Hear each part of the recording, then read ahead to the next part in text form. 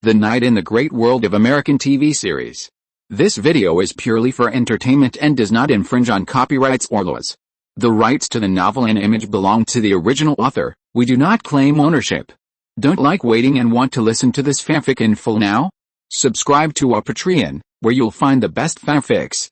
Chapter 351 Murder and Frame Up. The Governor Hotel Chicago is located in the center of Chicago, right next to the Oak Street Beach. It only takes a few minutes to walk to experience the style of Chicago's lakeside beach. From there, it is less than 2 miles, 3.2 kilometers, to Navy Pier and Millennium Park. The hotel also provides yacht services. They not only provide suite services, but also rent out some beach villas as special services. People can hold some more private gatherings and parties. The history of the Governor Hotel has also witnessed the changes and prosperity of Chicago. It is considered one of the landmark buildings in Chicago. It is one of the most famous and expensive hotels in Chicago. An ordinary suite here costs hundreds of dollars, and the cost of yachts and beach villas is as high as tens of thousands of dollars. Those who can spend here are definitely rich or noble. But today, the beach villa area of the hotel seems particularly lively, with police cars and police everywhere, and from time to time some big shots with their heads and faces wrapped in clothes leave from the special passage specially opened by the police. These guys are big shots in Chicago. Obviously, their interest was completely interrupted tonight. Not counting the 2 victims, we found a total of 147 bullet holes.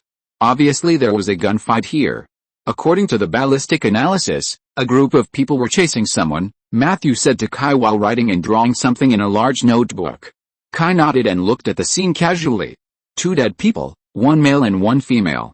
The man was about 30 years old, white, lying on a chair, wearing a very expensive suit, but the suit was obviously not suitable for him and was not well-fitting. It seemed that he should have bought ready-made clothes. And from the fact that he rolled up the sleeves of the suit and opened the floral shirt with his chest, this person obviously rarely wears a suit. He looks like a prince. Who doesn't look like a prince, even if he wears a dragon robe? There are many very obvious pinholes on his arms. It seems that he should be a drug addict. He has 3 gunshot wounds on his body, 1 on the knee and the other 2 on the chest. The fatal ones are the 2 gunshot wounds on the chest. The female dead person was about 20 years old, black, and her clothes looked decent, but they were actually cheap. From this point, it can be seen that the girl's economic situation is not ideal. But on the other hand, it can be seen that this girl has a very good sense of fashion. She had 2 gunshot wounds on her body, all in the chest and abdomen. She was lying on a broken glass coffee table. The name of this deceased is Eddie Domingo. I have seen him. He used to be a policeman. Matthew pointed at the male deceased and said. Kai looked at him and asked, once? How did he leave the police force? Bribery, frame-up, extortion, dereliction of duty, a typical black policeman. After being caught by the Ministry of Internal Affairs, he was kicked into prison. After that, he has been hanging out with some gang members, acting as a matchmaker for others and a criminal broker. Matthew didn't know where he got this information from, but he could come up with it casually. Kai nodded. He saw some tinfoil placed next to the sofa. It was used by the police station to wrap number 5 heroin, and there was a red label on it. Obviously, this guy was related to the theft case of the police station. Then Kai turned his eyes to the female deceased. Next to the deceased, Mike was squatting beside the body, covering his face, and his mood was low.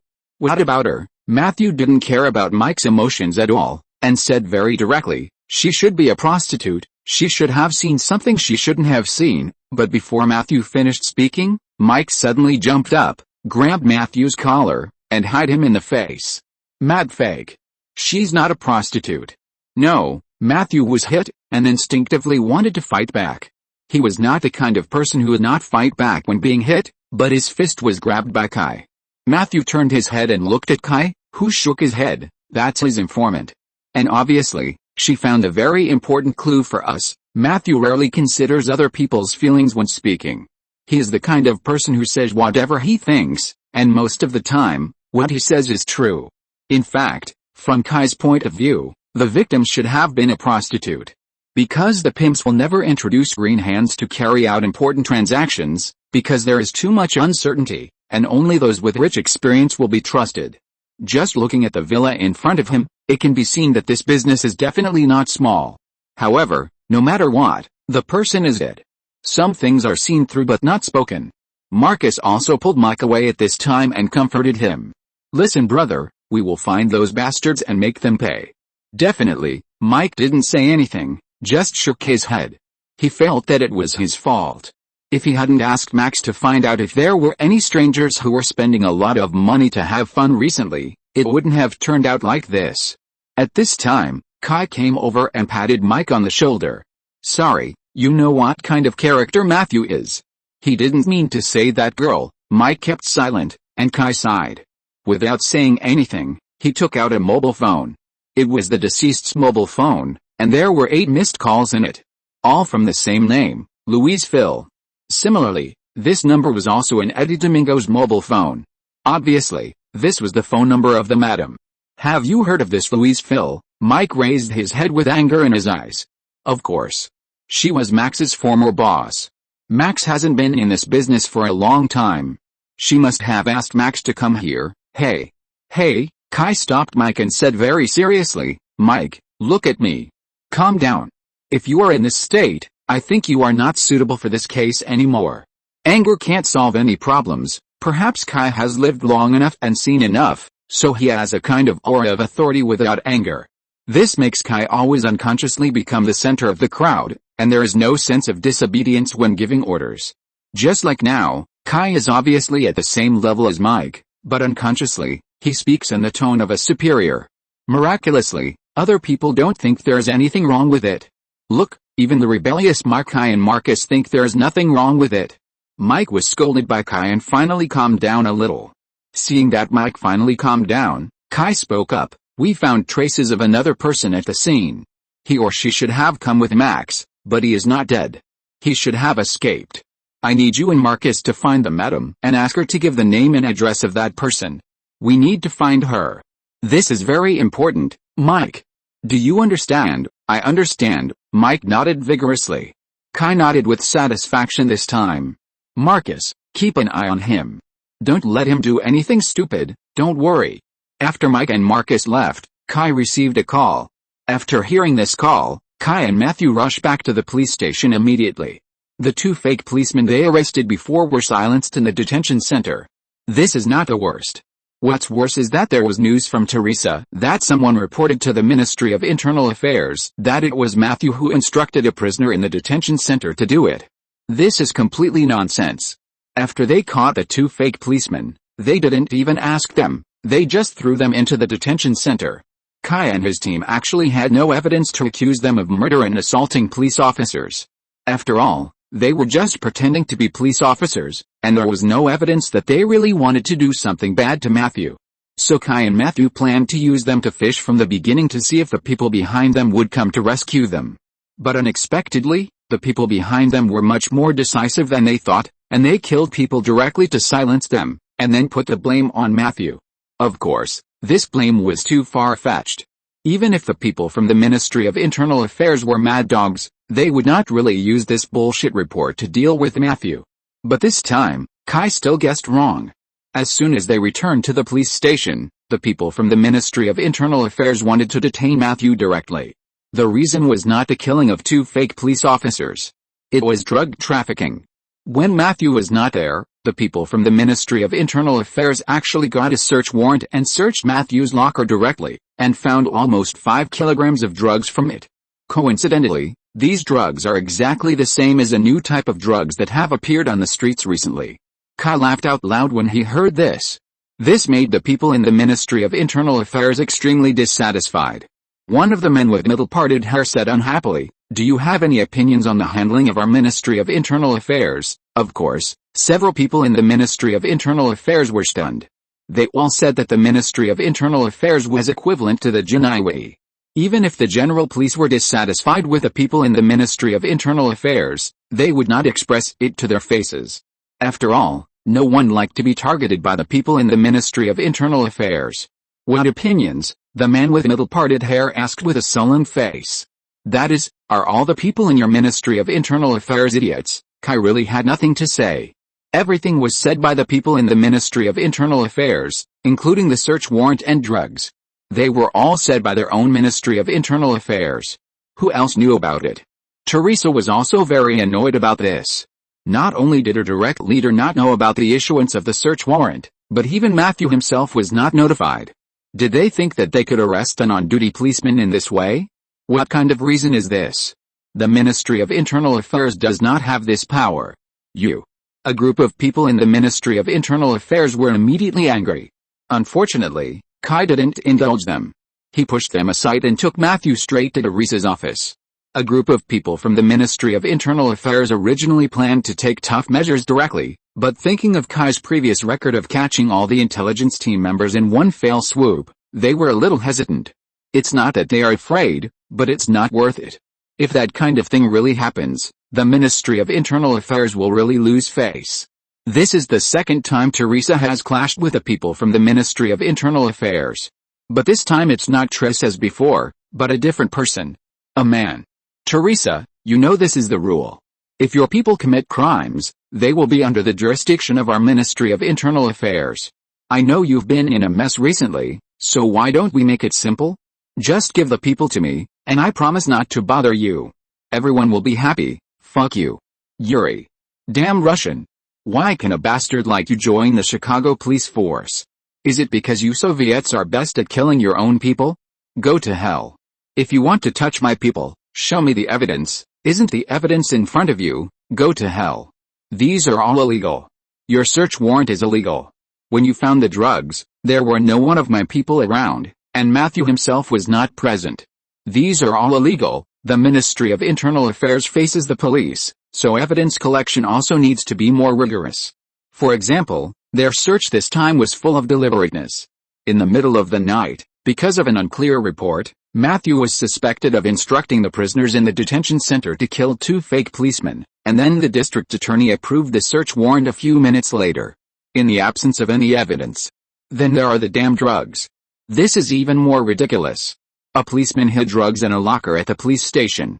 Can you say a little more? More importantly, if the Ministry of Internal Affairs succeeds in this matter, then she, the supervisor, can say goodbye and never think about being a police officer in this life. It would be strange if Teresa agreed. Even if the deputy chief of the Ministry of Internal Affairs named Yuri repeatedly hinted that if Teresa did something convenient, there would be rewards, Teresa refused to nod. Knock knock. Kai walked to the door and knocked. Regardless of whether Teresa agreed or not, he walked in with Matthew. Boss, you are looking for me. Kai was too lazy to look at Yuri. Well, you have been with Matthew recently, right? Teresa's face looked much better after seeing Kai. Why? Of course it's because Kai's background is strong enough. As long as Kai can testify, the people of the Ministry of Internal Affairs will have no choice. Are you talking about the accusations against Matthew by those idiots in the Ministry of Internal Affairs? Kai was not polite at all. Ahem, Detective Wayne. I think your attitude is very problematic. We are just following the rules. There is no need to be so confrontational. In response to Kai's harsh words, the Russian man named Yuri did not confront him as he did to Teresa, but spoke very gently.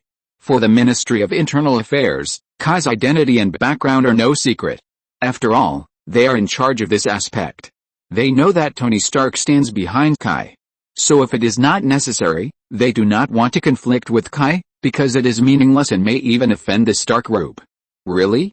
Your compliance with the rules is to get a search warrant directly because of a false report, and then take out drugs from an empty cabinet, Kai said sarcastically. No need to deny it, everyone understands. Don't use those nonsense to fool people. Yuri's face was a little embarrassed, but he still forced a smile. Since you are sure that Matthew is innocent, why don't you let us investigate? Kai curled his lips in disdain. This guy is obviously a policeman, but he is willing to work for those disgusting pedophiles. It's disgusting. Kai didn't want to talk to this guy anymore. You should have read my information. You know that I have a good relationship with the FBI. Then do you want me to report this case directly to the FBI? Yuri's face finally changed. He lowered his voice and said, Detective Wayne, this matter has nothing to do with you. Why do you have to get involved? This is not good for you. If you can stand aside and watch, I guarantee that you will gain the friendship of many big shots. Why don't you say it louder so that everyone can hear it? Kai said with a sneer. What a bullshit big shot, just a group of cult leaders. Yuri's face immediately darkened. It was impossible to say such words to others. So he planned to tear his face apart. Then I must take him away? You should all know that we have this power. Yuri was indeed right. Although many of their procedures were very ridiculous, what was even more ridiculous was that they did follow the procedures. What power? Tell me about it. At this moment, a deep voice came from the door of the office. Everyone turned their heads and saw a tall, middle-aged black man walking in. Teresa and Yuri both stood up. Chief Cooper, Matthew's backer is here. The second in command of the Chicago Police Department came in the middle of the night. It can be seen from here that Chief Cooper really cares about his old subordinates. Yuri's face can no longer be described as black. He was also entrusted by someone. Originally, he didn't want to get involved in such things, but the problem was that he couldn't refuse. What's more, he also knew that many of his things were not tenable, but he had no choice. They didn't know what Matthew had found out, so they were a little panicked, so they sent someone to deal with Matthew, but they were messed up by Kai. This made a big fuss, so they could only kill him in a hurry and planned to take this opportunity to completely deal with Matthew. According to their original plan, once Matthew was taken away by Yuri, Yuri would arrange a gun-snatching, arrest and being shot drama for Matthew. Even if there were many loopholes and doubts in the middle, no matter what, someone would naturally help Yuri to overcome the difficulties. But this must have a prerequisite, that is, they can take Matthew away as soon as possible. But the result? Okay, now who can tell me what power was just mentioned? Yuri forced a smile and repeated his previous remarks to Cooper. Is that so? The Ministry of Internal Affairs does have this power. But there is no need to be so troublesome. Since you want to interrogate him, why not do it here? It happens that I can also listen in. What do you think?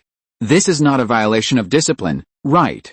Director Cooper was not as furious as imagined. On the contrary, he was very gentle. But this is not what Yuri wanted. With a big guy like Director Cooper by their side, how can they play tricks? Those things were temporarily framed and could not stand up to scrutiny. Of course. But Yuri was not in a position to refuse. Through the one-way glass, Kai, Teresa and Director Cooper watched the performance in the interrogation room expressionlessly. What exactly did Matthew find out? Cooper asked after a long time. Teresa shook her head and said that she didn't know either. In fact, she had not been transferred here for long, and she really didn't know what Matthew had found out. Cooper looked at Kai. Kai also shrugged. Billy Lee Tuttle. He found some things related to the Archbishop, not too much. But I didn't expect those people to react so much. Cooper looked at Kai seriously. Finally, he said, he is very dangerous. Why are you helping him? I'm a policeman, aren't I? Kai said. Chapter 352 Witness. The people from the Ministry of Internal Affairs quickly withdrew. This was not in line with the style of the Ministry of Internal Affairs, nor was it in line with procedures, but there was no way. Some things could not be taken seriously. Their Ministry of Internal Affairs does have a superior status in the police system, but correspondingly, once they are caught in a weak spot, the backlash will be much more serious. Now that a big man like Director Cooper has appeared to support Matthew, then Yuri's little tricks will not work. Watching the people from the Ministry of Internal Affairs leave in disgrace, Teresa immediately felt refreshed. In the past 2 days, the Ministry of Internal Affairs review of the Operations Department has exhausted Teresa. She had to deal with the review of the Ministry of Internal Affairs while trying her best to maintain the operation of the entire Operations Department. As a supervisory department, the Ministry of Internal Affairs' suppression of their police is simply natural. Even if Teresa is dissatisfied with the people from the Ministry of Internal Affairs, she has to endure it because it is stipulated in the rules and regulations, and she cannot change it. Now that it is easy to see the people from the Ministry of Internal Affairs being humiliated, Teresa is so happy that she has a much better impression of Kai. Although people with connections are very annoying, sometimes, we have to admit that these people with connections with powerful backgrounds can indeed solve many problems. Chief Cooper also left. Matthew did not see him off, and he was even reluctant to approach Cooper. Cooper did not say much about this, but just looked at Kai deeply before leaving. The meaning was very clear. He asked Kai to look at Matthew. If Cooper was not black and Matthew was not white, Kai would have suspected that Cooper would be Matthew's long-lost father. I don't care what you are investigating. I only have one request, keep a low profile. Unless you can come up with something decisive, don't let others know. Teresa was transferred to the Detective Bureau not long ago.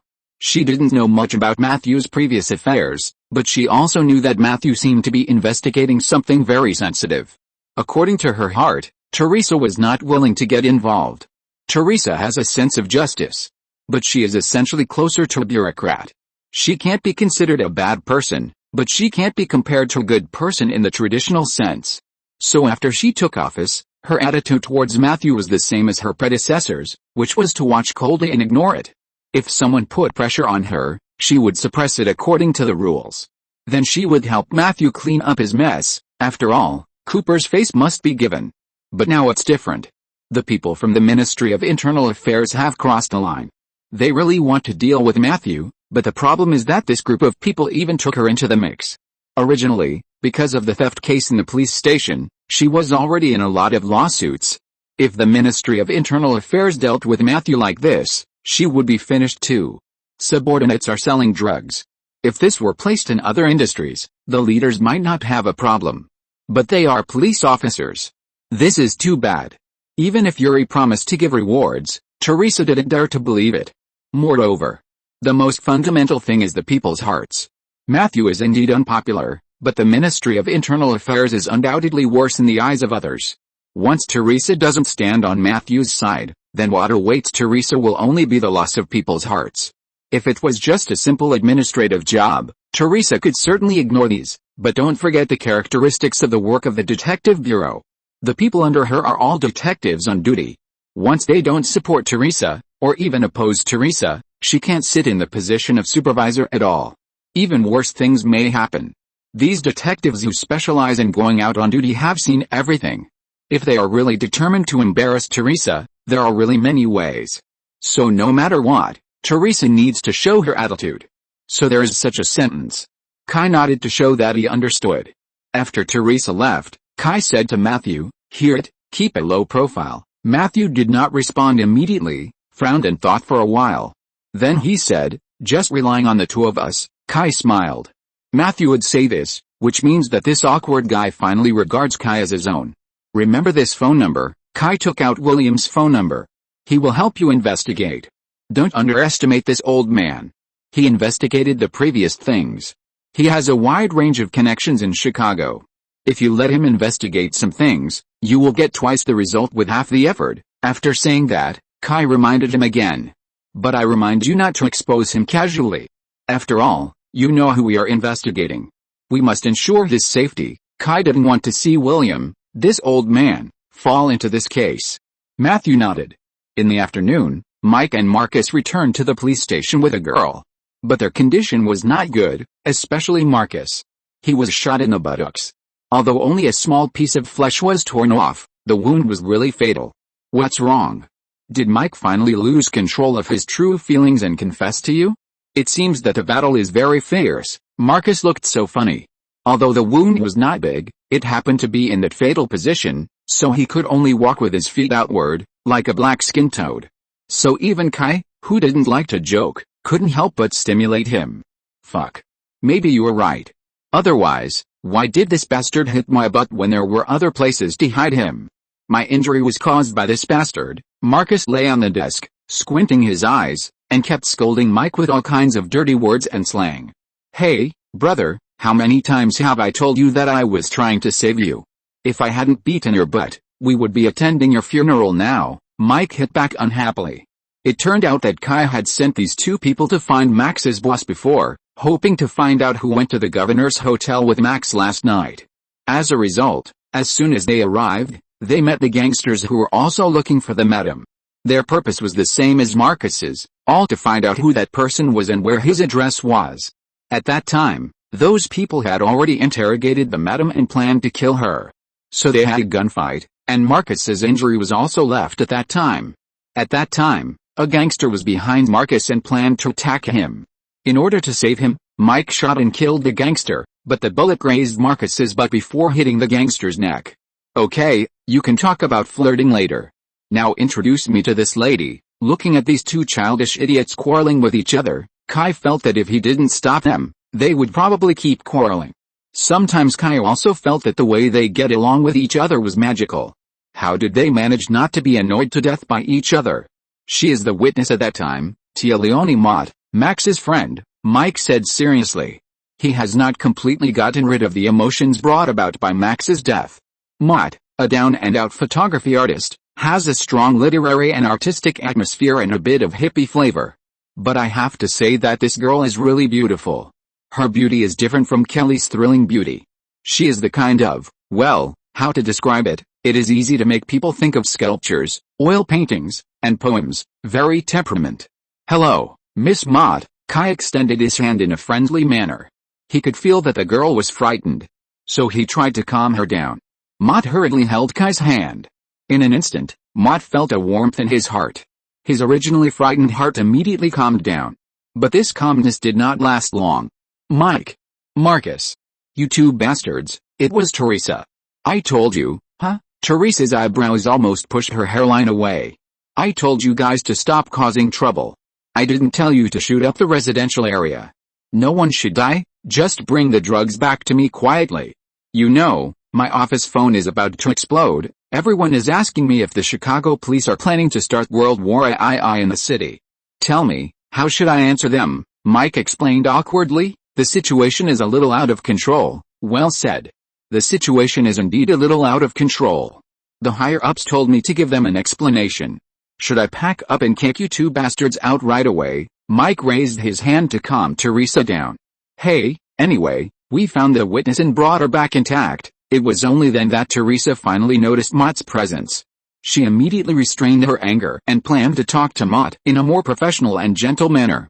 It is no exaggeration to say that the future of dozens of people in their detective department is now in the hands of this girl. But it was too late. Teresa's previous rage scared the girl. This girl is the best friend of Max, and Max is a typical black person in Chicago. She has extremely distrustful of the police. She has told Max more than once that only Mike is trustworthy among the police. Well, this also includes the handsome guy who just shook hands with her. There is no way. The cheating Kai can always use some small tricks to eliminate other people's vigilance. Teresa was embarrassed, but fortunately she was not a frontline detective and did not need to receive the model in person, so she could only curse and hand the witness to Kai and his team. Deal with this white chick as soon as possible. We don't have much time. No problem, leave it to us, Kai promised immediately. It's strange to say that a few days ago, Teresa hated Kai the most, but now, she trusts Kai more. Although Kai is a relative and not very obedient, everyone is afraid of comparison. Compared with Marcus and Mike, who always make a big scene when handling a case, Kai is really an honest man. You mean, she has claustrophobia? Kai said in amazement. Mike shrugged, indicating that this is the fact. She was in the interrogation room. She was so nervous that she almost couldn't breathe. She almost fainted. Well, with the development of the times, technology is changing with each passing day, and various human diseases have begun to emerge one after another. Claustrophobia, this disease Kai had only seen in TV dramas in his previous life. How could a decent person get such an inexplicable disease? For a long time, Kai always felt that this disease was made up in TV dramas. Being locked in a slightly smaller house will cause fear, anxiety, panic, rapid breathing, accelerated heartbeat, blushing and sweating. In severe cases, suffocation, dizziness, and a sense of impending death will occur. No matter how you look at it, it seems a bit unrealistic. As a result, I saw Hoda today. Okay, then what are you going to do? How about, send her to Mike's house? Marcus suddenly suggested. His house is big, there's no door. I didn't expect Mike's reaction to be so big. This will affect my life, sex life, Marcus said maliciously. Mike is a sex king, and everyone in the police station knows this. Wouldn't it be better to send her to your home? Mike didn't respond, but wanted to divert the blame. But Marcus was very calm.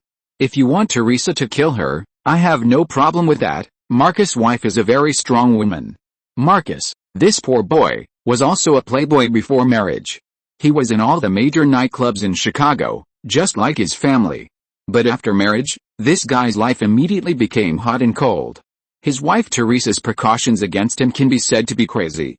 As long as she finds something wrong with him, Marcus will be very miserable. At the least, he will sleep in the living room, and at the worst, his wife will run away from home with the children. In short, she has taken advantage of him. After Marcus got married, he changed his romantic and unruly personality and became extremely family-oriented. Even, this guy enjoys Teresa's strength. Hey, this guy actually likes this. Okay, these are all small problems. I just want to know if this girl can provide us with any useful clues." Seeing that the two started again, Kai interrupted them immediately. "Yes, we got an important piece of information from her. Mott said that someone present at the time said that the transaction would take place in 4 days. I think they meant that the drugs would be traded in 4 days. Domingo was killed because of this. He stole 2 bags of drugs without telling others and was discovered. By the way, Domingo said before he died that they committed the crime this time with Domingo's help. 4 days. It seems that we still have 4 days. Did she say where that group of people would trade and with whom? No. She was on the 2nd floor at the time and didn't hear much. What's more, that group of people didn't say much. Mike was also very sorry." "Is that so? Then we can only start with Domingo. I remember that guy is a crime broker. He specializes in matchmaking. Who does he often find to do things?" "Domingo is a corrupt policeman. He knows both the black and white worlds in Chicago very well, and he knows the layout of the detective bureau very well. It is reasonable for that group of people to find him to plan this matter. Before his death, Domingo also said that he was the one who assembled the people for this case. He is a corrupt cop, and the people he contacts most are criminals. He knows who is willing to risk their lives for money." Mike's eyes lit up and he knew what to do. "I will immediately arrange for her to do photo identification, especially for those criminals who have had contact with Domingo." Chapter 353 New Case and Nicki Minaj. Fuck. When Kai brought Matthew, Mike, Marcus and the witness Mort to his door, the 3 of them said the same words in tacit understanding. In fact, it can be seen from the car Kai drove that Kai's very rich. But they never thought that Kai, a newcomer who just joined the Chicago Police Department, actually owned such a large manor in Chicago. When Kai took Matthew in before, he told him that his house was very big. But Matthew never thought that his house was so big. Mort was not so surprised, on the contrary. It was not that she was well informed, but that she had not figured out the situation so far. After the automatic door at the door opened, several people drove into the garage. Kelly had been waiting there for a long time. "Hi." Seeing Marcus and the others, Kelly greeted them very naturally. They had met at the party. Matthew had never seen Mort before. It was the first time he knew that Kai had such a young and beautiful girlfriend. "Kelly, take Mort to her room. You stay with her these days," Kai said to Kelly. Kai had discussed with Kelly about Matthew and Mort in advance. Kelly was very happy. After she got the power of the devil, Kai had always forbidden her to use her power, on the grounds that she had not yet fully mastered those powers. Now Kai entrusted Mort's safety to her, which undoubtedly recognized her efforts for more than half a year. Marcus and Mike were a little worried. "Is it really okay?" I mean, before Marcus finished speaking, he saw Kelly kicking Marcus' head with a whip kick. Marcus had no time to dodge and could only close his eyes. But after waiting for a while, he didn't feel anything unusual. When he looked up, he found that Kelly's leg stopped above his head. What's more exaggerated is that Kelly just stood on one leg, motionless. Kelly is a black belt in karate, and she also learned free fighting from me. Although it's a bit rude to say this, she can definitely beat 2 or 3 of you alone, Kai explained on the side. She really learned it, but she learned it after she awakened her blood power. After all, you can't just have power without knowing how to use it. Besides, I'm also a very good shooter. Kelly also pulled out an M1911 from his waist and gestured to Marcus. Marcus' face immediately turned ugly. It was too embarrassing just now. What made him even more upset was that Mike, that bastard, was still whistling behind him. Seeing that Marcus and the others didn't say anything, Kelly was very familiar with Mort and took him to prepare a room for her. Looking at the indignant Marcus and the grinning Mike, Kai added, "You don't have to think too much. This house has a very complete security system. The security system is directly connected to the police station and the security company. Once there is a problem, it will automatically alarm immediately. Kelly will take Mort to the safe room, and support will arrive in 5 minutes at most. Mort is the safest here." After that, Kai took Matthew to his place. Matthew lived in the annex building on the right side of the manor. It was a 3-story building. Although it was not as big as the main house, it was comparable to an ordinary villa. There is no need to say anything about the environment. The most important thing is that it is secluded. There is an artificial lake and a forest around it. It is very suitable for Matthew. He doesn't like crowds. Kai was very considerate of Matthew. But Matthew himself didn't have any requirements for housing. When a person devotes himself to a cause, his material needs will become dispensable. The cult case became Matthew's career. His strong sense of justice and guilt urged him to find out the truth all the time. Marcus was very envious of this. The house he bought with a loan was not even as big as someone else's toilet. The group of people spent the whole afternoon noisy, until Mort compared the criminal records and found a person who was present at the time, and the party ended. It's time to do something. Kai and Matthew originally planned to catch the man with Marcus, but they didn't expect Teresa's call to force them to change their plans.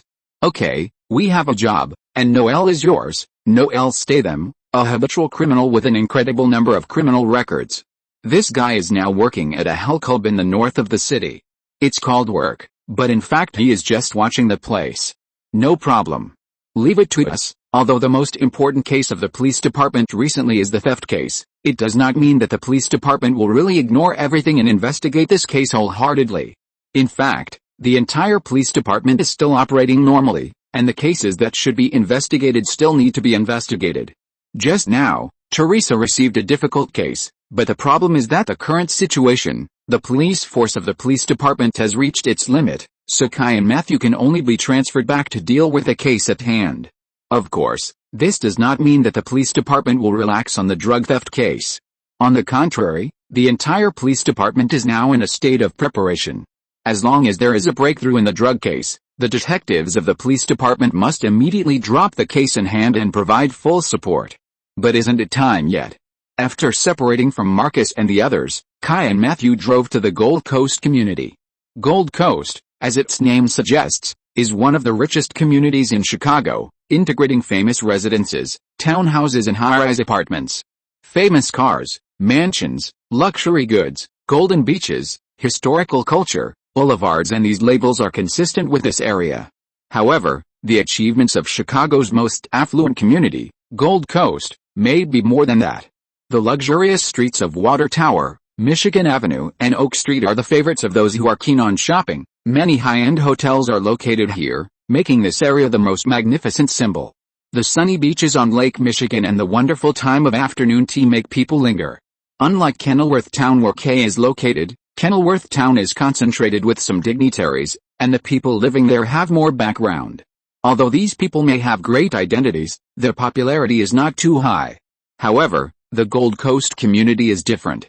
Many glamorous stars and well-known people like to settle down here, because it is lively enough and is the focus of the whole city. Only here can they be exposed. Unlike Kenilworth Town, reporters will get into trouble if they take pictures there. Kai and his team came to the International Tower Hotel on North Michigan Avenue. The owner of this building was the famous president of Kai's previous life.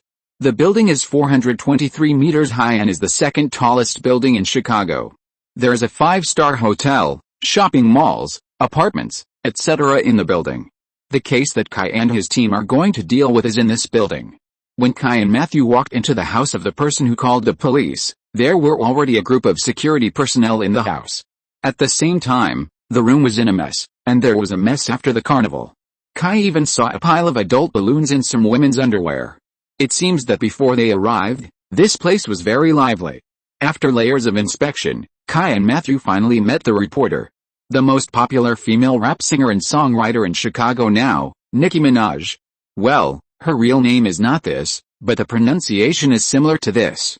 Kai doesn't understand rap very well, and can't stand the messy music style, especially the rap of Nicki Minaj with all kinds of excessive hints, foul language, and slang in the lyrics, which Kai can't appreciate even more. Of course, another important point is that Kai can't accept the appearance of this female singer. In fact, many white Americans do not really appreciate the singer's appearance and dress. Can you imagine a woman who is only 157 centimeters tall, but her measurements are 89 centimeters, 66 centimeters, and 114 centimeters respectively? Anyway, the first thing Kai thought of when he saw this black singer was a Coke bottle, especially her hips, which made Kai doubt whether she could wear pants. But even if they don't appreciate her, it still can't change the popularity of this singer. Nowadays, black people and many young people like this. The person who accompanied Nicki Minaj and Kai to meet them was also Kai's acquaintance, the female model Alexandra, who was involved in the 7 Deadly Sins serial murder case. Strictly speaking, It was this model who called the police. Since the case, this woman has been silent for a while. Her agency used public relations to prevent the Chicago police from publishing her name and photo, but still let her leave the public eye for a while. However, some time ago, this woman still participated in the Victoria's Secret fashion show in Los Angeles, and she was still the main guest. It can also be seen from here that this woman's agency is still very powerful. Kai was a little curious about why this woman was here, but now was not the time to greet her. After a brief inquiry, Kai and Matthew found that the case was very simple. This female singer with a curvy figure had just received a package containing a hand, and a threatening letter was attached. "Shut up, bitch." When the package was received, Nicki Minaj was having a party. Well, a party for a black singer naturally involves illegal drugs and sex. But after the package was opened, Nicki Minaj's friends were immediately scared and ran away. If Nicki Minaj's company had not been very powerful in Chicago and had issued a gag order to those people, it is estimated that the whole United States would have known that Nicki Minaj had received a threatening package. Kai was in charge of the inquiry, while Matthew was in charge of investigating the scene. In fact, there was nothing to investigate. Believe it or not, if you shine a purple light on it now, there will be so many light spots in the whole room that people don't know where to step. The smell of shrimp paste in the room is still clearly smelled. He was mainly going to see the severed hand.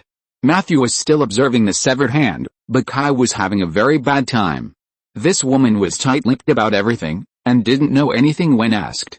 She didn't cooperate with Kai's investigation. This annoyed Kai. Since she had called the police, she should have cooperated with the investigation. Otherwise, why did she call the police? In the end, it was Alexandra who rescued Kai. "Nicki, we have to do something, otherwise you will lose Kenneth forever." Hearing the name Kenneth, Nicki was obviously shaken. She looked at the security personnel around her and wanted to say something, but she was full of concerns. "Nicki, now we can only trust the police. Don't hesitate. Those people can do anything." Alexandra's words made Nicki sober up completely, so she said, "Regardless, that hand is Annika." She was interrupted halfway through her words. The person called out Nicki's real name, Annika. Nicki closed her mouth instantly and looked at the door a little nervously. Kai also turned his head away. A black man walked in. He was very arrogant. He wore a red suit, a mouthful of gold teeth, and at least 4 gold necklaces on his neck. He had a head of dreadlocks on his head. The braids were covered with the gold ornaments. What's more, he wore 10 rings on his fingers, all of which were gold gems. With a watch on his hand, this guy looked very golden. "Bishop." Nicki Minaj stood up immediately after seeing the person coming in. She looked nervous and was obviously very afraid of this person. After the black-skinned and golden man came in, he didn't even look at Kai and Matthew. Instead, he showed his mouth full of gold teeth and said to Alessandra, "Ms. Ambrosio, thank you very much for your support for Nicki. However, we have our own way of dealing with it. You don't need to worry about it." After that, he snapped his fingers. "Send Ms. Ambrosio back. It's a mess here. It's not good to scare such a beauty." The 2 security guards on the side immediately stepped forward and grabbed Alessandra's arms, intending to carry Alessandra out. "Let me go. Bastards. You can't do this, you will kill Kenneth." The 2 security guards didn't care about Alexandra's struggle at all. But at this moment, the sound of a pistol being loaded made the 2 security guards dare not move. "Didn't you hear the lady ask you to let go? Or, you and us police are dead." Kai's gun was against the back of a security guard's head. Matthew also pulled out a gun and pointed it at another security guard. Seeing Kai and Matthew's actions, a group of security guards immediately pulled out the guns on their waists. Kai looked around at the muzzles of the guns around him, and then laughed angrily. "What? You want to attack the police?" It was the black man named Bishop, who was golden and glittering, who raised his hand and asked everyone to put down their guns. "Cop, slang, cop? This is our business, I think you'd better leave immediately. We and the cops have always kept our distance, I don't want to cause any misunderstandings." Obviously, this guy still didn't take the police seriously. Matthew whispered to Kai at this time, "They are the Voodoo Gang." The Voodoo Gang is a famous small gang in Chicago. They are famous because they are well known. They rarely participate in gang fights. Although they also carry out various criminal activities, violent crimes are less than those of ordinary gangs. They prefer to run various nightclubs and bars and prostitution. However, these are not the things that really make them famous. There are two things that really make them famous. One is their ability to create stars.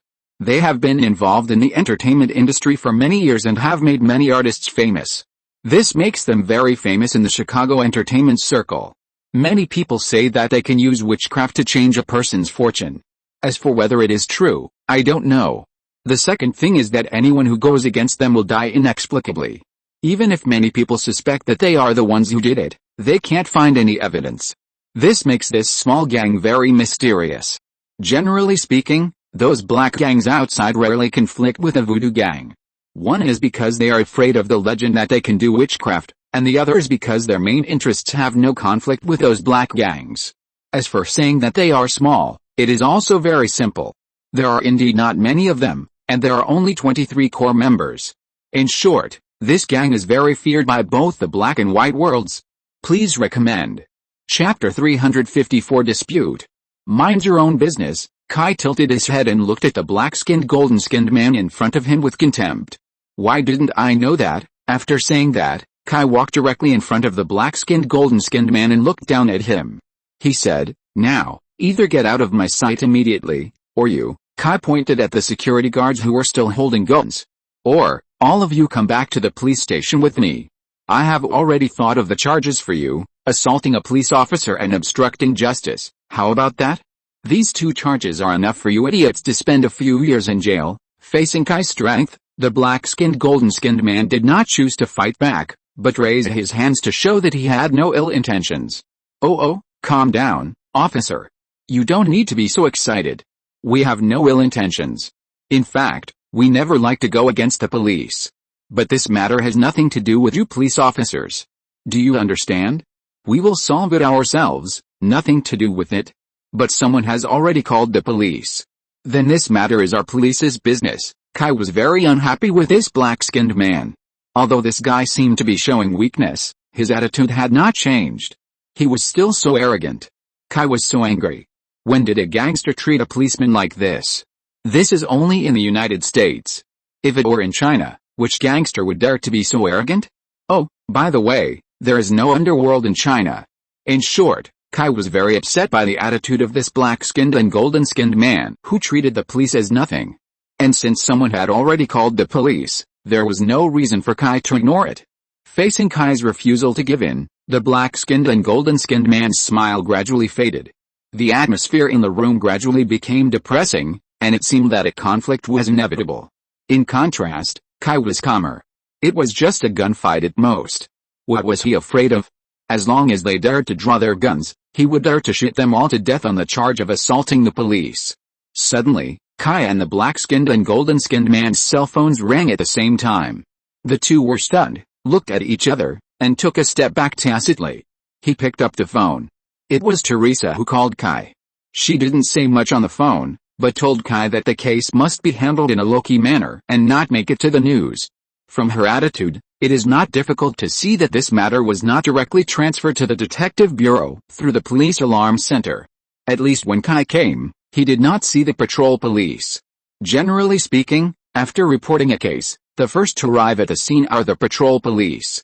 They will be responsible for guarding the scene, maintaining order, and doing the initial inquiry.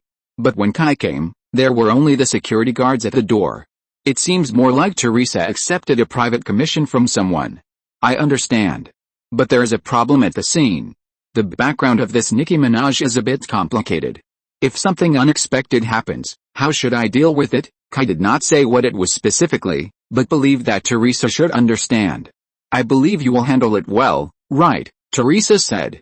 But she emphasized the tone of the word handle it well, and her attitude is naturally self-evident. After all, the police are violent agencies. When performing tasks, they naturally cannot be as polite as restaurant waiters. The police do not care about smiling service. I understand. With such a guarantee, Kai naturally knew what to do. On the other side, Hippie was also unhappy. Why? This is obviously our business. Why let the police intervene? A pleasant female voice came from the other end of the phone, because Doctor intervened. He is optimistic about Nikki. We just reached an agreement yesterday to let Nikki sign with his label. Hearing this, Hippie fell silent. Dr., also known as Dr. Dre, is a veteran rapper and a very famous producer in the rap world. He has his own label. Over the years, he has been committed to discovering young rappers, and he has done quite well. He has discovered many top rappers. It is considered the top rap label in the United States. At this point, it should be explained that Dr. Dre, hereinafter referred to as Dr. Dre, signing Nicki Minaj is not poaching for the Voodoo Gang. Dr. Dre runs a music label, which refers to the publishing company of music albums, not an economic company. Although many times singers under a label will be under the name of an economic company, there is no mandatory requirement. At this stage, it is definitely a good thing for Nicki Minaj to be favored by such a big label. That means her commercial value will be greatly improved, and it is also good for the Voodoo Gang. They earn the agent's share of money, although the proportion is slightly higher, but for young people who are just starting out, opportunities are obviously more important than the immediate economic benefits. As for whether Nicki Minaj will switch to a large economic company in the future, this is inevitable. The Voodoo Gang has always been aware of this. Their purpose is to make money. As long as the benefits are in place, everything can be discussed. They want to control their singers and develop into entertainment giants, but the problem is that the rules of the game limit their gangster industry from developing to that point. Dre will not allow Nicki Minaj to have unnecessary scandals at this time, so he called his acquaintances and the police, and we will cooperate with him, understand, but Elizabeth, those Haitians, don't touch them for the time being. After this matter is over, we will deal with them, understand. After answering the phone, Black Skin and Golden Shining only said to Nicki, cooperate with the police well. You know what to say and what not to say. Then he left. Kai watched these people leave, but did not stop them. After all, it was useless unless they were all shot dead. Otherwise, even if they were caught, they would only be released on bail of a few $100s. So although he felt a little sorry for not doing anything to them, Kai still let them go. The next thing was simple. Nicki got the approval of the Voodoo Gang, so he was willing to tell everything. It turned out that the severed hand belonged to Nicki's boyfriend Kenneth Petty. Kai asked the police to check the information of this guy, and found that this guy was a scumbag. Like many street thugs, he did all kinds of robbery, wounding, carrying guns, taking drugs, drug trafficking, etc. He was sentenced to 3 years and 7 years for sexual assault and manslaughter respectively. In addition, he was also a member of the famous American gang, the Blood Gang. It seems that these rappers like to be associated with gangs. Although Kai doesn't listen to rap much, he knows that those rappers have gang backgrounds. Even now, if a rapper does not have a gang background, he is not considered an authentic rapper.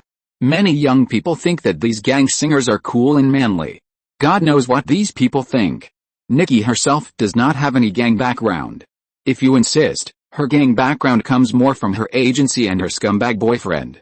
If this kind of thing happens in other countries, it will definitely be a fatal thing, but in the United States, it is actually a plus point. Let's get back to the topic. Let's talk about her boyfriend. The original Bloods family, where this scumbag belongs, is one of the most notorious street gangs in American history. It was founded in 1970 in New York, Los Angeles and Chicago. With more than 25,000 members, it is the most influential street gang in the United States. The Bloods family engages in all kinds of illegal industries, which are national organized crimes, including murder, robbery, assault and drug trafficking. And her boyfriend is a small leader of the Chicago Bloods gang. As for why Nicki Minaj was threatened and why her boyfriend had one hand chopped off, we have to talk about another gang. The Haitian Gang.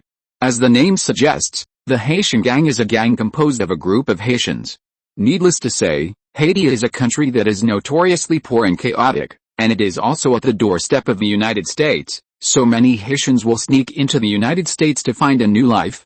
In modern times, the situation in Haiti has become increasingly bad, which has led to a large number of Haitians coming to the United States.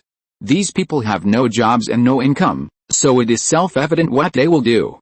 Haiti has never been peaceful, which has led to these Haitians being tough and fearless of death. In addition, they are afraid of poverty, which has led to the Haitian gangs being more greedy than American black gangs. They are hyenas, and they dare to do anything as long as they can make money. As a result, they have conflicts with many local gangs. Over this period of time, the Bloods gang has clashed with a Haitian gang in Chicago. This is nothing unusual. This kind of thing is happening in many big cities across the United States. Generally speaking, The Haitian gang is no match for the local black gangs. After all, the number of Haitian gangs is limited. But it is different in Chicago. The Haitian gang here is quite powerful. Their leader is an old woman named Aunt Platte, who is black and fat. It is said that she is a Haitian witch who knows witchcraft. In short, under her leadership, the Haitian gang is now the most brutal gang in Chicago. The current Haitian gang is not only involved in drug trafficking and funeral industry, but also occupies an area and officially has its own territory in Chicago. Now that community is called Little Haiti. Many Haitian immigrants go there to seek asylum, which also makes the Haitian gang more powerful. Chicago is only so big, and if the Haitian gang takes more land, others will take less. So the gang conflict began, and just recently, the Haitian gang robbed a batch of goods from the Blood Gang, and the two gangs started a fierce fight. What? The Blood Gang is one of the largest gangs in the United States. Why did the Haitian gang dare to cause trouble for them? Who knows? The Haitian gang has always been like this. As long as they set their sights on something, there is nothing they dare not rob. Originally, the matter was just about these scumbags. For the Chicago police and ordinary people, it was a good thing for any of these idiots to die, as long as they did not hurt innocent people and handle the bodies properly. The principle of American police investigation is that if there is blood, bullet holes and bodies, it is of course a homicide. Even if the dead are gang members, they must be investigated strictly if there are many of them. What if there are none of these things? Naturally, the world is peaceful and safe. But the bad thing is that Nicki Minaj's brainless boyfriend did something that broke the rules. He told Nicki Minaj some things about the Haitian gang, and Nicki Minaj herself did not have a gang background, so she knew only a little about some things. She actually wrote those things in the song and published it. This is killing her. Many Hong Kong gangster movies have played it, and they would never enter the government office and would never go to the hospital after death. Although there is no such saying in the United States, the gangs also have their own rules of conduct. They can fight each other, but they can't let the police notice them. They wrote those bad things in the song and published it. Are they worried that the police won't notice it? So the Haitian gang will follow the rules. Although Nicki Minaj's boyfriend is a member of the Blood Gang, the problem is that what he did also harmed the interests of the Blood Gang, and they won't help him. This is why Nicki Minaj asked Dre and the police for help. Because if not, her boyfriend would really be dead. Although the Voodoo Gang is Nicki Minaj's agent, they will not go against the Haitian gang for other gangs. There is no need. What really makes the Voodoo Gang nervous is that the crazy people in the Haitian gang are very likely to come to trouble Nicki Minaj. Okay. We have made it clear. In addition, we need you to stay at home recently. We will arrange someone to protect your safety. Kai decided to send someone to protect this female singer who is not very clear-headed first, and then check where the Haitians took her scum boyfriend. If that guy is not dead yet. No, but just after Kai finished speaking, the curvy female singer raised an objection. I have 3 concerts and 5 commercial activities recently, then cancel them. Kai didn't bother to care about this. The contract has been signed. If you cancel it, you will be in breach of contract. For a new singer like Nicki Minaj, who has just emerged, any opportunity is extremely rare. If she cancels activities and concerts it will ruin her popularity and offend sponsors. Nicki Minaj is of course unwilling to do so, and there is another more important reason. The compensation for breach of contract is too high. I can't afford it at all. Well, like all black people, Nicki Minaj's financial management concept is also very poor. Coupled with her habitual overconsumption, if you really calculate it, this woman is actually a veritable debtor. Let alone other things, just say that this high-end apartment and the extravagant life have already stretched her credit card to the limit, not to mention the large amount of loans. If she dares to default today, she will go bankrupt tomorrow. Kai immediately picked up the phone and called Teresa directly. Explain the situation to the female boss. His original intention was to let Teresa arrange someone to protect the woman so that he could concentrate on investigating the Haitian gang. As a result, Teresa told him, there is no one left. You know the situation. Now it's just you. And they don't want the media to know that there are a lot of police around Nicki Minaj. It will affect her image. And this case is confidential, so not too many people can be involved. Fuck. What kind of image does a singer who has unclear ties with a gang have? Then what should we do? Can't we just let the two of us protect her while investigating the case? Kai was speechless. He was a little confused. Did Teresa want this female singer to get into trouble, or did she never think about understanding this case at all? I remember. When you were helping with a case in Chicago, you had a few colleagues around you, right? Can you invite them? Teresa was also deliberate. She was short of manpower and had the idea of Sage and others. As Kai's supervisor, she was qualified to check some of Kai's information, and it was not surprising to know that Sage and others existed. What do you think? There is no such thing in the world. There is no reason for others to help the Chicago police for no reason. It's considered private work. For the police, such private work is actually not uncommon. Many wealthy people will find a detective they can trust to help them in some uncertain or inappropriate situations. This is a private job. Generally speaking, there will be considerable private rewards. Of course, this kind of thing is not something that ordinary people can do. It requires a strong personal relationship. According to Teresa's attitude, the person who asked Teresa for help was indeed very familiar with Teresa. How much? $20,000 a day. The specific number of people is up to you. You are really willing to spend money. $20,000 a day, even for a professional security team, is a considerable reward. The wool comes from the sheep, and our popular female singer can naturally help him earn it back, Teresa said casually and hung up the phone. But her words are very true. Nicki Minaj is indeed a debtor, but the value she can bring is very great. As long as she operates well and becomes popular, she can earn back any $20,000. The key is that if Nicki Minaj has huge negative news at this time, it will be a huge loss for both Dr. Dre and the Voodoo Gang. Chapter 355 Shooting. It is not far from Guardtown to Chicago.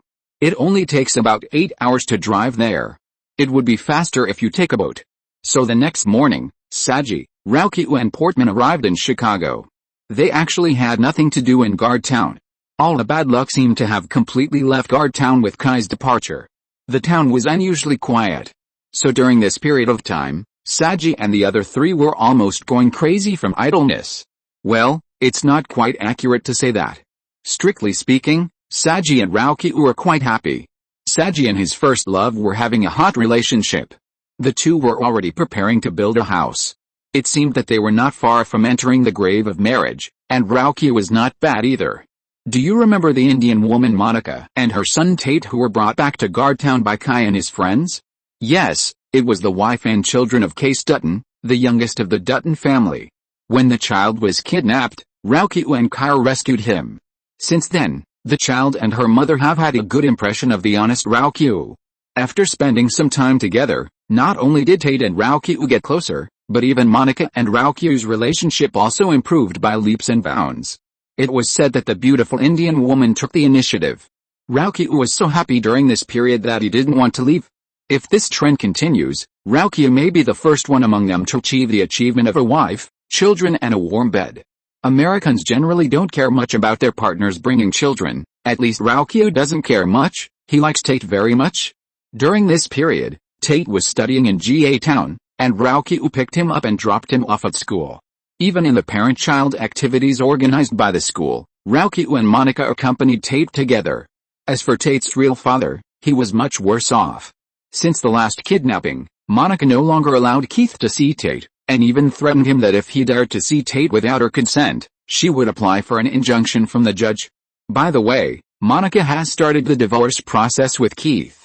Although Indian traditions are against divorce, Monica is now far away from the reservation, so this is not a problem. Keith almost fought Meatball to death with a gun. If Tate hadn't been there, the two men might have had a duel. In short, because of this incident, Monica was completely disappointed with Keith, and divorce was inevitable. Only Portman was as extravagant and lazy as ever. He was not the kind of person who would start a family, woman. He preferred to use money rather than talk about feelings. This guy was already impatient with those two people showing off their love every day in Guardtown. He didn't like the peaceful life in Guardtown. Before, there was Kai in town, so he didn't like it but he couldn't do anything. He knew that if Kai didn't watch him, he would definitely die. He also knew that his self-control ability was actually very poor, otherwise he wouldn't have those bad habits. It was okay when Kai was watching him, but once Kai was not by his side, he really couldn't control himself. So Portman wanted to come to Chicago a long time ago. Kai also found some acquaintances in Chicago for this matter, hoping to transfer Portman to Chicago, but this kind of interstate transfer was very troublesome, so it has not been possible until now. Boss. What is our mission this time? Or is it to fight with those gangsters? Portman was very happy to see Kai. He always thought that as long as he followed Kai, his life would not be so boring. This is also the reason why he likes to follow Kai. A boss who can control him, protect him, and take him to find some excitement from time to time is what he likes most. Kai ignored Portman, this wretched guy, and greeted Saji and Meatball first. How is it? Two good men are finally willing to come out of GA Town. In fact, in the past few months in Chicago, Kai has thought about calling his brothers together. He has been with them for 5 or 6 years. He is a little reluctant to separate suddenly. So he thought about getting together. But he didn't expect that these two guys who have no humanity for the opposite sex would ignore even the boss for a woman. Meatball just smiled foolishly. To be honest, he never thought in his life that there would be such a beautiful woman who likes him. He always thought that his life would be similar to Portman. If he wanted a woman, he could only spend money to solve it. Now he not only has a girlfriend, but also buy one get one free, buy one get one son, making a lot of money. Boss, I'm building a house here, I really don't have time, Sage explained. In the United States, once children become adults, most of them will move out, unless they really can't afford the rent, otherwise no one will live with their parents, otherwise they will be considered incompetent and not independent enough. Although Sage is an immigrant, his ethnic group has the custom of living with their parents. But now he is in love, and it is too shameful to do that with his girlfriend in his parents' house, so he decided to move out. He took his savings and bought a piece of land in GA Town, planning to build a house by himself. Then why are you willing to move out now? Kai asked unhappily. Sage was embarrassed by the question. It's because the boss gave me a high salary this time, Portman answered without wanting to be lonely. Sage was determined to build the best house, not the wooden structure house in the United States. But this would cost too much? Not only did Sage spend all his severance pay, but he also brought money to the bank. He was indeed a little tight on money. Indeed, the reward this time did make Sage a little tempted. After all, the 5 of them shared $20,000 a day, which was definitely a big deal. Kai would temporarily lead Sage and the others to protect Nicki Minaj, while Matthew would investigate the Haitian gang to see if he could find out where Nicki Minaj's boyfriend had been taken by the Haitian gang. After all, he wanted to see the man alive or dead. So the $20,000 still had to be shared among the 5 people. But both Sage and Kai knew that he was not here for the money. More importantly, Kai needed his help. This was the most important thing. But as a man, it would be boring to talk about everything. It was too corny. Everything was unspoken. Then the group of people talked about the recent changes in GA Town. Red Tank really adapted to his identity and really regarded himself as a lumberjack and a father. In addition to working hard every day, his biggest task was to compete with the fat boy Russell. The fat boy was really picky recently. A few days ago, he actually brought a girl home, which made Red Tank very worried. It was not that he did not allow the fat boy to have a relationship. It's true that this little fat guy is not very good at studying, but he is very proficient in those drags. This guy's purpose is not pure at all. This guy is going for a home run. And Logan, although he is still not very sociable, he is also in love. It's the girl he saved the last time in the bar. Kai is wondering, is it because summer is here, and they are all in heat? For Red Tank and Logan, Kai's plan has always been to let them live a quiet life and not disturb them. For them, walking around outside at will is not a good thing for others or themselves. It's good like now. Although he restricts them, he also gives them a peaceful life. In short, everything is fine in GA Town. Compared with big cities like Chicago, it can be regarded as a paradise. Okay, let me explain this mission. Apart from women and hobbies, men rarely chat about family matters for a long time. After roughly understanding the situation, Kai turned the topic to business. Kai gave each of them a document, which contains Nicki Minaj's photo, Nicki Minaj's residence structure diagram and itinerary. Seeing the photo of Nicki Minaj, Portman immediately whistled. Even guys like Saji and Meatball who had girlfriends showed a lewd expression.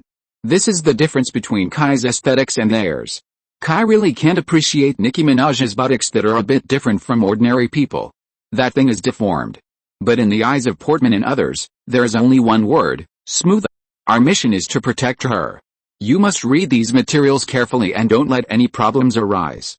I don't want you to forget about protecting VIPs after leaving the army, The unit Kai and his team served in before was the Special Response Team, which was originally a Special Operations Team. The skills that the Special Operations Team needs to master are not only killing, but also protecting VIPs and rescuing hostages. No problem. Matthew has not made any progress so far, because the Haitian gang is xenophobic after all, and they only trust their own people. So it will take some time. But Marcus and Mike had a breakthrough. They not only found the suspect Noel at the Hell Club last night, but also found an ice cream truck full of ether next to the Hell Club. Ether plays an indispensable role in drugs and is an important auxiliary raw material for the production of synthetic drugs. This shows that these gangsters are reprocessing drugs. These discoveries are of course good, but it's a pity that these two guys messed it up. Not only did they shoot at the Hell Club, causing a large group of cool beauties wearing only thongs to run to the street, causing street congestion and dozens of calls to the police for sexual harassment. They also launched a thrilling car chase in a busy neighborhood. This directly led to more than a dozen car accidents. By the way, they also threw the ether on the ice cream truck as a bomb on the road, blowing up at least 5 cars, including the suspect Noel's car.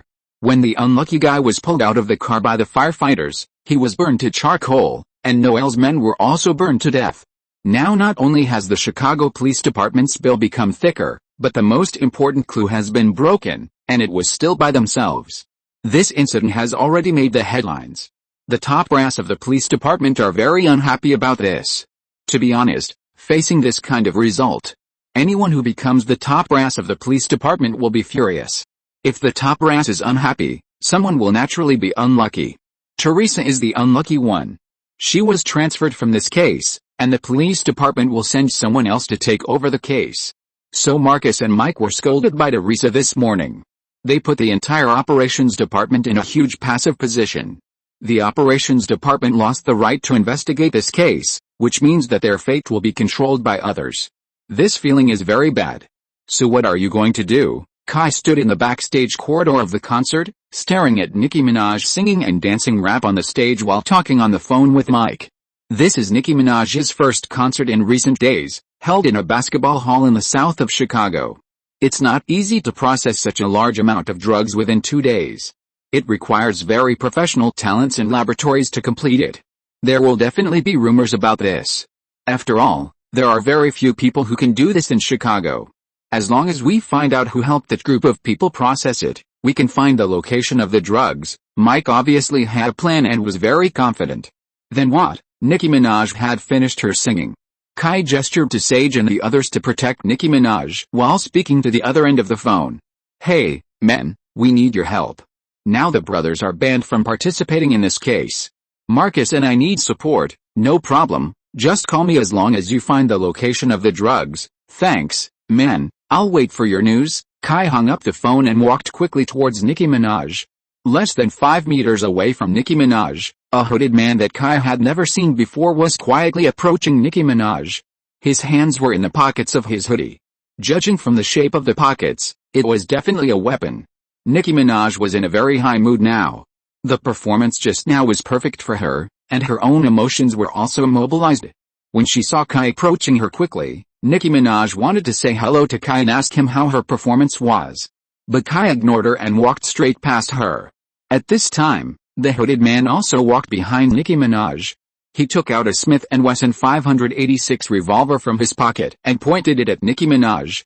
Kai slid forward and blocked Nicki Minaj. At the same time, he grabbed the opponent's pistol with both hands. His left hand grabbed the barrel and lifted the barrel up. At the same time, his right hand finger suddenly inserted behind the trigger to prevent the guy from shooting. After grabbing the pistol, Kai twisted it and snatched the pistol from the guy's hand. Then Kai took the pistol and hit him hard on the head with a mahogany handle. From the guy taking out the gun to Kai knocking him unconscious, everything happened in a flash, and the concert staff around him didn't have time to react. Nicki Minaj turned around and saw Kai knock someone unconscious with a revolver in his hand, and she screamed immediately. If she could sing such high notes, maybe she wouldn't have to be a rapper. To this day, Kai still couldn't understand why rap was considered a song. Isn't it just speaking faster and rhyming? Anyway, he really couldn't appreciate it. Kai ignored her and asked Rauki to protect her and walked to the underground parking lot. Raukyu's huge body was just enough to block the 1.57-meter-tall Nicki Minaj. Saji led the way in front, and Kai and Portman were on guard in the back. As for the robber, the staff had already rushed over to subdue him, although the guy was already unconscious. Soon, they went directly to the underground garage through the internal elevator, but as soon as the elevator door opened, a gunshot was heard, and the bullet hit the elevator door, and no one knew where it bounced. Raukyu immediately waved his hand and pushed the petite Nicki Minaj to the corner of the elevator, while Kai and Saji immediately stood against the walls on both sides of the elevator. Bang bang, 2 more gunshots. Portman immediately said, 3 robbers, 3 o'clock, 4 o'clock and 6 o'clock, these Haitians are really crazy, they actually want to kill Nicki Minaj. After all, Nicki Minaj is now a popular rapper and a public figure. Chapter 356 Preparing for the assault. Kai and Sage made a gesture to let him take cover. Sage nodded immediately, and then the two of them silently counted 3 numbers together. 1, 2, 3. Sage immediately fired at the outside. Although he didn't see the exact position of the enemy, with Portman reporting the trajectory, Sage naturally knew where to shoot. He shot not to kill, but to suppress. Sure enough, Sage's continuous shooting weakened the firepower of the gunman outside. Taking this opportunity, Kai rushed out of the elevator.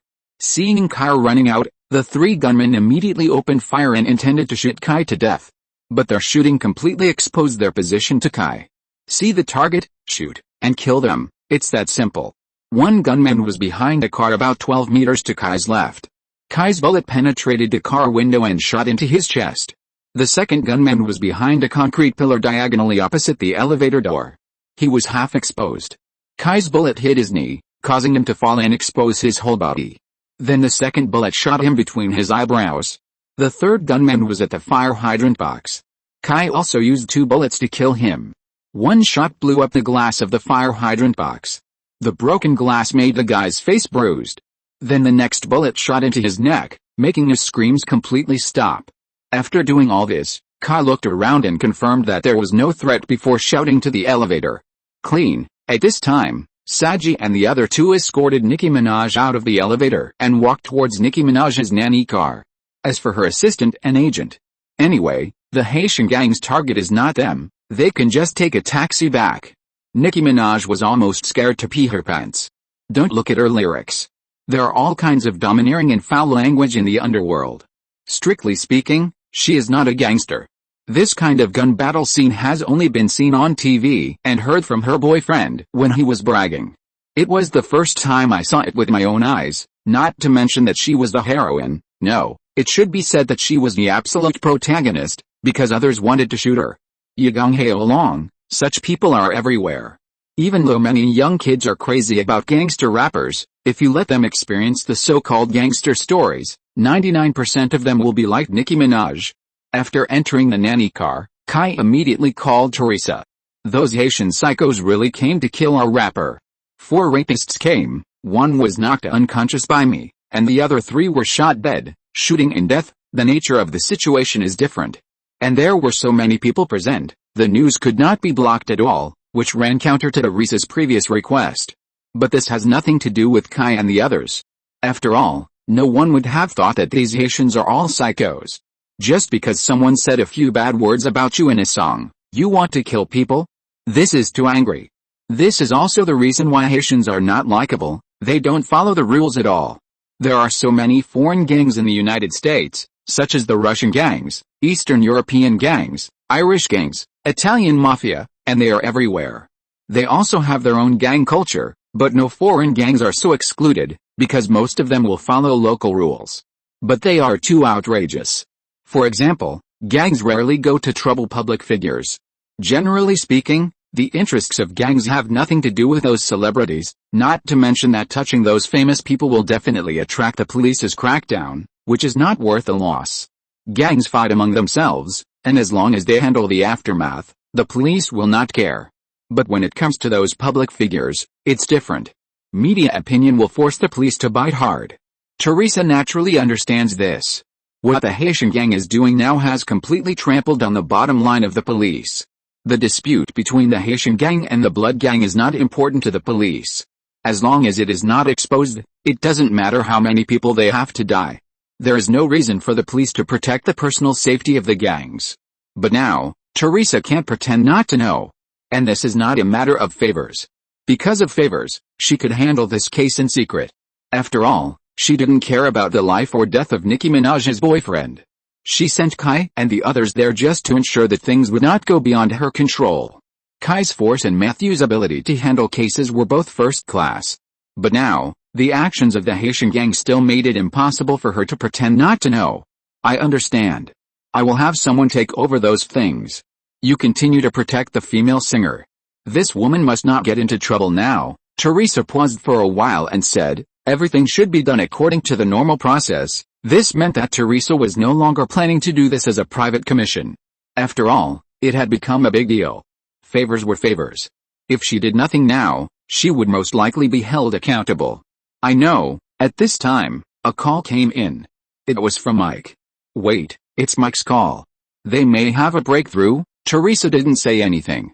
Although the higher-ups had transferred the operations department away from the drug theft case, according to the rules and regulations, they should not touch this case again. But if there was a choice, Teresa really didn't want to touch it. But if this case is solved by someone else, then Teresa will be the one who is unlucky. Only if their operations department solves this case personally, can they turn things around. Otherwise, I don't know how many people in the operations department will lose their jobs because of this case. Hello, we found the lab, Mike said in a low voice. Where is it? Berkeley Pier. Got it, wait for me, I'll be there soon. Kai quickly switched the call to Teresa. Mike and the others found the hiding place of the drugs. Where? Berkeley Pier. Teresa was silent for a while before saying, I don't have many people to assign to you, only 3 teams of detectives. A team of detectives consists of 2 people, that's enough. I'll be there right away, be careful. I don't want to hear about the police being killed. Teresa didn't say this to Kai. She had a general understanding of his abilities. She was talking about those detectives. The killing of a police officer is definitely a big deal for the police station. Especially now that Teresa had no authorization to participate in this case. If a police officer was injured or killed at this juncture, then even if she solved the case, she would be in trouble. Apart from other things, the charge of disobeying orders and acting on one's own, which led to the death of a police officer, was enough to make her drink a pot. Understood. After hanging up the phone, Kai immediately called Matthew and asked him to pick him up. As for Nicki Minaj, she would be left to Sage and the others for protection. With their abilities, there shouldn't be any trouble. Even if there is something unexpected, with Meatball's superpowers, he should be able to deal with it. Berkeley Pier is not well known in Chicago, and even many local Chicagoans may not know about this pier. In fact, it is not very famous. It was originally a black port. During the Prohibition era, in that special era, the bootlegging business made the Italian mafia in Chicago rise in an all-round way. In addition to purchasing goods from rural areas and some secret breweries, smuggling by sea was also the largest source. As a result, many black ports appeared on the shores of Lake Michigan and Chicago, and Berkeley was one of them. After the prohibition was lifted, some black ports gradually disappeared, but Berkeley was preserved. To this day, this port is still a dedicated dock for Chicago criminal groups. The company that controls this dock has always been controlled by major Chicago gangs. From dock officials to dock workers, everyone at the dock relies on this illegal goods distribution center to make a living. For so many years, the Chicago government and police have thought of ways to completely ban this dock. But the dock workers union has been constantly obstructing it, because once this dock is banned, the thousands of workers and their families who rely on this dock will face unemployment and bankruptcy. This will not only damage the interests of the union, but the city government is also unwilling to suddenly face such a large number of unemployed people. So, countless proposals for abolition have been aborted. In order to strengthen the power of the union, the gangs will regularly donate money to the union, and even let their men pretend to be workers to join the union. Now the registered members of the Berkeley Dock Union have exceeded 10,000. Although everyone knows that at least 90% of those people are empty salaries created by the gangs, there is no way to do anything about it. In this way, those guilds became the accomplices of the gangs. With their protection, Berkeley became an open gang port. Although the gangs there were not openly carrying out illegal activities, they were not much different. Once the police wanted to crack down on illegal activities there would be countless dock officials, customs police and even dock workers to inform the gangs. Mike and his team found that the drugs were on an old freighter in the Berkeley port. Mike and his team learned from a well-known drug expert on the road that there were only 3 people in Chicago who could complete the fine processing of 1 ton of number 5 within 4 days. One had already fled to Serbia, and the other had a seaplane crash while on vacation in the Caribbean, and is now in a hospital in Florida. The only person who is in Chicago at this time and can do this is only one person. His nickname is Nerd, graduated from MIT, Massachusetts Institute of Technology, and is considered a chemical genius. This guy is a native of Chicago. He comes from a wealthy family. He didn't know how he got into this business, but his skills are well known in the underworld. He has his own laboratory and the ability to make drugs independently. There are many of his products circulating in the Chicago market. Although this guy's nickname is Nerd, he is actually very cunning. He does things without leaving any traces, and it is difficult to catch him. No one knows where his laboratory is. He has the support of his rich parents. Every time they want to take action against him, a whole team of lawyers are waiting there, and they can't do anything. I don't know how this guy got involved with a group of thieves. But because of this guy goes home every day, making his family think he is working normally. So Mike and Marcus waited at his door all night last night, and followed him to the Berkeley dock today and watched him enter an old freighter. When Kai and Matthew arrived at the Berkeley dock with 3 groups of detectives fully armed, Mike and Marcus were already waiting for them, and there was also an unexpected person with them, Maud. Why is she here? Why didn't Kelly follow her? Kai stared at Marcus and the others with wide eyes. They actually kept such an important witness by their side. If she died, the police would be missing an important piece of evidence. After all, only Maud had seen the murderers who appeared in the governor's hotel that day. Marcus said helplessly, she ran away secretly. Last night she lied to Kelly that she had something to tell the police. As a result, after Kelly sent her to the police station, she sneaked out of the police station and even ran to the Hell Club, intending to shoot the leading gangster. If she hadn't exposed us, we wouldn't have made such a big fuss that day, Mike continued. It was also to ensure that she didn't make trouble again. We had to take her with us. Kai looked at this woman speechlessly. If this woman lived in a movie, if she wasn't the heroine, she would definitely not survive for more than 20 minutes. I've never seen such a suicidal person. What does she think the police catching thieves is? Playing house? That will cause trouble for the people. Okay then. Kai took out a handcuff from his waist and pressed Maud against a car without waiting for her to react. To prevent you from running around, I can only do this to you. This is for your own good. Bullets don't have eyes. Then, regardless of the woman's protest, Kai directly said to the others, okay, start preparing immediately. Kai came here not only to bring reinforcements, but also a batch of weapons and equipment. Seeing Kai open the armory in the car, Marcus and Mike were stunned. This time Kai drove his modified Chevrolet Suburban. The interior space of the car has been fully modified, and the trunk and under the seat are the armory. Kai installed 3 Dove tactical vests in it. 5 H&K, Heckler Koch, P30L semi-automatic pistols, 9mm caliber, with a detachable double-row magazine capacity of 15 rounds. 5 Mk17 Special Forces combat assault rifles, which need no introduction. What we really want to introduce is Kel-Tec's KSG shotgun. The gun is 663mm long, 76.2 mm wide, 3.15 kilograms empty, and uses a double magazine. The total capacity of the gun is 14 plus 1, 1 bullet can be loaded in the chamber. It uses 12-gauge shotguns, and the gun can be equipped with multiple muzzles. The design is also very avant-garde and very handsome. It is equipped with a Piccadilly rail and can adapt to many tactical accessories. There is also a clearance groove behind the rail, so that when the handguard moves backward, the trigger guard will pass over the clearance groove, making the handguard move smoothly. The power is naturally needless to say, the key is handsome. When these 3 shotguns appeared in front of Mike and Marcus, they immediately attracted the attention of the two. They had never seen such a gun. In fact, this is true, because the KSG shotgun has not yet been released. It is still in the testing stage and has not been put into use. Kai got a test version. Having a good relationship with the military is a benefit.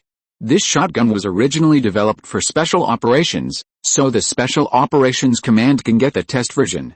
I want this, Mike and Marcus said at the same time, pointing at the KSG. The 2 people who bumped into each other immediately glared at each other. I said it first, The two were stunned again. Don't imitate me. The tacit understanding between the two was amazing. Fuck, they said in unison again. Okay. Mike, you take this gun. Mike is in a better physique and should be able to adapt to the recoil of the shotgun. Chapter 357, Fierce Battle on the Ship. Kai, Matthew, 3 groups of police officers, plus Marcus and Mike, a total of 10 people, have been waiting in the car outside the dock until dark.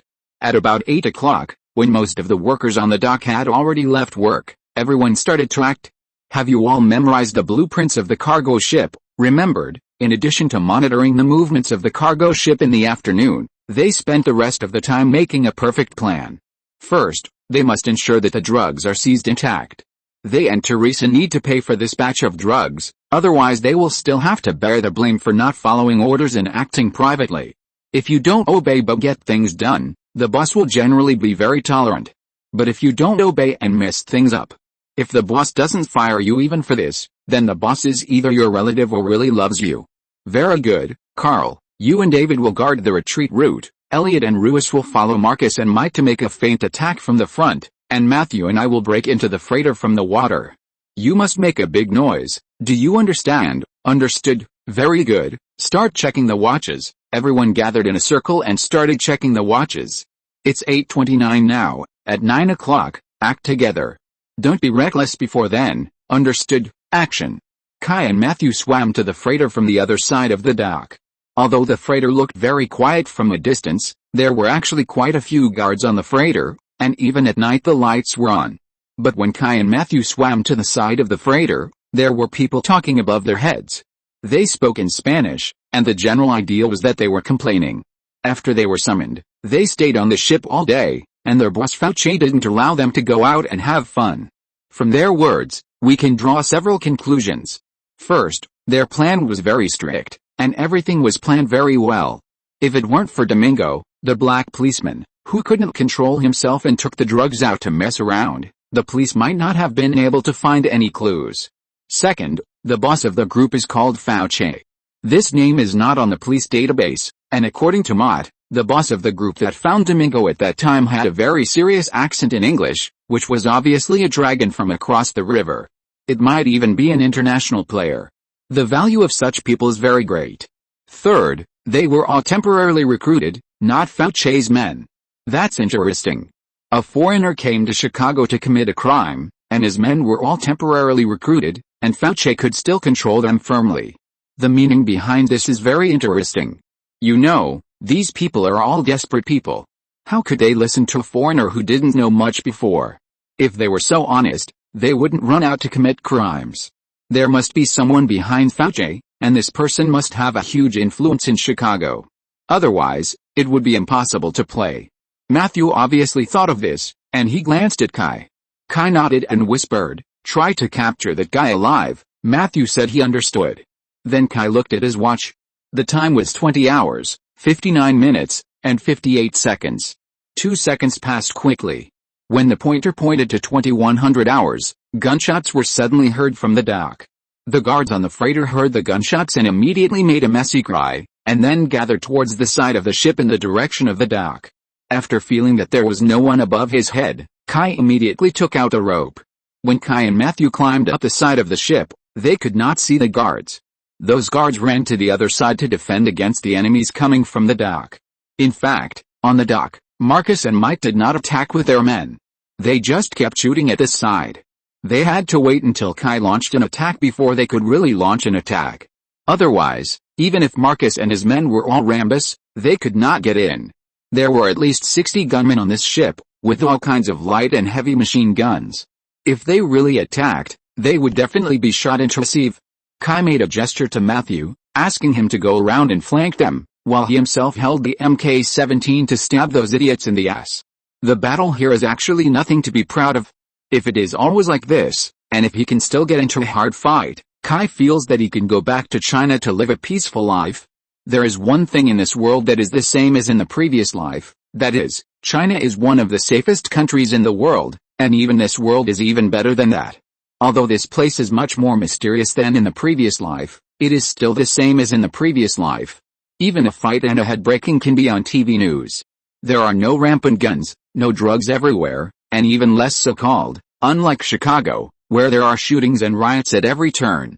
Some time ago, Kai knew about it, but in the media reports, this guy inexplicably became a White Lotus. Of course, this does not mean that the police did not make mistakes.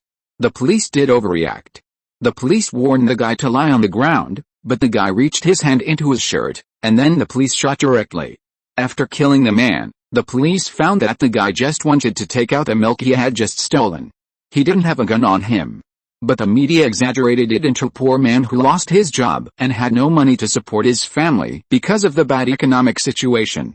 He had to steal milk from the supermarket for his newborn child. As a result, the police shot him because of racial discrimination. Please, you can see from the photos on TV that it was two black policemen who killed him. Black people discriminate against black people? But both the rioting crowd and the media ignored this fact and said it in unison. To be honest, 39% of the police officers in the Chicago Police Department are African American. For example, Asians, Hispanics and other Spanish-speaking people only account for about 19.6%, and whites account for only 41.4%. They have long ceased to have an absolute advantage.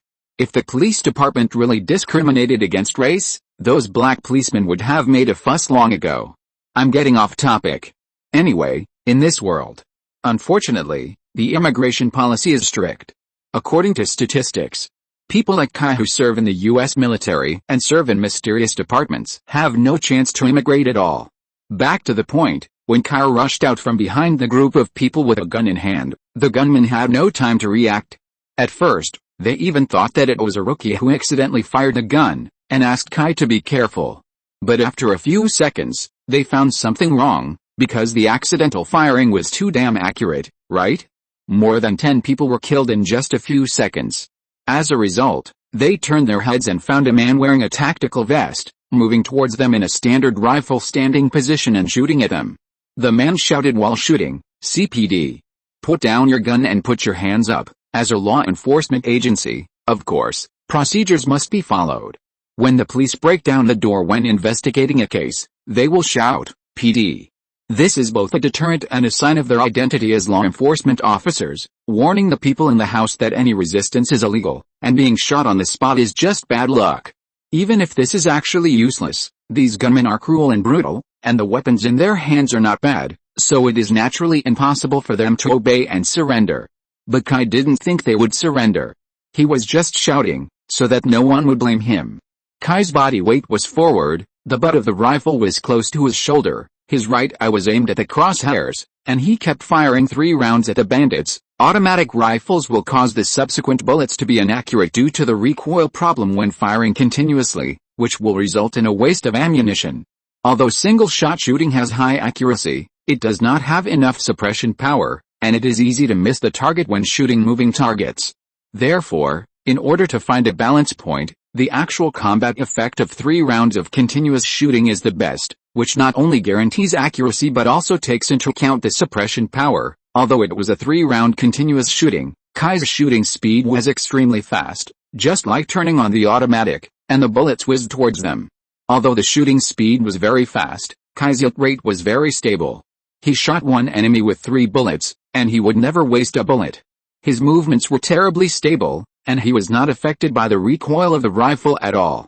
Those bandits did not think about counterattacking, but although they were all desperate people, they were not professional at all.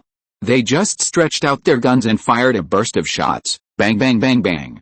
This kind of casual shooting, as long as you don't panic, remember to move your feet and find cover at any time, the chance of being hit is actually completely up to fate. If you are really shot, it's just bad luck. Bang, bang, bang. Another 3-shot burst, a gangster's upper body burst into a few clouds of blood mist, and fell to the ground without a sound. The other gangsters saw their companions being killed one by one, and their panic can be imagined, so a series of retaliatory shots swept towards Kai's position. Bang, bang, bang, bang. The firepower this time was very strong, and Kai had to avoid a sharp edge, but these people stared at Kai and shot, which gave Matthew an opportunity. Matthew seized the opportunity and suddenly shot from the side. Bang, bang, bang, bang. The gang of gangsters was immediately stunned. In fact, they still didn't know how Kai appeared on the boat, and they didn't expect that there were other people following him. This is not because they are stupid, but inertial thinking. Although Kai is a policeman, his military style is stronger. And what about the police? The previous article has been saying that for many people, being a policeman is just a job to support their families.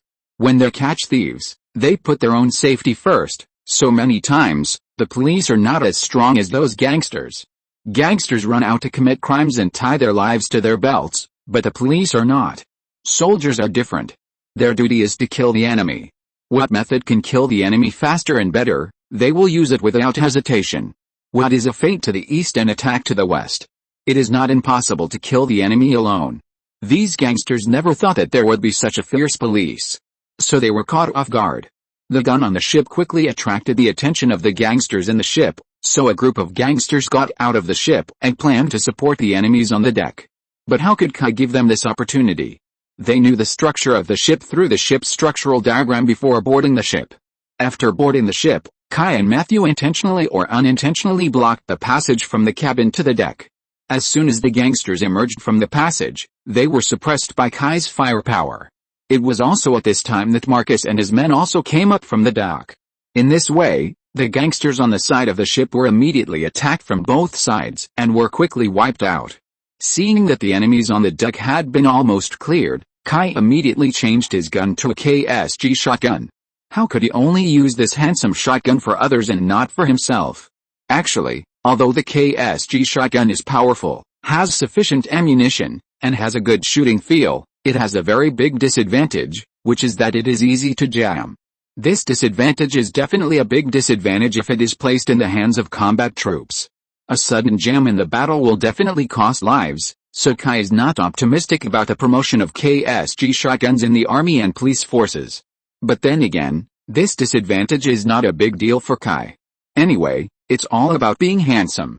Holding the KSG shotgun, Kai took the lead and rushed into the passage. Soon a gangster rushed out from inside.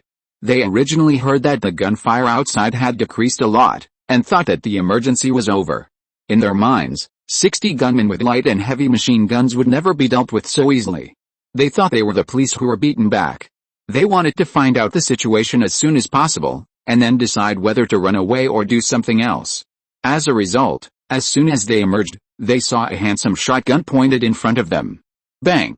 The fan-shaped killing of the shotgun is most effective in such a narrow place.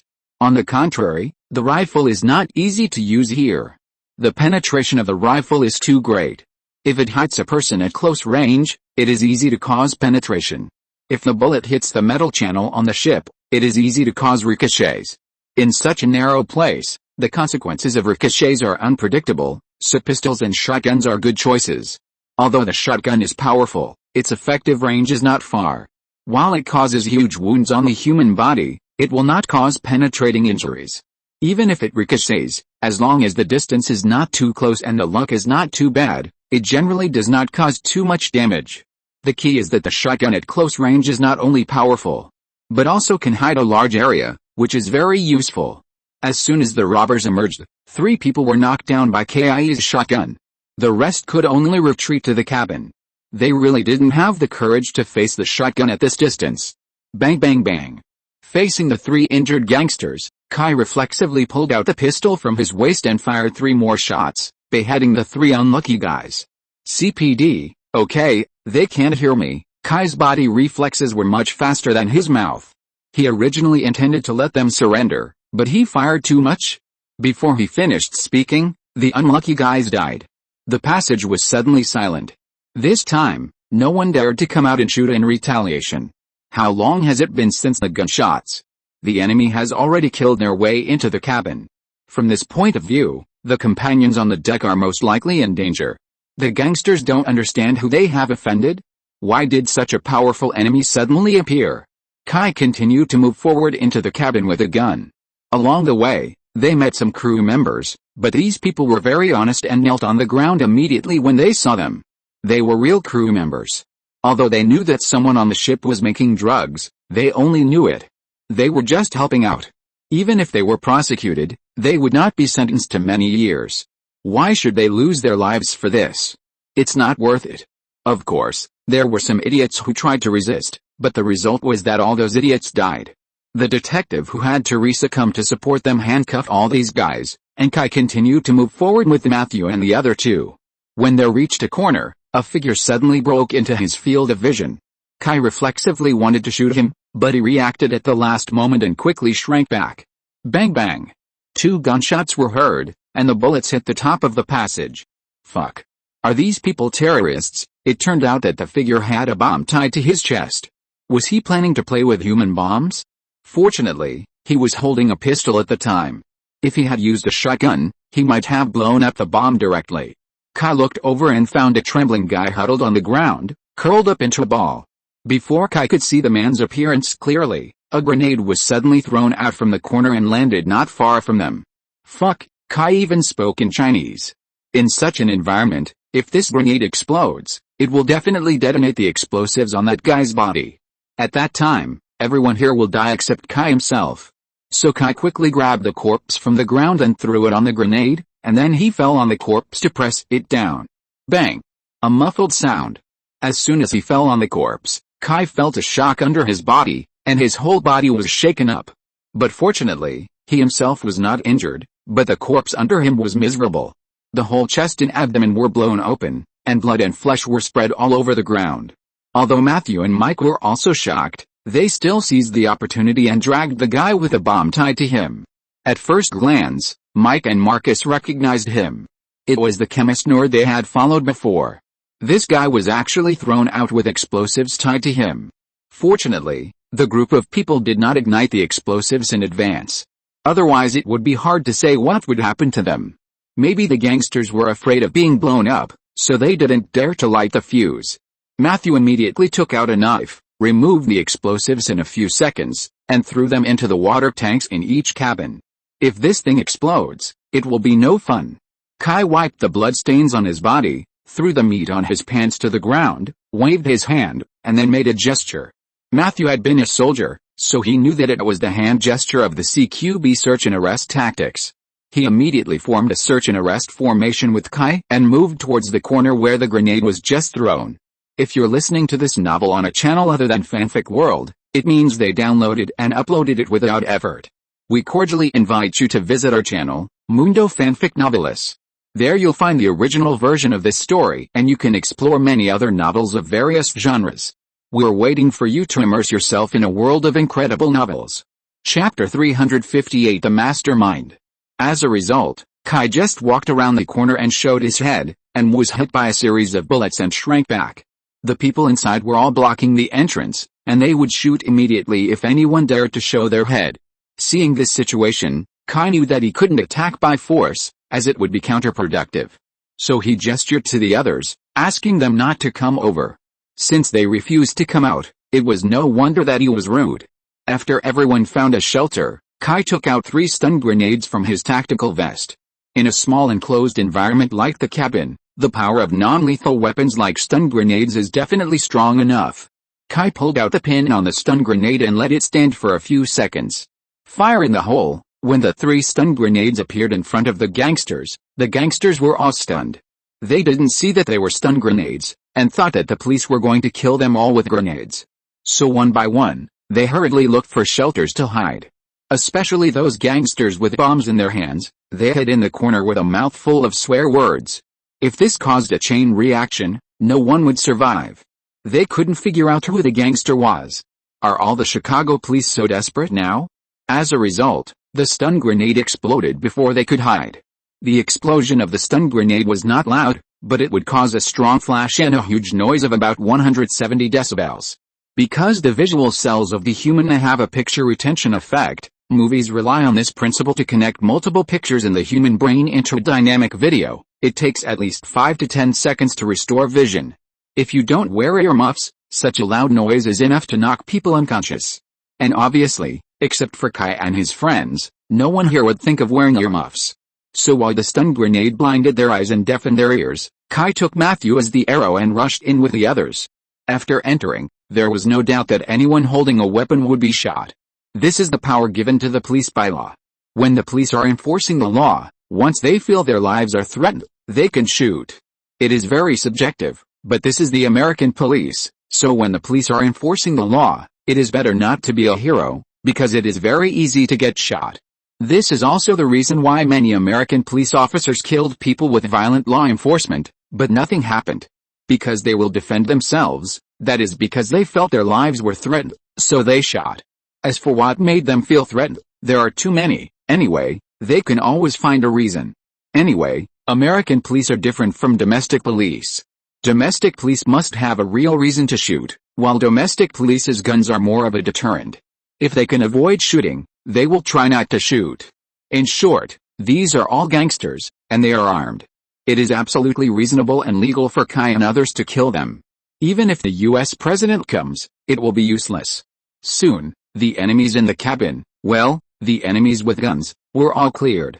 As for those who are still alive, most of them are honest. It is useless to be dishonest. Those who are really stupid have already been lying down. The rest are all online IQ. After all, the crime they committed is not a capital crime. Illinois does not have the death penalty. It is just imprisonment. For most people here, imprisonment is their normal state. It is even possible that they are more adapted to prison than outside. Wow, Mike looked up at the cabin after tying up a surrendered gangster with plastic handcuffs. He was immediately shocked by the scene in front of him. The entire cabin was transformed into a laboratory. On more than a dozen test tables, in addition to a wide variety of experimental equipment, there was a full load of white powder. Hey, Marcus, it seems that you won't be unemployed this time. The drugs were found, although the quantity might be a little more. These guys had already started processing. Although they failed to process all of the number 5 into smokable level, half of it had already become a finished product. I wonder if the higher-ups will be happy? After all, the amount of drugs has increased, and the credit is also greater. Since the drugs have been found, it's time to find trouble with the initiator. Soon, the nerd was brought in. This guy was born in a wealthy family and graduated from a prestigious school. When had he ever seen such a bloody scene? After being brought in, he vomited for a few minutes before he recovered, but even so, he still didn't dare to look at the corpses. Who is the mastermind? Kai asked the nerd to identify the mastermind, but the guy shook his head without even looking at him and said, "He has run away, he is not here." It turned out that after Kai led his men into the cabin, the guy ran away with several of his confidants. This guy has a secret passage on the ship that leads directly to the sea. This is why he chose this freighter as his secret base. Seeing that he couldn't catch Fauci, Kai didn't care. The important thing was the drugs. Besides, they caught so many people, and they could always find Fauci's tail from them. Now that the drugs have been found, the detective department has plenty of time to play cat and mouse with that guy. Hey, Teresa. Good news, we found the drugs, you can have someone take over. About 10 minutes later, a large number of police arrived at the Berkeley port. Although the dock workers and the union protested as usual, the Chicago Police Department didn't care about them at all this time. Damn, the gunshots from the port were almost heard throughout half of Chicago. If the Chicago police could be pushed back by those workers and the union, then the Chicago police should just close down. Soon, the whole of Chicago received the news that the police raided a drug factory at sea, killed more than 50 drug dealers, arrested more than a dozen people, seized more than 70 guns, several high explosives, and nearly 2.5 tons of drugs. And there were almost no casualties. What a morale-boosting news. It not only showed the general public the determination of the police to crack down on criminals, but also showed off its strength. Killing and arresting more than 70 people, without any casualties, this is definitely the best record of the Chicago police in the past 10 years. As for the previous theft case, the Chicago police did not disclose the theft of drugs at all. Anyway, the drugs were found, and there were a lot more. This is double the credit. If the theft case was exposed, they might be ridiculed and criticized by the media. As long as those police bosses are not stupid, they will know how to choose. This matter was handled so beautifully that the senior police officers collectively ignored the previous ban on the operations department and praised Teresa for her good work. As a person who aspires to be a politician, Teresa has always done well in this regard. Who doesn't know how to praise each other in business? So Teresa also returned the favor by praising the bosses. The general meaning was that the achievements of the operations department today were inseparable from the cultivation of the leaders, and the successful completion of this operation was all thanks to the leaders' careful consideration and decisive command. Anyway, although the flower sedan chair carried the people, although the credit was shared, Teresa could only get more. Everyone is not stupid. Since Teresa is so sensible, then the benefits must be given, otherwise who will be so sensible next time? The rules of this political game are the same all over the world, and no country can escape from it.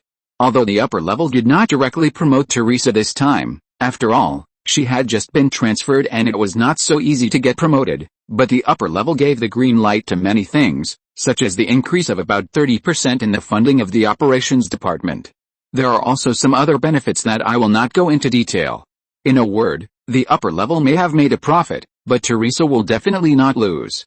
As for the few people who really do things, especially the four core figures of Kai, Matthew, Marcus and Mike, there are also many benefits. Although neither the media nor the police department has announced the names of all the people involved in the operation, their contributions are not ignored. On the contrary, those who know the details of the matter know that it was actually these four people who were able to perfectly solve this major case that could shake the entire police department. To be more precise, it was Mike and Marcus. As for Kai and Matthew, they were more involved in combat. But whether it is Mike and Marcus's ability to handle cases or Kai and Matthew's combat effectiveness, they are both very necessary for the Chicago police. As long as the Chicago police's brains are not broken, they will know that they must be treated well. So Marcus got a salary increase, Mike was rewarded and promoted, and Kai and Matthew did not get these treatments because of their special circumstances, but they have promised that they will definitely be promoted within 2 years, and the other four have received a series of preferential treatments. I won't list those preferential treatments one by one. Anyway, Kai and Matthew don't care much at all. In short, everyone is happy. Fouche, a Frenchman, once served in the permanent elite force dedicated to counter-terrorism operations, the French National Gendarmerie Special Forces, GIN. He once served in Africa for a long time. After retiring, he also had connections with some African warlords. Later, because the French knew about it, he became a wanted criminal. Over the years, this person has been engaged in various criminal activities in French Africa, Central Africa, and South America. He is more like a special mercenary who is responsible for action planning. In the Chicago police, many people know that Matthew is an interrogation expert. He is very proficient in the psychological defenses of criminals. He always communicates from the perspective of criminals at the beginning of the interrogation, and then uses sharp words to break down the psychological defenses of criminals step by step. His interrogation style is fierce and cold, and he doesn't even treat criminals as human beings. But it is undeniable that this is very effective, and when has Kai ever treated criminals as human beings? Who hired him this time? Teresa listened to their reports in the office. Juan Carlos Johnny Tapia, Matthew said calmly. As a result, when the name came out, Teresa stood up in shock, and Marcus and Mike also stood up, looking stunned. Juan Carlos Johnny Tapia, Marcus was full of hope that he had heard it wrong. Yes, unfortunately, Matthew broke his fantasy. Juan Carlos Johnny Tapia is a Cuban immigrant. His mother fled to the United States during the Cuban Revolution. His family was originally a truly wealthy class in Cuba, and even had a lot of property in the United States. Unfortunately, after the Castro Revolution, their family property in Cuba was confiscated. So their family fell into poverty, but his mother was a ruthless person. As a woman, she gathered a group of Cubans to engage in illegal transactions and earned the first pot of gold for the Tapia family. Now Juan Carlos Johnny Tapia, hereinafter collectively referred to as Tapia, is already the largest drug supplier in Chicago. Even when the GD gang was at its strongest a few years ago, they did not dare to do anything to him because he controlled 60% of Cuba's drug production. He has many Cuban guerrillas who are willing to die. But if that were the case, Teresa, Marcus and Mike wouldn't have to react so strongly. No matter how powerful the criminal is, the police won't be so afraid of him. The real reason why the police are afraid of him is his cunning. The police have noticed him for a long time and have taken action against him more than a dozen times, but each time they have failed. He has been arrested 7 or 8 times, but each time he was safe and sound, and then he turned around and sued the police. Over the years, the compensation he received from suing the police alone is as high as $20 million. Now, all the police in Chicago are afraid of him. It's not that they dare not arrest him, but they have to pay him money after arresting him. This is too hurtful to their self-esteem, and the police have no dignity in front of Tapia. The compensation he got from the police station can make him a millionaire. Why is it him? Mike was a little surprised. Why Tapia? The drug network he controls is very large, and he doesn't even look down on this batch of goods. Indeed, a mere ton of number 5 is nothing to Tapia. For demonstration, Matthew said slowly. Demonstration? To whom? To the police? That doesn't make sense. Even if Tapia really wasn't afraid of the Chicago police, there was no need to humiliate them like that. It's Kingpin. Matthew threw a document on the table, which contained all the information he had found about Kingpin. Kingpin? That's just a legend. Marcus didn't look at the information because Kingpin's legend was widely spread. Some people said that he was the gangster overlord of the East Coast of the United States, and many gangs in the East Coast cities were controlled by him. Some people also said that Kingpin was the absolute ruler of the New York underground world, and completely controlled the dark world of the world's largest city. He was the king of the New York night, and any gangster who wanted to enter New York must show his loyalty to him, otherwise they would die. Others said that Kingpin belonged to a mysterious organization that controlled more than 60% of the organized crime in the world. In short, it was very mysterious, but many people didn't believe it, especially policemen like them. The reason was simple: it was too ridiculous. If Kingpin was really so awesome, would the US government just sit there and watch? They would have done it a long time ago. In fact, if you pay attention to the gangs in major cities, you will find a problem. The larger the city, the less likely it is that one gang will dominate. For example, in Chicago, the GD gang was at its peak, but it could not even unify the South City of Chicago. Another example is the two largest black gangs in the United States, the Blood Gang and the Crip Gang. They are much more powerful than the GD gang. They have a better history and more people, but they can't dominate any big city. Due to the national conditions of the United States, there are indeed many gangs, but doesn't the US government know? It's impossible. So they have their own set of coping strategies. That is, if gangs exist, they can't be eradicated, but if gangs want to dominate, don't even think about it. When the Crip Gang was established, it was so powerful that it seemed to be in a dominant position. As a result, the Blood Gang, which was hostile to it, was established in a blink of an eye. Then the Crip Gang began to split substantially, with factions everywhere, attacking each other, and even the Blood Gang joined a faction of the Crip Gang to attack another faction. In a blink of an eye, the cohesion of the Crip Gang was almost gone, and each faction was independent. The Bloods are similar. Although not as serious as the Crips, in fact, the Bloods are nominally companions, but most of them are doing their own thing and not interfering with each other. This would not be possible without the secret manipulation of the US government. Even after the GD gang established the Underworld Alliance, the Family Alliance, the rival gangs immediately united to form an alliance, the National Front. This would not be possible without the intervention of the Chicago police. Did you see that the GD gang was seriously injured, and after the collapse of the Family Alliance, the National Front was also soon finished? In short, although the name Kingpin is widely spread, few people really believe it. I don't know if this person exists, but I am sure of one thing: Tapia is going to deal with this so-called Kingpin, unexpectedly, Matthew said categorically. Remember the original owner of that batch of drugs? I just investigated and he was sent by Kingpin. Chapter 359: Blackmail. The initial starting point of this series of cases was to compete for market share.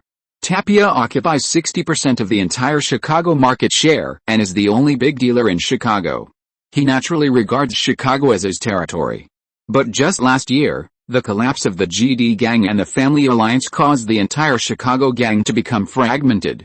Originally, Chicago was ruled by two major gang alliances, and Tapia only needed to negotiate with the two major groups. Although the GD gang boss Hoover planned to set up a new company and get rid of Tapia to work alone, no longer subject to the big dealer in the industry like Tapia. But generally speaking, Tapia is still the largest supplier in the entire Chicago. Even the GD gang collapsed so quickly because of Tapia's efforts. Hoover wanted to get rid of him and work alone. How could he tolerate this situation? Unfortunately, he shot himself in the foot.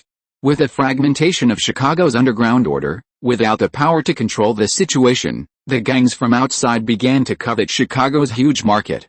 With the competition among the heroes in Chicago, countless foreign forces wanted to get involved in Chicago. Mexican drug lords and Haitians came. Kingpin was one of them. Of course, neither the Chicago police nor Tapia were sure whether there was a Kingpin, but this was not important. What was really important was that someone began to slowly infiltrate Chicago under the guise of this name.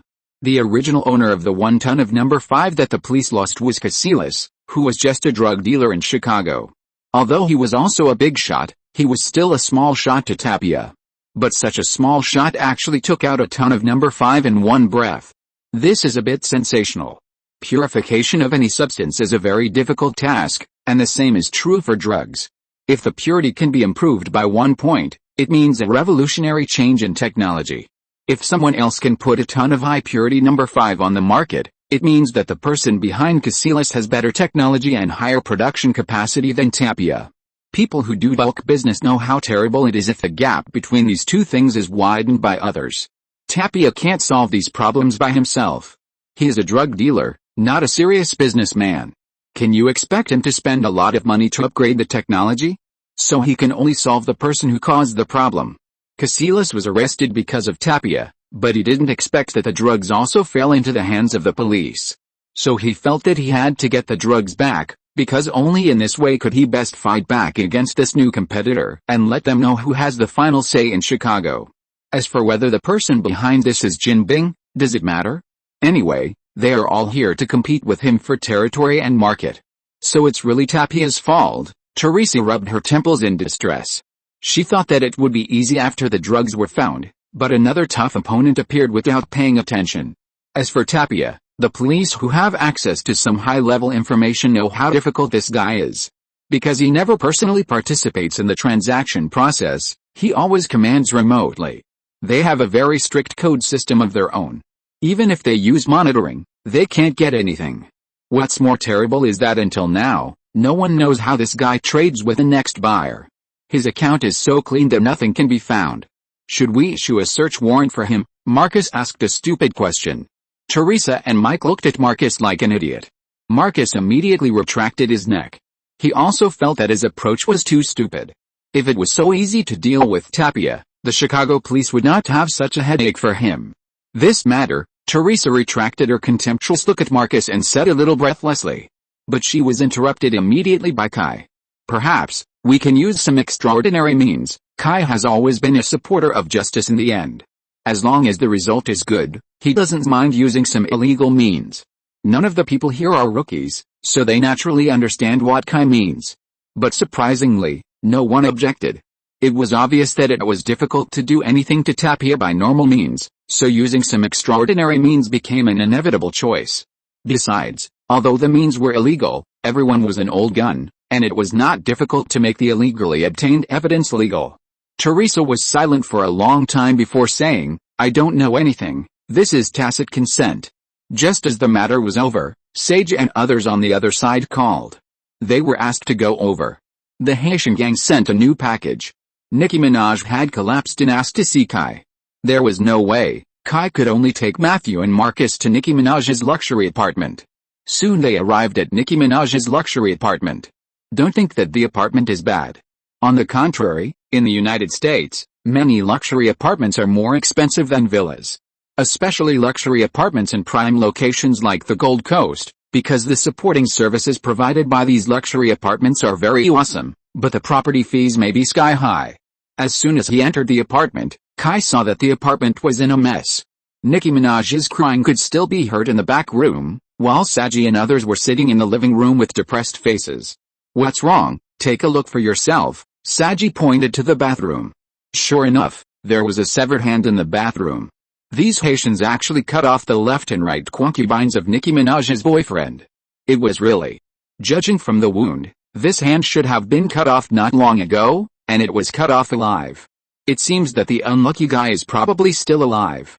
Tisk, do you have to be so cruel? Kai carried the severed hand to the living room and threw it to Matthew to see if he could see anything from it.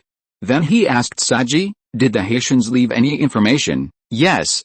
They want money, 30 million. Compensation for the 3 gangsters we shot dead," Saji said with a hint of sarcasm. 30 million. When did Haitians become so valuable? Why don't they rob them? Marcus immediately screamed. He really couldn't accept it.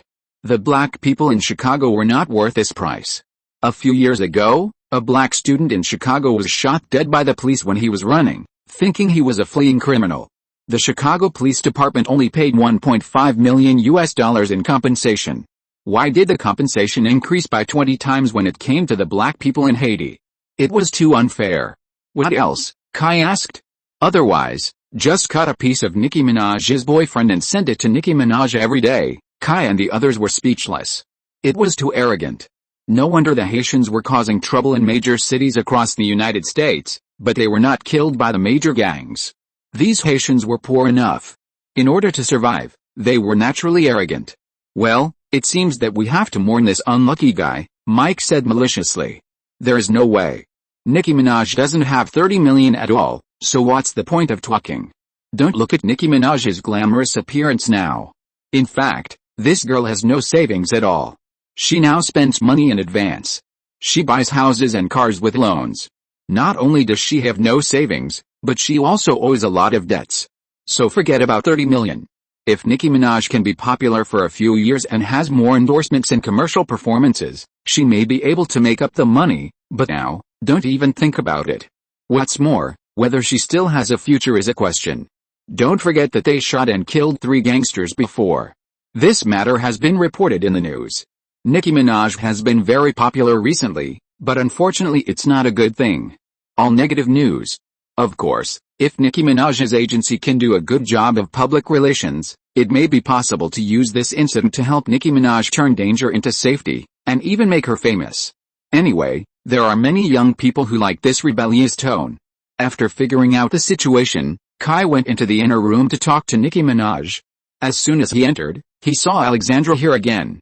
Kai didn't understand why Alexandra became a close friend of Nicki Minaj. After all, their styles are too different. Nicki Minaj just kept crying and asked the police to rescue her boyfriend. Alexandra kept comforting Nicki Minaj, asking her to calm down and trust the police. It must be said that since the last experience of the 7 Deadly Sins case, this woman has indeed changed a lot, from the previous refined egoism to a little bit of humanity now. After comforting Nicki Minaj for a while, Alexandra took the initiative to find Kai and wanted to talk. Kai didn't have a deep impression of this female model. This woman is naturally not a good person, but she is not that bad. In his previous life, Kai had seen many indifferent people. Many people would cry for the accidents of stars thousands of miles away, but turned a blind eye to the things happening in front of them. The same is true in the United States. Some people are willing to care about the hunting of wild animals thousands of miles away, but they are unwilling to care about the tragedies around them. In fact, to put it bluntly, it is a matter of cost. Yes, it is cost. The most typical event is the car accident of the male protagonist of Fast and Furious. Before that obvious death, no one knew that person, and his popularity was really not high. As a result, when someone died, the topic started to stir up on the internet, and a bunch of people started to follow suit, and all kinds of die-hard fans appeared inexplicably. Does that star really have so many fans? Bullshit. That star doesn't have that much influence in the United States. He just followed a trend, as if following this trend can show how fashionable he is. More importantly, the cost is really low. It's just a few words on the internet. Where does the cost come from? But if he wants him to care about and help the people around him, the cost will be high. Alexandra is the same. She is an environmentalist, but so what? Anyway, being an environmentalist is just a few words, and then you can do whatever you want. It's high class, why not be one? Although it's a bit disgusting, it's not uncommon, and Kai naturally won't pay much attention to it. However, this time, Alexandra accompanied Nicki Minaj several times, which made him slightly change his impression of her. But that's all. Kinway still has 3 friends. Maybe Nicki Minaj is Alexandra's biological bestie. Can you rescue Kenneth? I want to hear the truth. Although Alexandra was not involved, Kai did not hide it from her because she was the one who called in the beginning and had been with Nicki Minaj herself. He was also very clear about the case. He said directly, it's difficult. You can see that both his hands were cut off. I don't think the Haitians will spare his life, keep him alive and let him become a witness to sue themselves. The Haitians should not be so stupid. Just kill him and be done with it. Lake Michigan is so big anyway. You can just tie a stone and throw it. Where can the police find it? How simple is it to leave him alive and dead without a trace? Is there really no chance? Alexandra asked palely. Kai looked a little weird when he saw her. If the silly girl Nicki Minaj cared about the scumbag, It would make sense. After all, they were in a boyfriend-girlfriend relationship. But Alexandra's concern was a bit too positive. Could it be that the scumbag was also having an affair with a beautiful model? Excuse me, what is your relationship with Kenneth, Kenneth? I've only met him twice, we're not even friends. What do you mean? As she was talking, Alexandra suddenly understood why Kai asked that. Then the girl immediately got angry. I'm not as dirty as you think. Kenneth is Nikki's boyfriend. Nikki and I are good friends. I care about Nikki. Alexandra was so angry that Kai felt embarrassed. After all, it's not very kind to suspect someone of having an affair with your bestie's boyfriend. Sorry, perhaps Alexandra was stimulated and didn't shut up because of Kai's words. Instead, she became more and more excited. I know you look down on me and think I'm cold, heartless, and even disgusting, but what can I do? I've made a mistake, and I almost died because of it. I know I was wrong. Do you know how I've been through these days? As soon as I close my eyes, I see the dead boy swaying in front of me, and that pervert, he appears in my dreams every night. I still remember how it felt to be put on that damn machine, every day, I wake up with my head torn apart. I know, that's what I deserve. I know, that's retribution. So I want to make up for it. When I see Nikki now, I think of myself at that time, so desperate, so helpless. I want to help her, and I want to atone for my sins. It seems that this woman has been greatly stimulated since the last incident, and in fact it is true. Any normal person who has experienced those things will not be stronger than her. She saw too many things that normal people could not understand that day. Perhaps it was Nikki's experience that reminded her of herself, so she wanted to help her. Although there were still differences between their experiences, she still felt empathy. She wanted Nicki Minaj not to experience the same despair as she did. Seeing the woman who lost control in front of him, Kai immediately used his mental power to comfort her and calm her down. Calm down, Ms. Ambrosio. I know that incident hurt you a lot, and I am very grateful for your help. It's good that you can make changes. You're doing really great.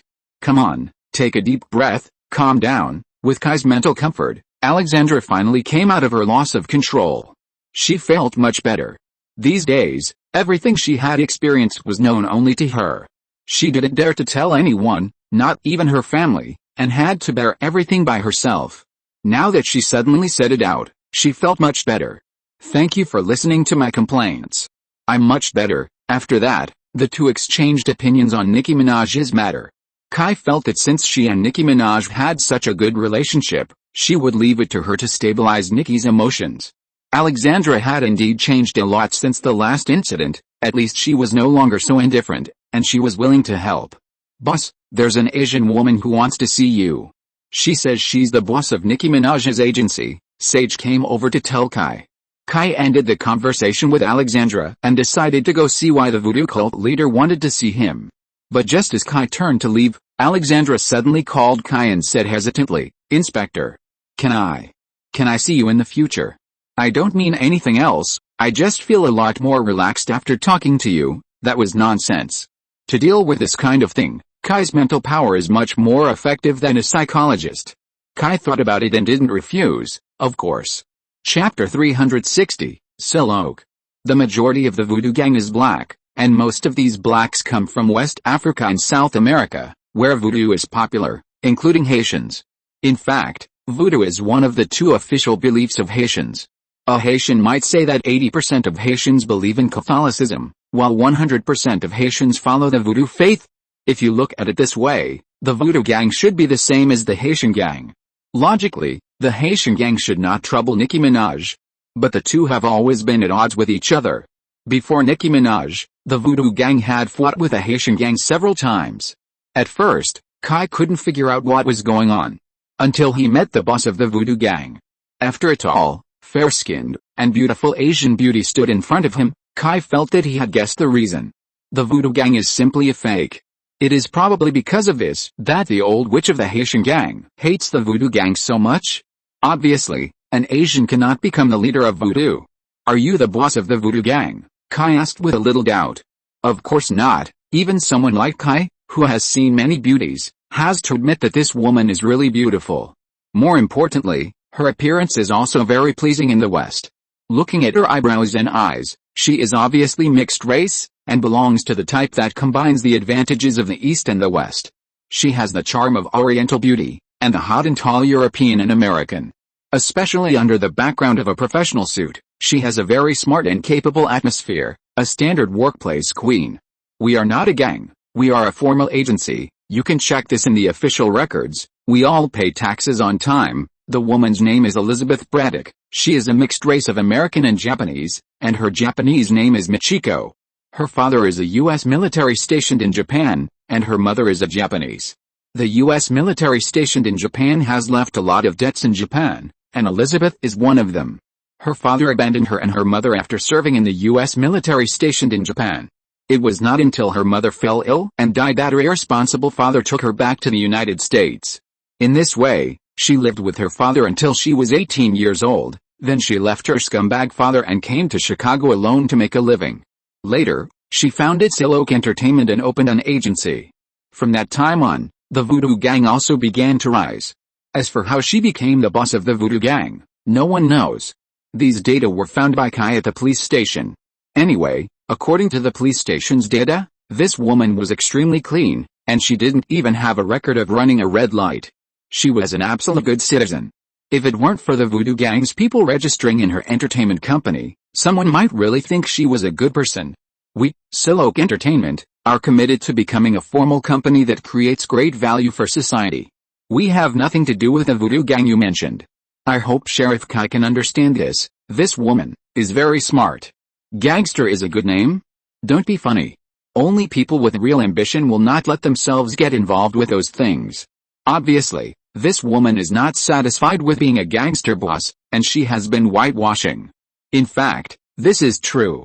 Silk Entertainment, the agency where Nicki Minaj works, has a good reputation in the industry. At least it doesn't have the messy things of those shabby companies. As for the fact that many people know that Silk Entertainment is the industry of the Voodoo Gang, that's fine.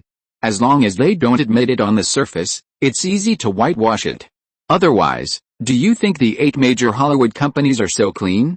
In short, as long as there is no definite evidence and they are not caught in the act, it is not difficult to whitewash it.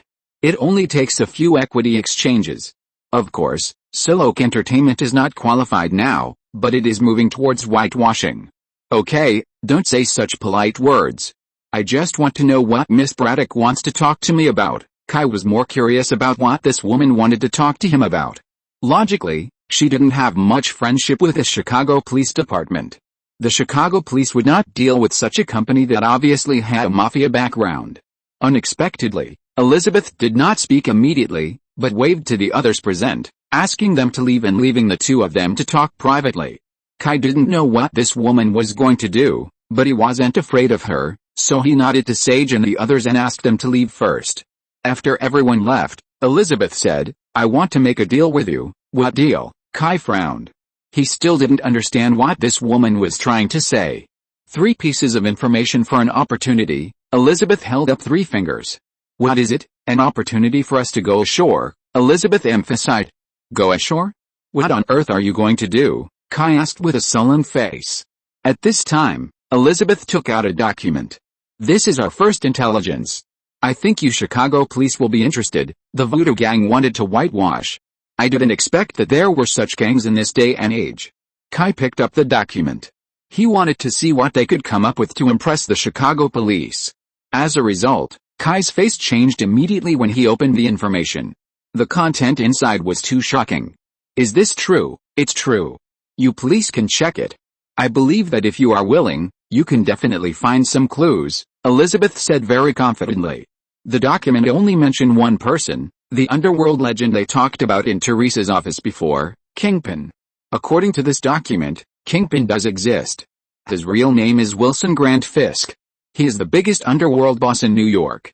He completely controls all the major gangs in New York under everyone's noses. But in front of the public, Wilson Grant Fisk is just an ambitious real estate businessman, but secretly, he recruited and controlled the triads, the Yakuza, the Russian mafia and other evil forces through various means to help himself carefully build his underworld empire. Even the New York police are all over his men.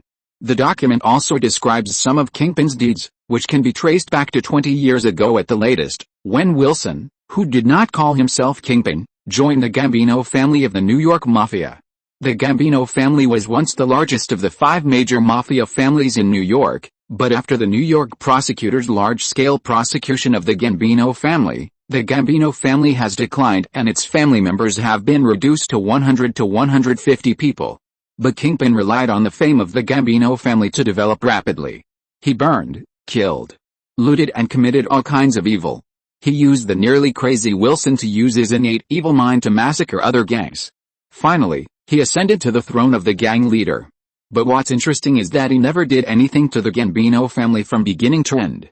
Instead, he pushed them to the front and hid himself behind the scenes. Since then, people have gradually forgotten Wilson, and his whereabouts have become a mystery. Instead, the name Kingpin began to spread in secret. Now, this man is becoming the king of the entire East Coast. And now, he has set his sights on Chicago. What do you want? Kai covered the information. The value of this information alone is extraordinary. Although this Kingpin is in New York, he is now invading Chicago. This is also a very bad thing for the Chicago police. The Chicago gangs have already given the Chicago police enough headaches. If there is another cross-river dragon, wouldn't it be more lively? The key is that if the dragon crossing the river wants to establish a foothold, it will definitely fight with the local snakes. It is unknown how many people will die by then. If the police are not prepared for this, they will be scolded.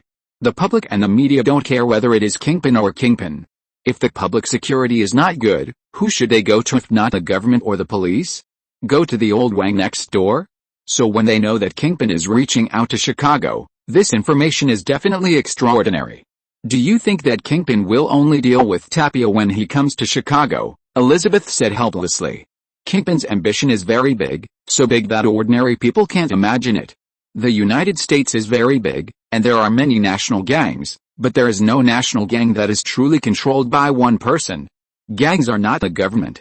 It is very difficult to have a high degree of organization. They are gangs, not those government officials, and they will not listen to their superiors honestly. Once the distance is too far, it is very likely that they will listen to orders but not announcements. The most obvious example is the Blood Gang and the Crips Gang. The two gangs were established very early, dating back to the Black Panther Party in the 1970s. At that time, the Black Panther Party collapsed, and countless black youths lost their spiritual leaders. At that time, black gangs began to rise. Black gangs were originally just neighborhood organizations of self-defense. In the end, they became black organizations that spread across the United States and the world. But in the late 1970s, the Crips quickly expanded throughout California, and most of the Crips began to disperse and become independent. Some Crips even became enemies of other Crips or Bloods, making gang crimes more rampant. The Bloods are similar. They were originally an organization formed by some gangs that opposed the Crips. Now, basically every branch is doing its own thing and there is no control over each other. On the contrary, the Mafia in the last century was not large in size. For example, during the heyday of the Gambino family, their number was only 250 to 300 people. This is actually a stronger cohesion. But Kingpin changed this situation. He used his crazy mind to create a mechanism that no one knew about, and firmly controlled his gang empire. Under his control, no gang can be immune. What's more, the Voodoo Gang was not a normal gang. I still don't understand why you Voodoo Gang are afraid of Kingpin. You shouldn't be in Kingpin's eyes. This is exactly what Kai found strange. Kingpin is indeed very ambitious, but the Voodoo Gang is just a small gang of 20 or 30 people. Kingpin can't possibly bother with such a small gang. Even if they remain independent, what's the problem? Even if there are small gangs in New York that are not controlled by Kingpin, aren't they numerous? Elizabeth looked a little angry. After all, being told that you are not qualified in person does hurt her self-esteem. But the fact is that if this is true, she doesn't have to worry. We are different. Elizabeth's face changed, and she was struggling with something. Finally, she gritted her teeth and stretched out her palm. Kai was still confused, but at this moment, a pink light emerged from Elizabeth's hand and formed a lightsaber.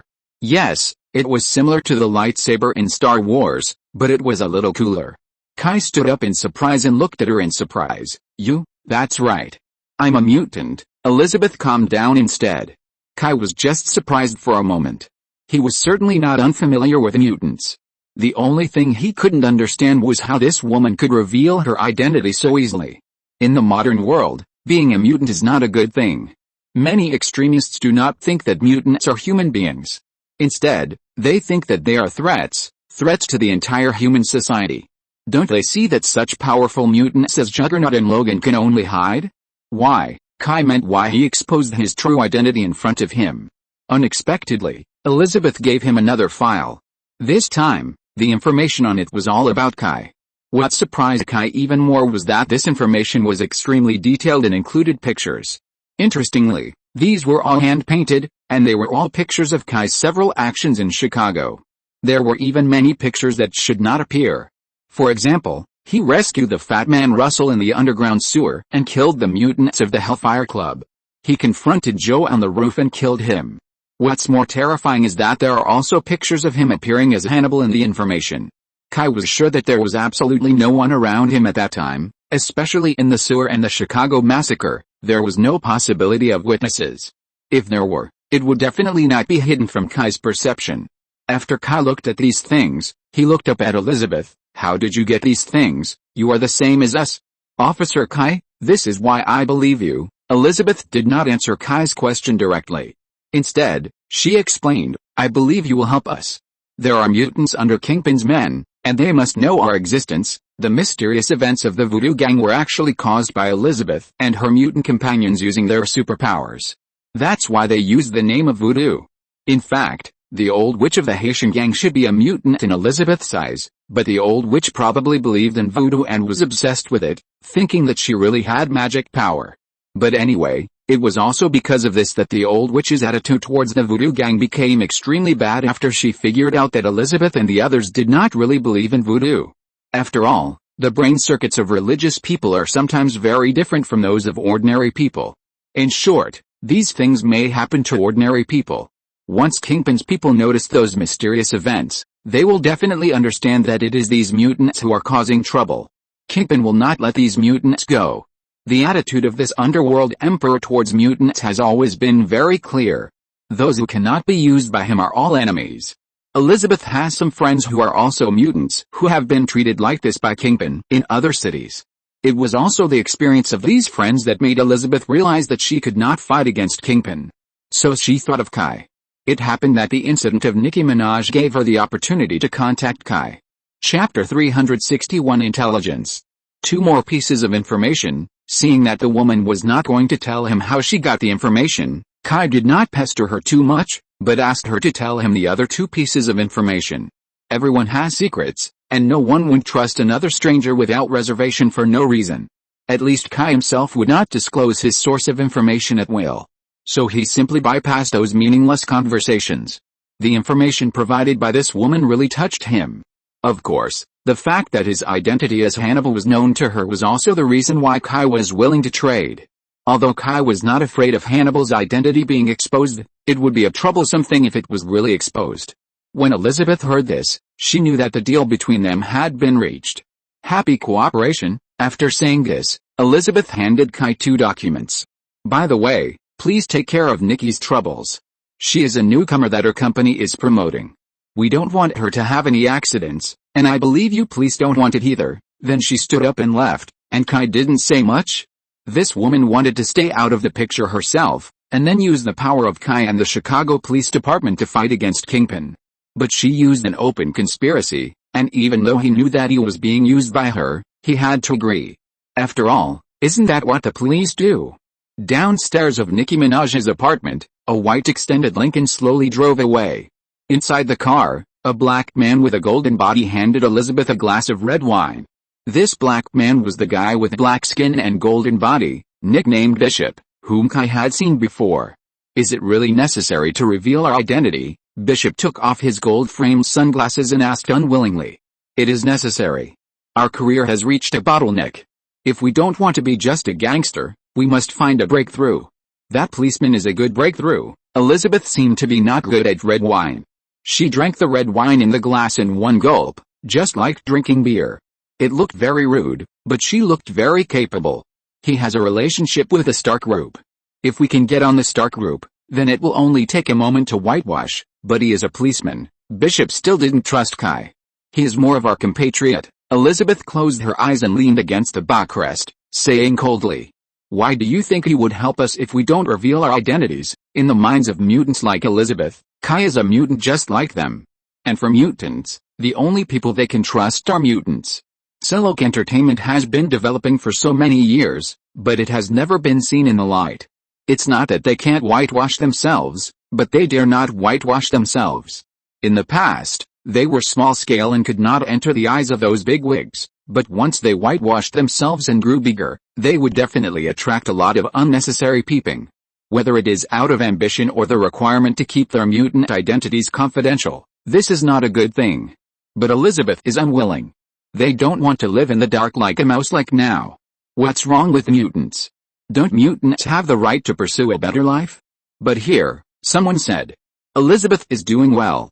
She has a good entertainment company, a small gang to help her, and even a stretched Lincoln. How can her life be bad? Many people can't envy it. It's wrong to say that. Human nature is always greedy. These lives are easy for Elizabeth to get, and they are not worth cherishing at all. She is not satisfied with her current life at all. She wants to be a superior person, and be respected wherever she goes, instead of being able to bully others in some dark corners like now. This is not what she wants, or rather, these things can no longer satisfy her. Until she knew Kai's details, she felt that Kai was a good breakthrough. First of all, Kai is a mutant like them, she thinks so, and she also has another identity of Kai, Hannibal. The reason why mutants only trust mutants is not only because they are the same kind. That is, if a mutant betrays another mutant, the identity of the betrayer will not be able to be kept. Secondly, Kai has what she needs. The relationship with the Stark group. That's right, Elizabeth just wants to rely on the behemoth of the Stark group to whitewash herself. With such a behemoth behind them, they can avoid a lot of trouble. And now, there is a very good opportunity. The Stark Industrial Expo in September this year. The expo is not just a group of industrial companies taking out a bunch of products to sell. That is not an expo, it was a grand event with many aspects. Among them, artistic performances were absolutely indispensable. As long as the Stark group could hand over these things to Silok Entertainment, they didn't need to hand them over to them. They only needed to give them a part to do. That also meant huge benefits. A big jebel like the Stark group personally invited Silok Entertainment to join the expo, which was itself a kind of recognition. What's more, the Stark Industrial Expo was originally an international event. From the news released by the Expo Now, all the industrial groups in the Fortune 500 have confirmed that they will participate. With the addition of some secondary strongmen, it is definitely a grand event that attracts global attention. Once Silok Entertainment shows up on it, it means that they have made a name for themselves. In short, there are many benefits. Elizabeth thinks that is her stage. It's not that Elizabeth doesn't want to go into politics or business. Unfortunately, her birth and education are destined, and her development prospects in the political and business circles are extremely limited. The threshold of the entertainment industry is much lower. There is such a saying that if blacks and people of color want to succeed in American society, they can only sing, dance, rap and play basketball. Don't say anything about American freedom and democracy, that's all lies. The class constraints in the United States are no better than those in other countries, and even worse. Those traditional elite industries have always been controlled by WASPs. This world is even worse. At least in the 2008 election, there was no Obama. On the contrary, if you can carve out a path in the entertainment industry and then develop into other industries, it will be easier. The entertainment industry has always been a gathering place for leftists. Although there is discrimination there, it is much better than other industries. It can be said that this woman is indeed ambitious, but she is not stupid. She has a very perfect plan. Besides, do you think that if we don't rely on the power of the police and Kai, we can really fight against Kingpin? Are you willing to abandon our current career and run to those remote places to hide your identity? Kingpin's horror is always more than what is in the information. He is a monster. Although he is indeed an ordinary person, in the eyes of mutants, he is more like a monster than them.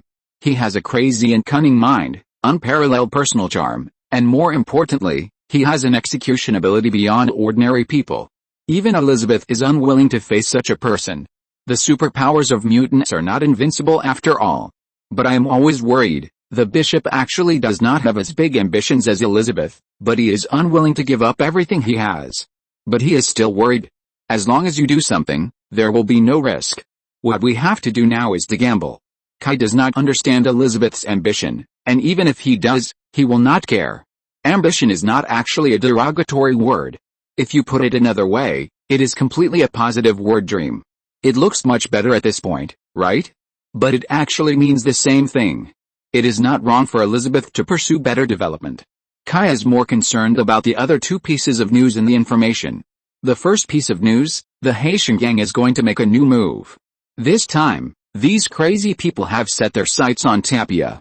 Didn't I say before that all of Tapia's accounts are very clean? There is no record of any criminal transactions.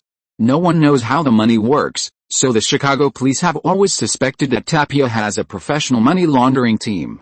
But Elizabeth gave Kay a surprise. This file contains Tapia's money laundering methods. This guy uses the most primitive method to conduct transactions, that is, cash transactions. He never uses electronic reprints and bank transfers, even Swiss banks. He only uses the most primitive method, cash transactions. At the same time, there is indeed a money laundering team behind him. He only accepts small old banknotes, and then the money laundering team changes them into large new banknotes. He only takes the new banknotes that have been changed. Although it is very troublesome to do this, and some profits will be eaten up by the money laundering team in the middle, there is one advantage: safety. The whole transaction is done now, and there is no record. The police have no place to check. But what's interesting is that this news seems to have been obtained by the Haitian gang, and they want to make a fortune. Directly rob Tapia's money laundering team. Although the specific time and place of the action are not given in the information, it is not a big problem. It is estimated that it will be in the next 2 days. Kai and his team only need to keep an eye on the Haitians.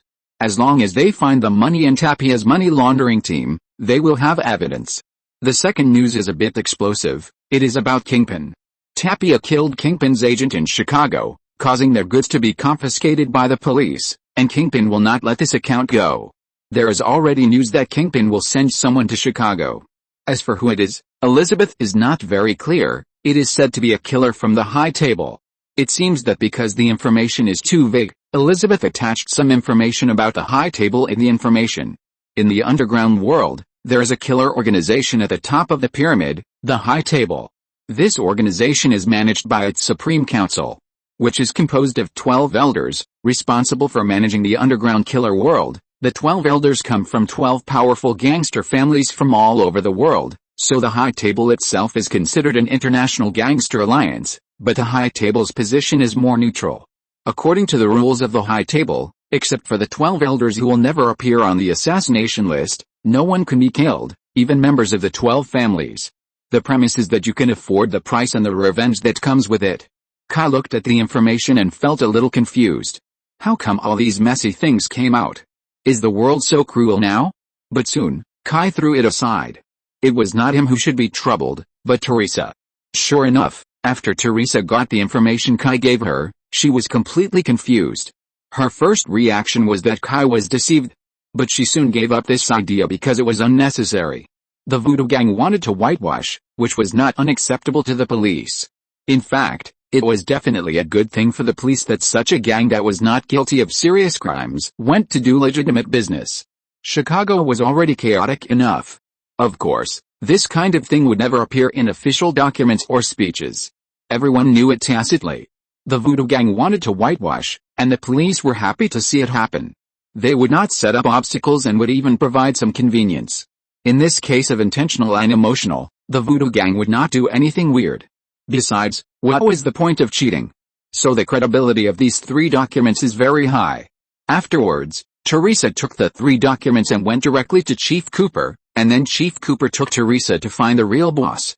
No one knows what they talked about. We only know that the matter about Kingpin and the High Table was not discussed again, but was just handed over to the Detective Bureau to deal with Tapia. This is not surprising. Kai guessed it at the beginning. Whether it is Kingpin or the High Table, if no one in the upper echelons has noticed it until now, then those in power are too simple. There is a reason for their existence. There is nothing new under the sun. Fortunately, whether it is the upper echelons or Chief Cooper, they still have some integrity. They agreed to Elizabeth's request, and promised to act in accordance with the informant law. That is, They promised to keep it confidential and not let people know that it was Elizabeth who leaked the information to them.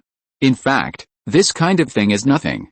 These materials are confidential to the general public, but not necessarily to them.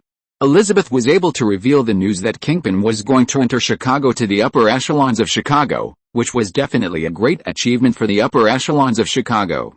Whether it is the police or the real upper echelons, their attitude towards such a newcomer is very clear, that is, rejection.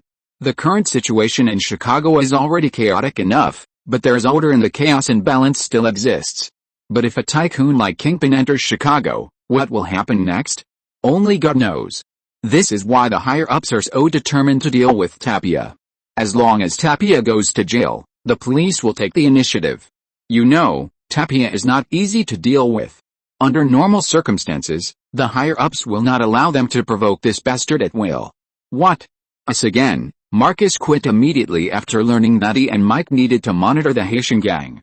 I haven't been home for a few days, and more importantly, my butt hasn't healed yet. You can't do this.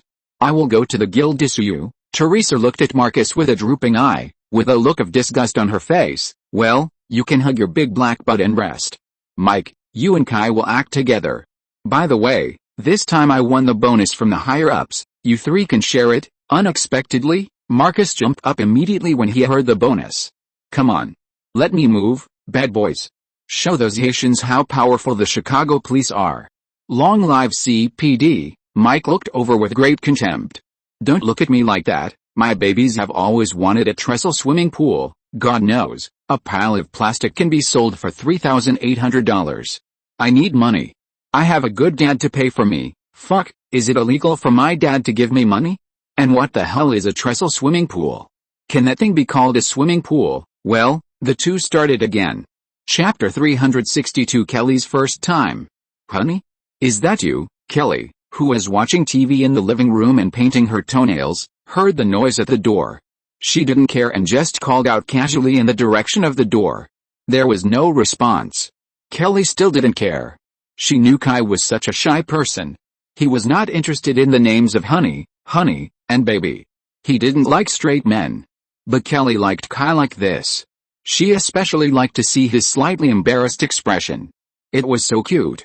Why did you come back so early today? Don't you have to work overtime? Why didn't you call first? Kai was basically in the police station these days and didn't go home much. Kelly couldn't do anything about it. She wanted Kai to accompany her every day, but she knew it was impossible. Some women think that being with the one they love all the time is happiness. They may even get angry because their significant other doesn't have time to accompany them. Kelly always thinks that women who think this way are either looking for excuses to cheat or their brains are stupid from watching movies and TV series. In this world, how can a man not go to work and spend the whole time with his girlfriend? Even the rich kids are not so idle that they only revolve around a woman all day. Kelly's mother Sandra once taught her that men are like sand. The tighter you squeeze it, the faster it leaks. Sometimes, you have to give him some space. This is the only way to last. Anyway, Kelly is looking for a long-term relationship, so she has always remembered this sentence. Kelly originally thought that she would wait for her lover's response, but after waiting for a long time, no one spoke. She was just about to ask him why he didn't speak, and then she heard a light sound of a pistol being loaded. The sound was not loud, but Kelly could sense it. Hearing this sound, Kelly immediately rolled over and hid behind the sofa. She lay behind the sofa and secretly looked at the entrance with her peripheral vision. By the way, she also took out two pistols from behind. They were gifts from Kai to Kelly, one black and one white. The black one was a Chiappa Rhino revolver, and the white, silver, one was a Taurus Angry Bull revolver. The gun is 366 mm long, the barrel is 213 mm long, 163 mm high, 46 mm wide, the caliber is .44 Magnum, and the cylinder capacity is 6 rounds. Kelly opened the safety, adjusted her breathing, and waited with bated breath for the enemy to appear. After about 10 seconds, a pair of leather shoes appeared in her field of vision.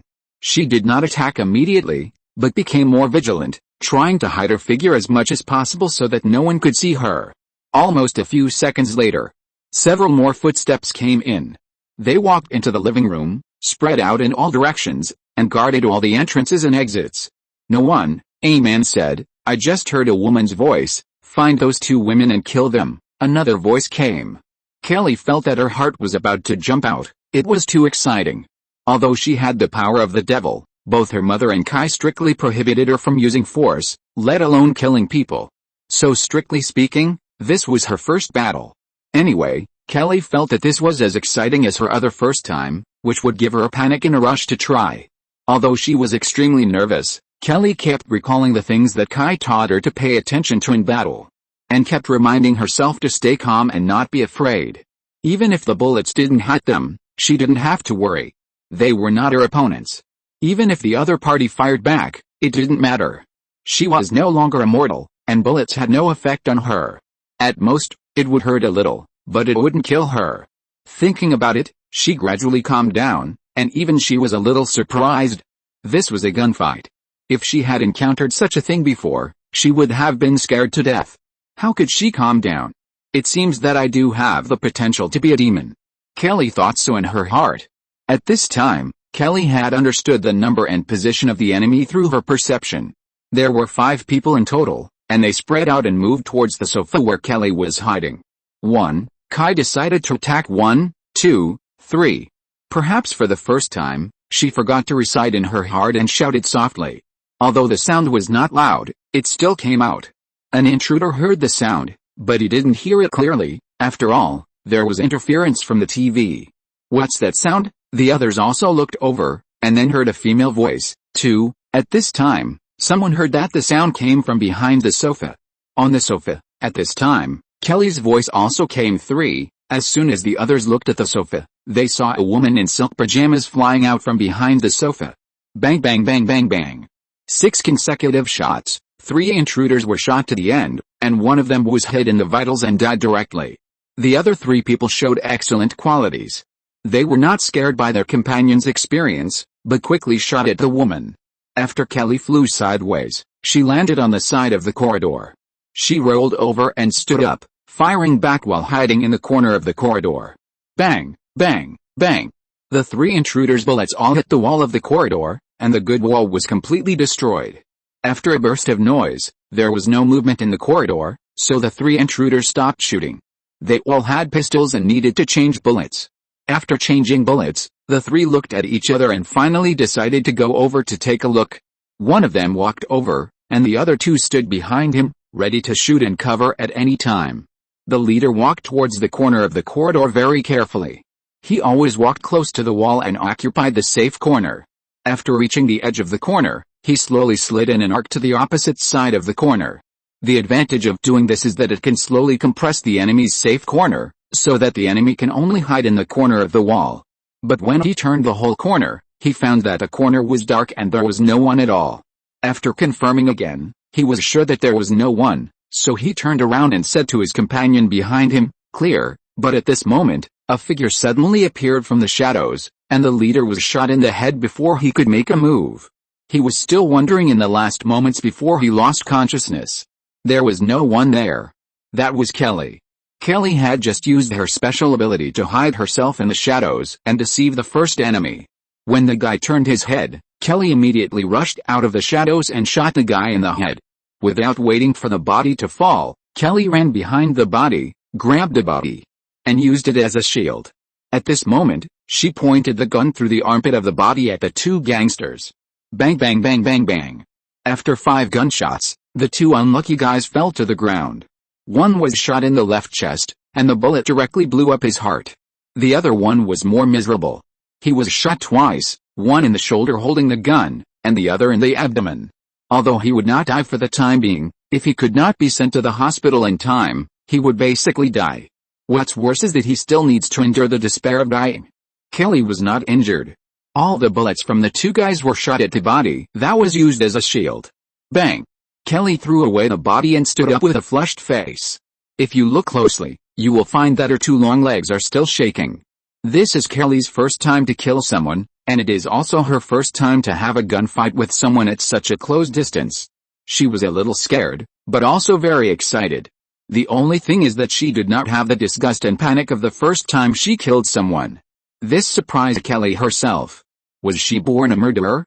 But soon, Kelly thought of another thing, that is, There was another person in her family, Mott. Because Fauci was not arrested, for safety, Mott still lived in Kay's house.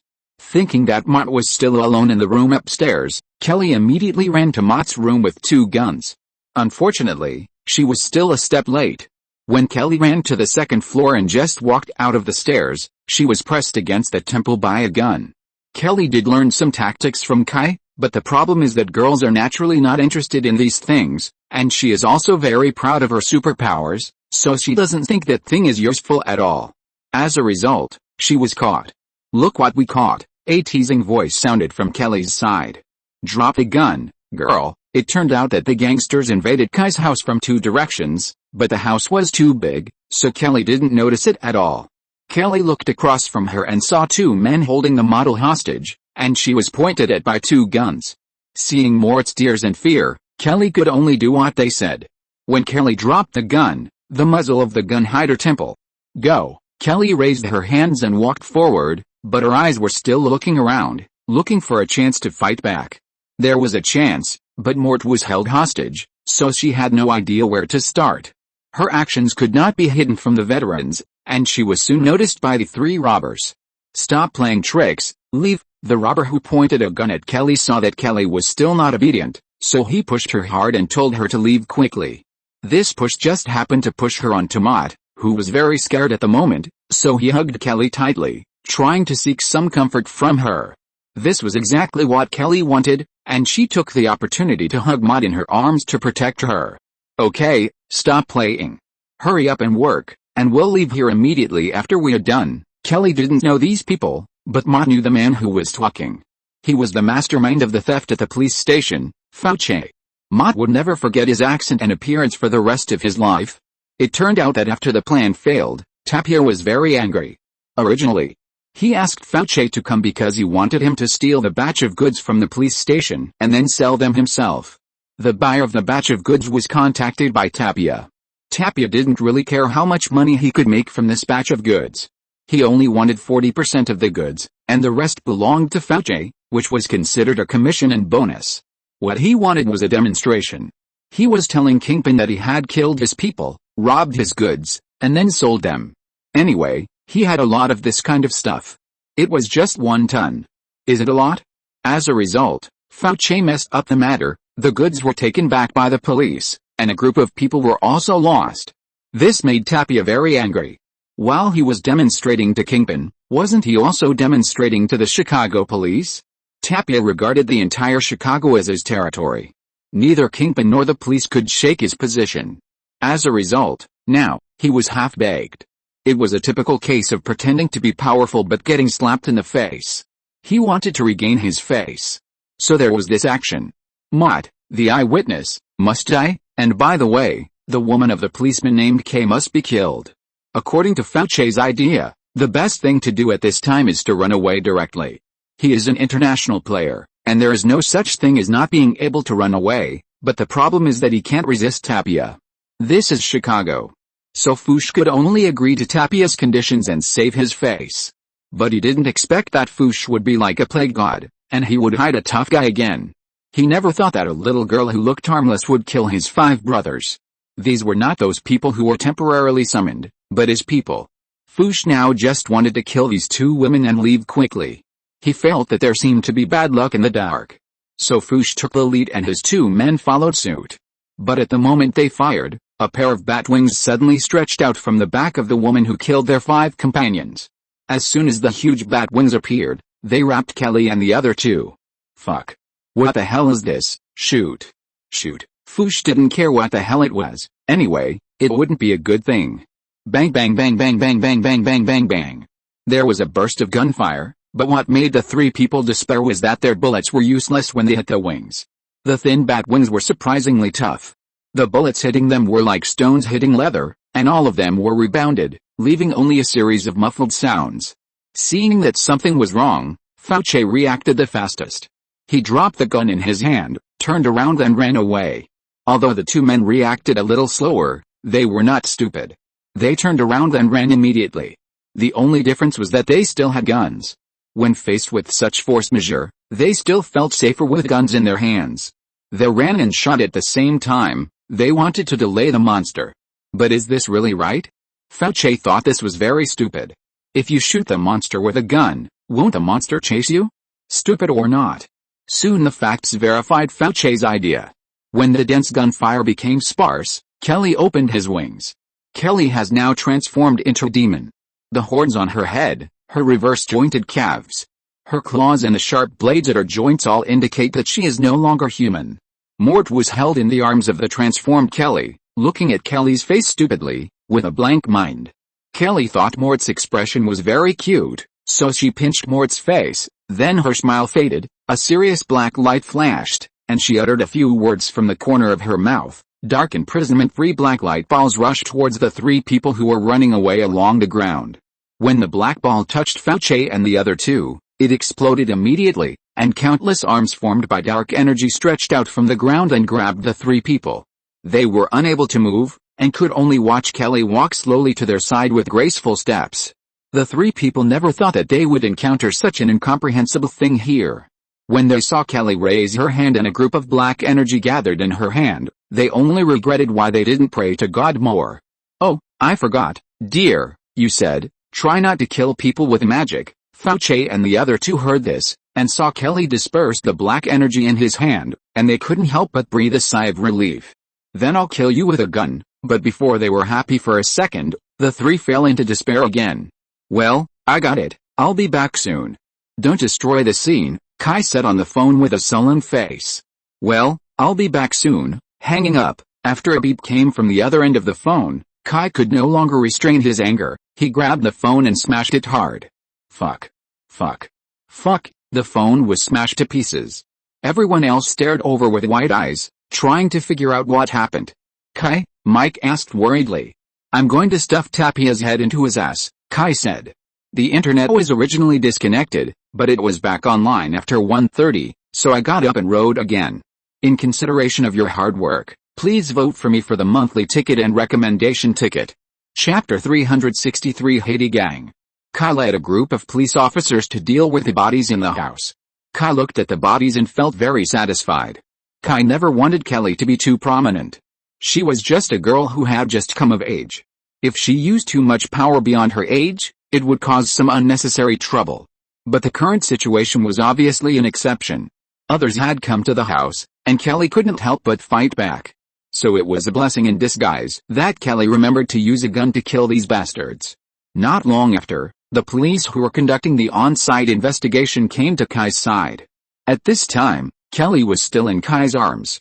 People who didn't understand thought that this was a weak woman. But in fact, this woman killed 8 gangsters alone just over 10 minutes ago.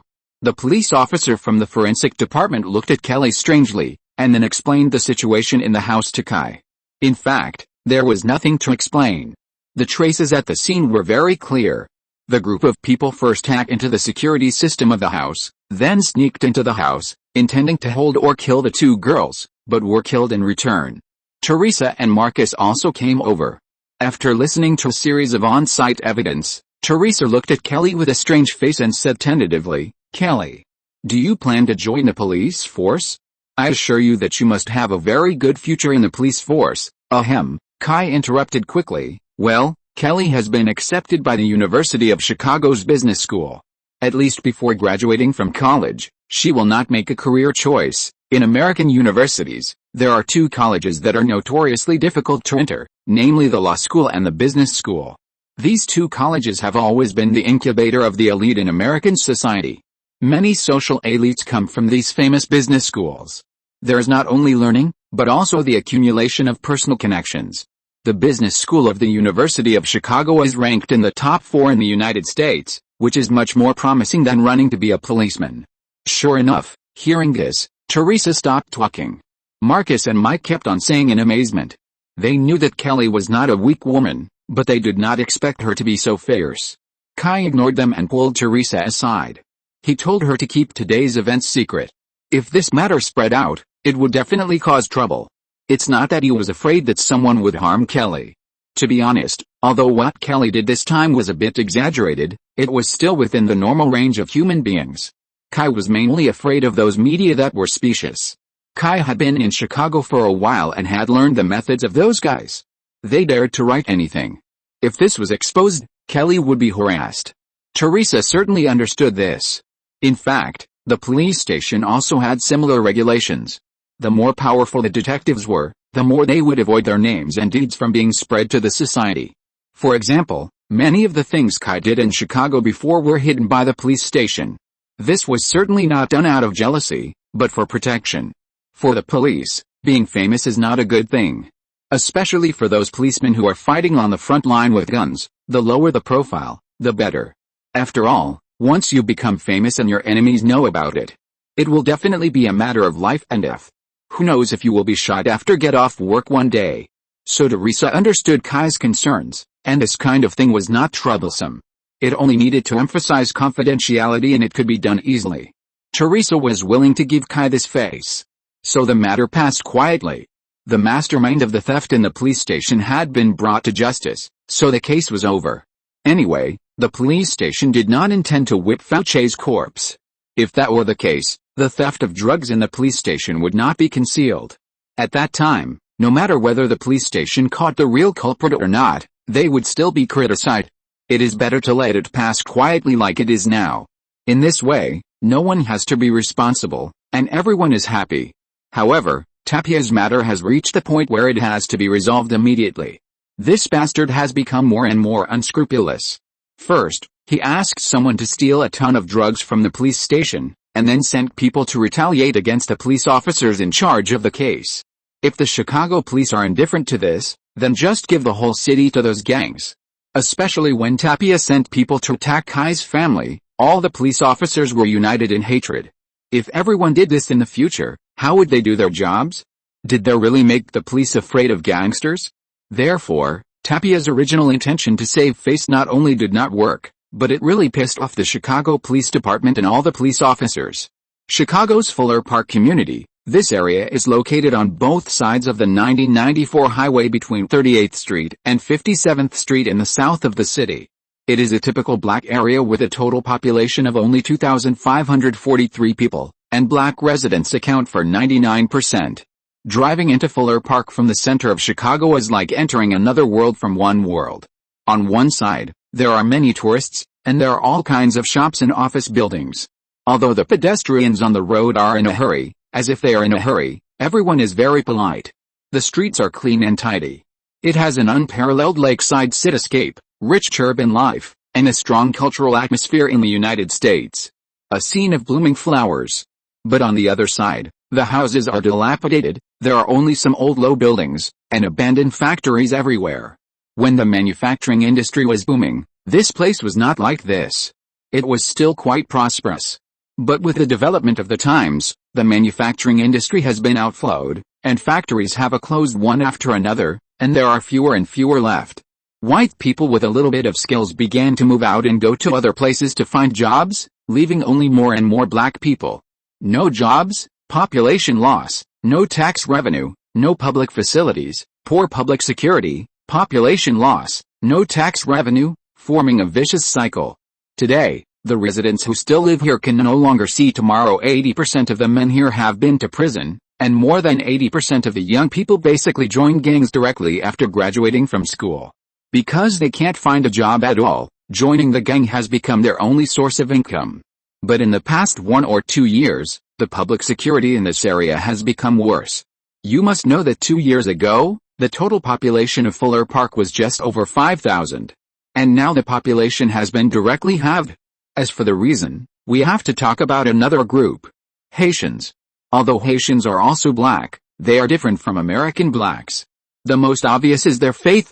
Most blacks are Catholics. Although Haitians generally believe in Catholicism, what really penetrates their souls is voodoo. In the eyes of American blacks, their dark-skinned relatives are more barbaric and ignorant than their African relatives. This seems ridiculous. They are all black, but there is still a chain of contempt between them. However, there is one thing that the American blacks are right about, that is, Haitians are indeed more barbaric than them. These Haitians came to the United States because of the unrest in Haiti, and it just so happened that the unrest in Haiti was caused by the United States. In fact, except for Canada, any country close to the United States is miserable. These Haitians don't like Americans, but they like the US dollar. After they came to the United States, they were discriminated against, so they naturally didn't have to think about the American dream. The American dream couldn't even be enjoyed by black people in their own country, so it was naturally impossible for Haitians to fall on their heads. So if they want to survive, they can only engage in illegal activities.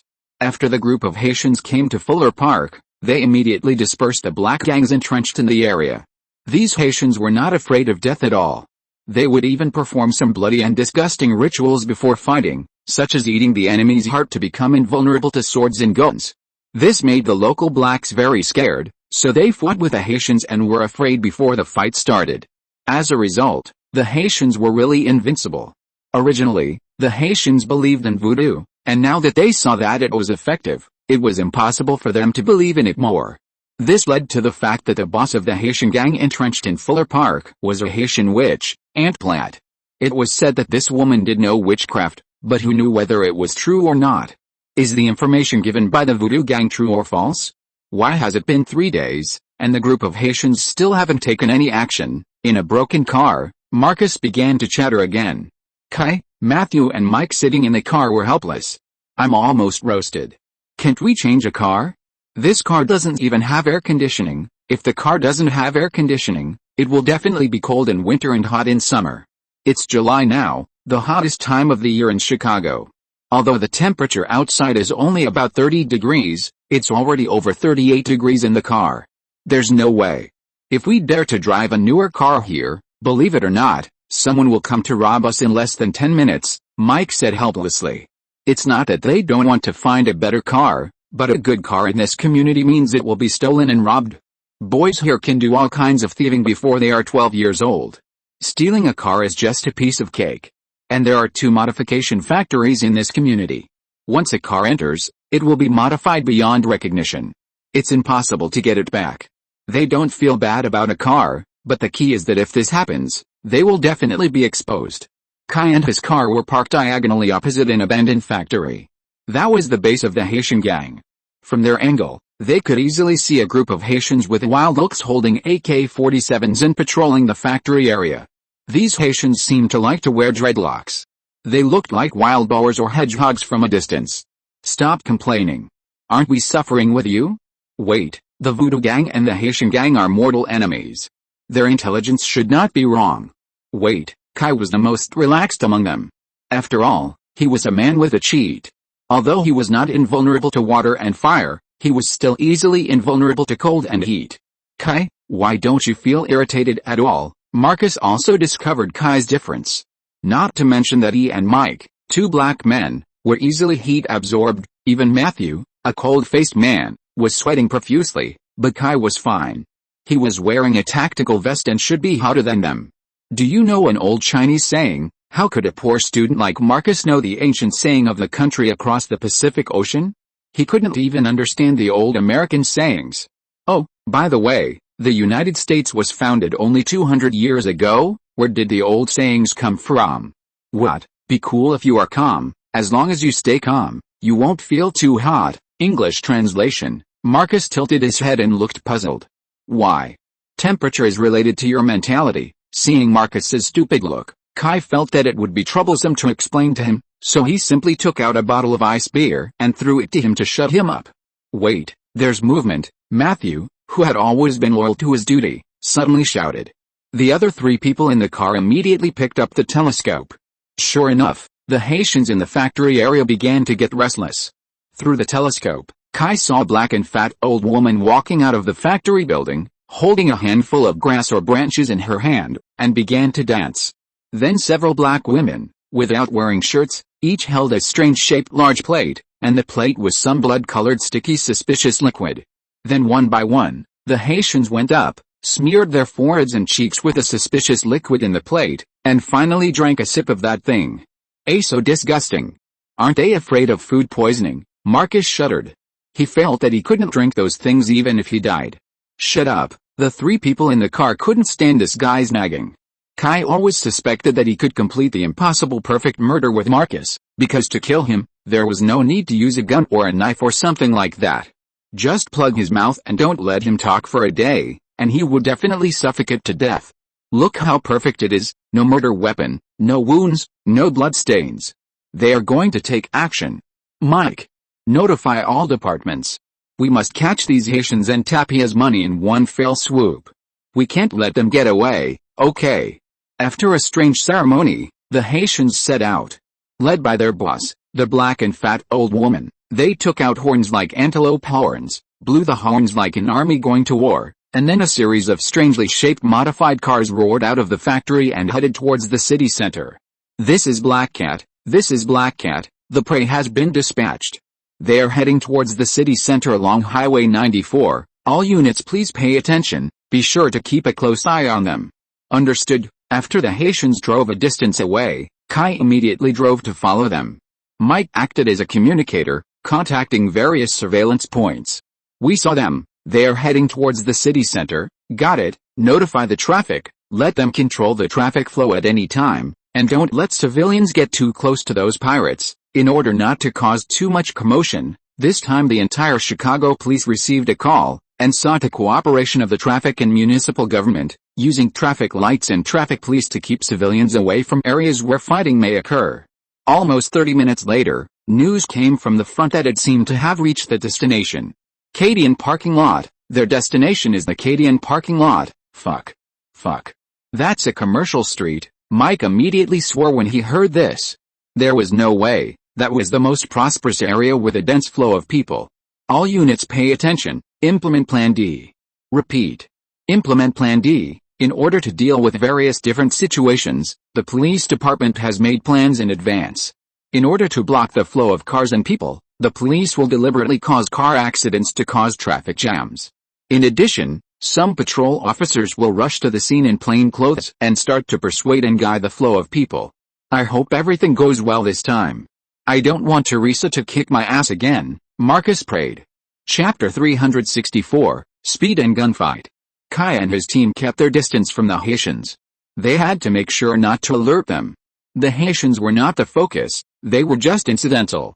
The Chicago Police Department had always had a clear goal, which was Tapia's money. The target has entered the Cadian parking lot. Pay attention to the target entering the Cadian parking lot. All units immediately surround the entrances and exits of the parking lot. Repeat, surround the entrances and exits of the parking lot. The Cadian parking lot is a multi-story parking lot with 6 floors and thousands of parking spaces. Mike heard the report on the intercom and immediately picked up the intercom. Vulture.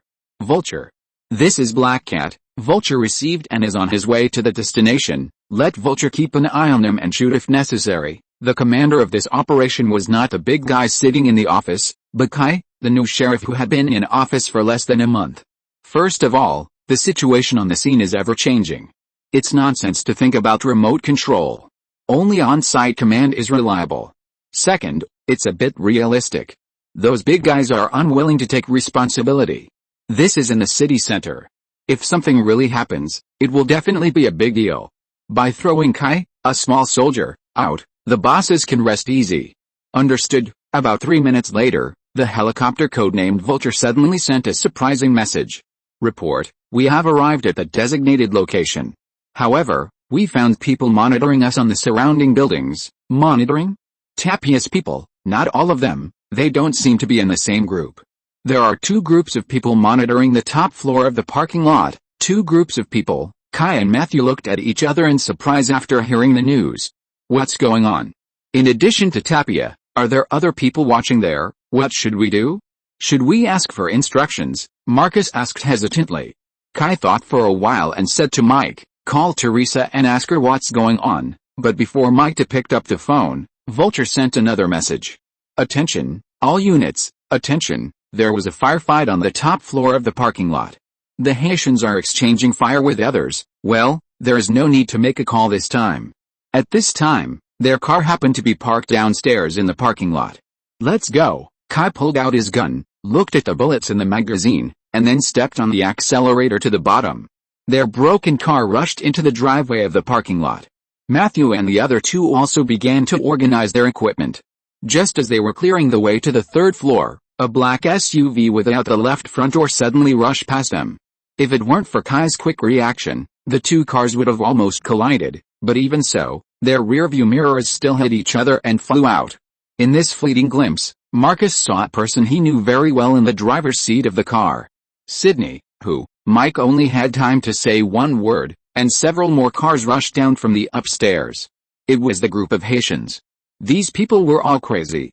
They didn't even look at who was in Kai's car. They just saw that they were blocking the road, so they raised their hands and swept a volley of bullets over. Fuck, a group of people immediately lowered their heads to avoid the bullets. The bullet hit the front of the car, not only smashing the windshield, but also punching more than a dozen bullet holes on the hood. The Haitians also took advantage of this and rushed over. Quick! Chase after them! Chase after them! Marcus shouted frantically. It's Sydney! It's Sydney! Kai immediately turned the steering wheel wildly, reversed the car, and then stepped on the accelerator to chase after them. Only then did Mike have a chance to speak. Who did you just say, Sydney? It's Sydney, your sister. Kai had seen Sydney before, and was deeply impressed by the black beauty with long legs. At least he had never seen a brother and sister with such a big difference in appearance. Sydney was almost 1.8 meters tall, but Marcus was barely 1.7 meters tall. Sydney had a large frame, and if she was a little fatter, she would look burly, but Marcus was thin and short, a small one. Hey, men, what is your sister doing here? Throwing a party, Mike stretched out his pistol outside the car and shouted at the top of his voice. How the hell should I know? Marcus shouted a little desperately. He had always thought that his sister worked as a clerk in Miami and came back to vacation with them this time. Hurry up and catch up.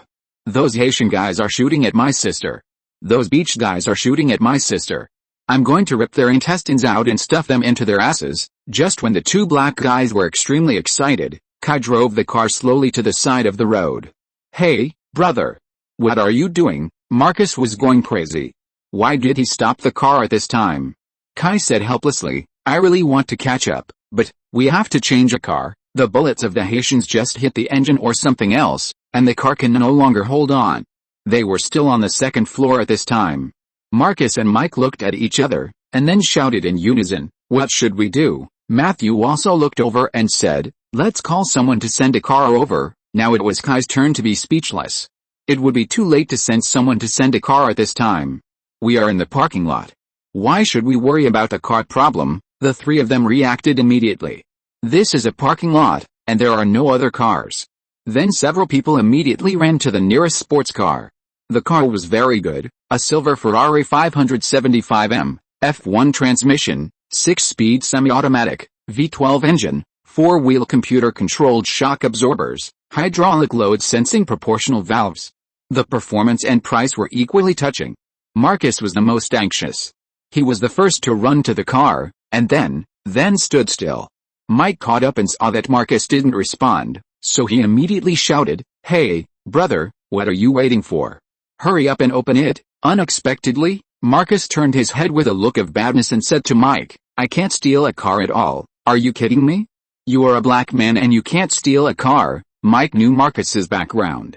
He also came from a public housing in the South District. There are no children there who can't steal cars after they are over 16 years old. Unexpectedly, Marcus asked back with confidence, then can you? Now it was Mike's turn to be stuck. Their family was rich. Why did he need to steal a car? If he liked the car, he could just buy it directly. Fortunately, Matthew came over. Matthew was always a tough guy who didn't talk much. He smashed the car window with the butt of his gun, opened the car door, unplugged a line very quickly, and started the engine with 2 clicks. It took less than 5 seconds from breaking the car window to starting the engine, which made the 2 black people next to him dumbfounded. Kai also came over with a weapon box at this time. He was almost angry when he saw the car these 2 people chose. This car is a 2-seater. How to divide it among 4 people? So Kai threw Matthew to Mike and asked him to find another car, and then he drove with Marcus to chase after them. Mike, who was left there, asked Matthew a little confused. You are actually a black man, right? Driving a stolen Ferrari, Kai drove Marcus all the way to catch up. I think we can go slower. I don't want my sister to be killed in a car accident before she can be saved. Shut up. Kai was fed up with Marcus's chatter. This guy would never stop talking no matter when or where. Kai was sure that his wife and Mike loved him. If it were someone else, he would have been killed long ago. Kai pulled out an Uzi submachine gun and threw it to Marcus. This shotgun was easier to control in the car. Why do you have all that? Kai didn't even bother to pay attention to him. They soon caught up with the Haitians. There were 7 cars in total. The first 5 cars were chasing the black SUV, and the other 2 cars were trailing behind. Kai stepped on the accelerator and immediately got between the 2 cars. Originally, according to his idea, Marcus should have opened fire at this time. But this guy did something shady again. He took out his police badge and shouted to the Haitians, "CPD. Stop the car?" Kai greeted them with a face full of greetings. What the hell? These Haitians have already fired their bullets. You are trying to scare them with your police badge? Sure enough, the Haitians on both sides were stunned for a moment, then decisively pulled out their guns and shot at Kai and the others. If Kai hadn't stepped on the brakes in time, the police would probably have to prepare a funeral for Marcus. Brother, what's wrong with you? Why are you showing him your police badge? They have guns, shoot him. Oh. Marcus was completely at a loss for what to do with his sister.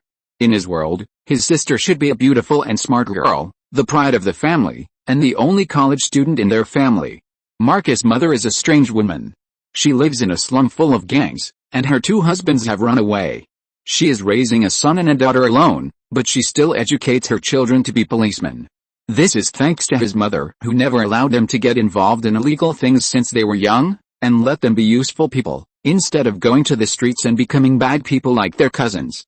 His sister had been smart and well-behaved since she was young, so she was naturally better protected. He had never thought that one day he would have a gun and a group of Haitians in downtown Chicago. Kai caught up with the Haitians again. This time, Marcus did not have any problems. He picked up the Uzi submachine gun and fired at the Haitian's car. Da da da da da da da da da da.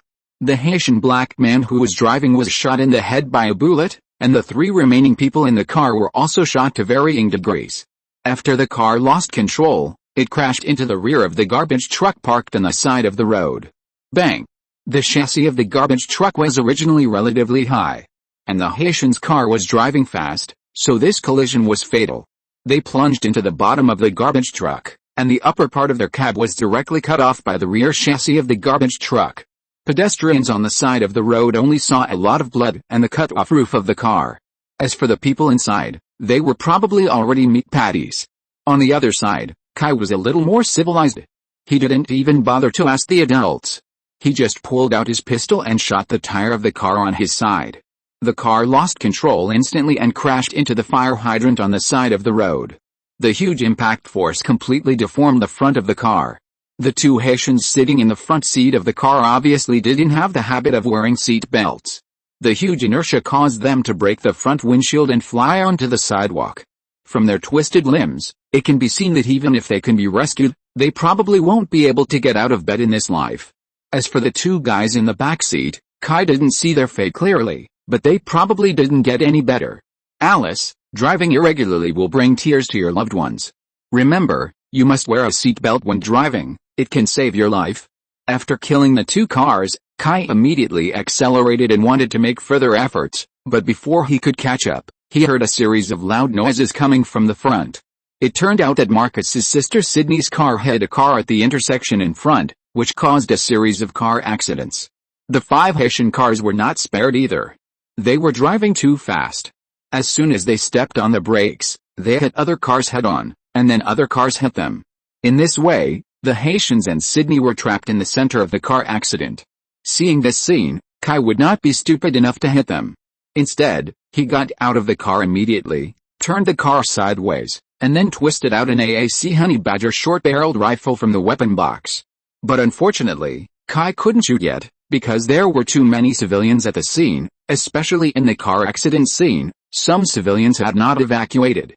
In this case, if Kai and Marcus shot, even if they didn't hide a single civilian, they would still be blamed. So they could only hide behind the car and wait for the civilians to evacuate. Get out of there. Quick. Get out of there, Marcus shouted to the pedestrians around him, while raising his submachine gun and aiming at the Haitian cars. Kai and Marcus were concerned about the safety of civilians, but the Haitians didn't care about that. After the Haitians came out of the car in a daze, they immediately opened fire on Kai and his men. A series of bullets hit the Ferrari 575 million worth $300,000, and Marcus was heartbroken. He felt that his bonus was going to be lost. The procedures they used to requisition the car were illegal. Although the police department would not deny the account, they could forget about asking the police department to give them bonuses. Kai was very calm. He leaned against the car body, picked up a broken mirror from the ground, and observed the situation on the other side through the reflection of the mirror. Amid the loud gunfire, the people of Chicago were still very experienced. They hugged their heads and quickly hid in the buildings on both sides of the intersection. When the civilians had almost run away, Kai turned over and jumped out from behind the car, ignoring the bullets of the Haitians, and raised the muzzle of the gun to shoot at the Haitians. Kai's body moved forward slightly, adjusting his center of gravity between his legs, shooting and moving forward. When the bullets in the magazine were almost used up, he pressed the magazine release button to let the magazine fall freely, and took out a new magazine from the tactical vest and inserted it into the receiver. The whole action was without any pause, and the shooting action did not stop, as if changing the magazine did not affect the shooting at all.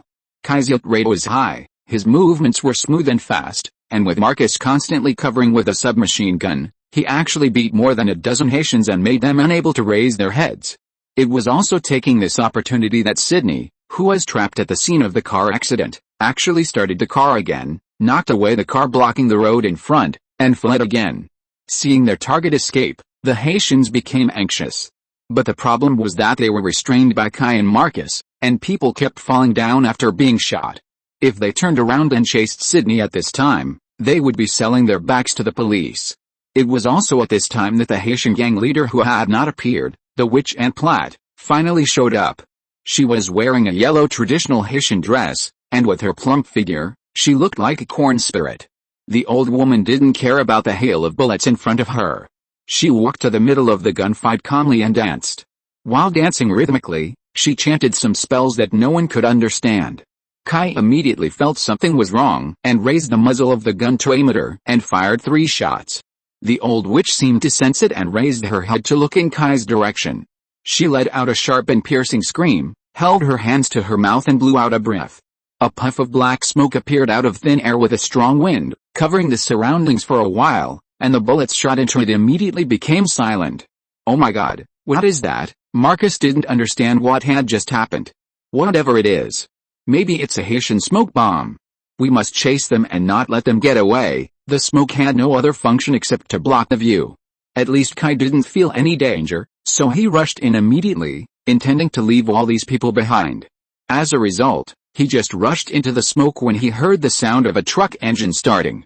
When Kai ran out of the smoke, he saw the Haitians climbed onto a commercial vehicle transport truck and chased in the direction Sydney left. If you're listening to this novel on a channel other than Fanfic World, it means they downloaded and uploaded it without effort. We cordially invite you to visit our channel, Mundo Fanfic Novelis. There you'll find the original version of this story and you can explore many other novels of various genres. We're waiting for you to immerse yourself in a world of incredible novels. Chapter 365, The End of the Gunfight. I'm asking you, what's wrong with your sister? Why are those Haitians chasing her so desperately? After the original Ferrari was smashed, Kai immediately requisitioned a car from the side. This is downtown Chicago, and there are really a lot of good cars. As for the original owner of the car, it's just that he was too high profile. Why would he drive a luxury car on the street for no reason? Besides, their losses were not big, and the police station would pay for them. After getting in the car, Kai immediately asked Marcus what was going on with his sister. Why did she get involved with Tapia? And why did those Haitians chase her like crazy? The Haitians were very reckless, but they were not stupid. They knew there were police behind them, but they still chased Sydney. That only meant one thing: Sydney must have something they couldn't give up. In view of the previous situation, Kai guessed that Sydney was probably carrying a large amount of cash. As for the amount of cash, just looking at the Haitians' appearance, it was definitely an astronomical figure. But there was also a problem. Sydney was driving a Chevrolet SUV Equinox. The SUV model does have a lot of space, but if it is cash, it can't actually hold much, at most a few million. Will these Haitians risk their lives for a few million? Obviously not. Why is that? How should I know? She is just a civilian. I thought she had already returned to Miami. Indeed, Sydney had said goodbye to Marcus a few days ago, and Marcus had always thought that Sydney had returned to Miami. Forget it, Just as Kai and Marcus were talking, suddenly more than a dozen cars with sirens blaring jumped out from the intersections on both sides. These cars did not have police car paint, but since the sirens were blaring, it meant that the people in the cars must be police. Who are they? Are they our people? The Chicago Police Department did make preparations, but the problem is that there is no reason for the Chicago Police's police cars to not have police car paint. Marcus turned his head and looked back, and found that their car was followed by their Chicago Police Department's police car. Our people are all behind. They are not our people. This group of unidentified people who suddenly joined in the pursuit were more aggressive than the Chicago police, and they chased the commercial vehicle transport truck without hesitation. Call and find out who they are? Why are they here? Marcus immediately dropped the machine gun in his hand and took out his mobile phone. He just turned on his mobile phone and was about to dial when he saw that on the transport truck in front of him, several Haitians were throwing cars off the truck. It is indeed a bit exaggerated to say that they were throwing them off. They just untied the chains that fixed the cars on the transport truck and let the cars on the truck fall directly from the truck. However, the consequences were no different from throwing them off. Those cars immediately became the dead weight of the transport truck and the cars, and immediately made those cars become bombs that detonated the road. After falling from the truck, those cars either hit the car behind directly, or directly rotated and rolled into large moving roadblocks, causing a series of car accidents. Even 3 cars with sirens on were involved in the accident, and one of them exploded directly. Holy shit, Marcus held his head with his eyes wide open. I think Teresa will go crazy when she sees this. The Chicago Police Department is afraid of the current situation. Civilians were injured, property was damaged, all kinds of speeding cars, gun battles, and now there are police officers who died. This is enough for Teresa and the corresponding leaders to give a report of more than 100 pages. This does not include the accountability of public opinion, the questioning of the Chicago City Council and the State Assembly. In short, Marcus can already imagine Teresa's expression. Hold on, at this moment, another situation happened in front. It was not known whether it was intentional or unintentional. The group of Haitians actually only untied half of the chain of a car, and then threw the car off the truck, letting the truck tow the car, turning it into a large meteor hammer, constantly sweeping left and right on the road, knocking out all the cars behind the truck. The 2 cars with sirens blaring that were chasing the truck were knocked away by the meteor hammer. One of them rolled on the road because of its high speed and hit Kai and his team. Faced with this situation, Kai could only speed up and rush through the gap. Matter of fact, looking at the car getting closer and closer, Marcus spit out the American national curse. Did you see it? Did you see it? That car almost smashed my head. Shut up. Come and grab the steering wheel. Kai finally couldn't help it. He was not afraid of the big scene caused by those Haitians, but Marcus was too annoying. From the beginning, this guy never stopped for a moment. The meteor hammer in front was too troublesome, and he had to solve this problem. He needed Marcus to shut up and help him drive. Marcus didn't quite understand what Kai was going to do at first, but he subconsciously grasped the steering wheel. As a result, as soon as he grasped the steering wheel, he saw Kai smash his car window with his elbow, then stood up from the seat and half of his body stretched out of the car. Are you crazy? Are you going to die? Kai ignored him at all, but pulled out his modified Desert Eagle and aimed at the chain that was dragging the car. Bang! There was a loud gunshot, and with a bang, the chain was shortened, and the meteor hammer was finally released. But due to the huge inertia, the car actually jumped and flew up. Kai immediately retracted into the car, stepped on the accelerator again, and pulled the engine to 7,000 revolutions per minute. The car was like an arrow from a string, and it accelerated again and rushed over. When the engine reached 7,000 revolutions per minute, the sound disappeared, and everything lost its color. Shelby. Marcus had never heard of this sentence, and he didn't even know who Shelby was, but at this moment, he really felt this sentence. Marcus always thought he was a racing prince. He thought if his mother hadn't pulled him back to school by his ear from the racetrack in time, he might have become the world's first black F1 champion. But until today, he realized that his youthful recklessness was really youthful recklessness. There was a much more ruthless character than him. When Kai ran the engine to 7,000 revolutions per minute, when he saw the car that was coming towards them, he really felt that everything was still. The machine became light as nothing, everything disappeared in front of him, and only the body was left traveling through time and space. Well, Marcus certainly couldn't think of such a pretentious word, But the general meaning was this. At that moment, he really felt that he was going to die. His heartbeat had begun to stop, and he felt that the pressure brought by the acceleration made him unable to breathe. He had begun to think about his last words, but unfortunately, he seemed unable to say them, because once he hit the car, he would definitely be smashed into a meat pie. But things are always unexpected. Marcus just watched the rolling car fly over their heads. Fuck, fuck, fuck, fuck, fuck, this is the only word Marcus can shout out. It's so fucking exciting. Did you see it? Did you see it? It flipped over. The damn car flipped over. Over my head. Marcus kept repeating this at a very fast speed as if he was rapping. It has always been said that rap is a racial talent of black people, and it seems that this is not groundless. Yet, it flew over. Kai, on the other hand, seemed very calm. This is the advantage of super dynamic vision. Kai knew from the beginning that they could pass through. But Marcus was still excited. Fuck, it almost hit my head. Wait. What is that? A yacht. Marcus just calmed down his heart that was about to explode, and saw an even more terrifying scene. A yacht actually appeared on the road. Why is there a yacht on the road? It turned out that just now, the Haitians chased Sydney through an intersection, and a heavy truck towing a yacht of about 15 meters passed by, and then the Haitian truck hit it. Now Kai is sure that the strange liquid that the Haitians drank before setting off must have been mixed with drugs. Otherwise, the bastard who drove the car would definitely not be such a bastard.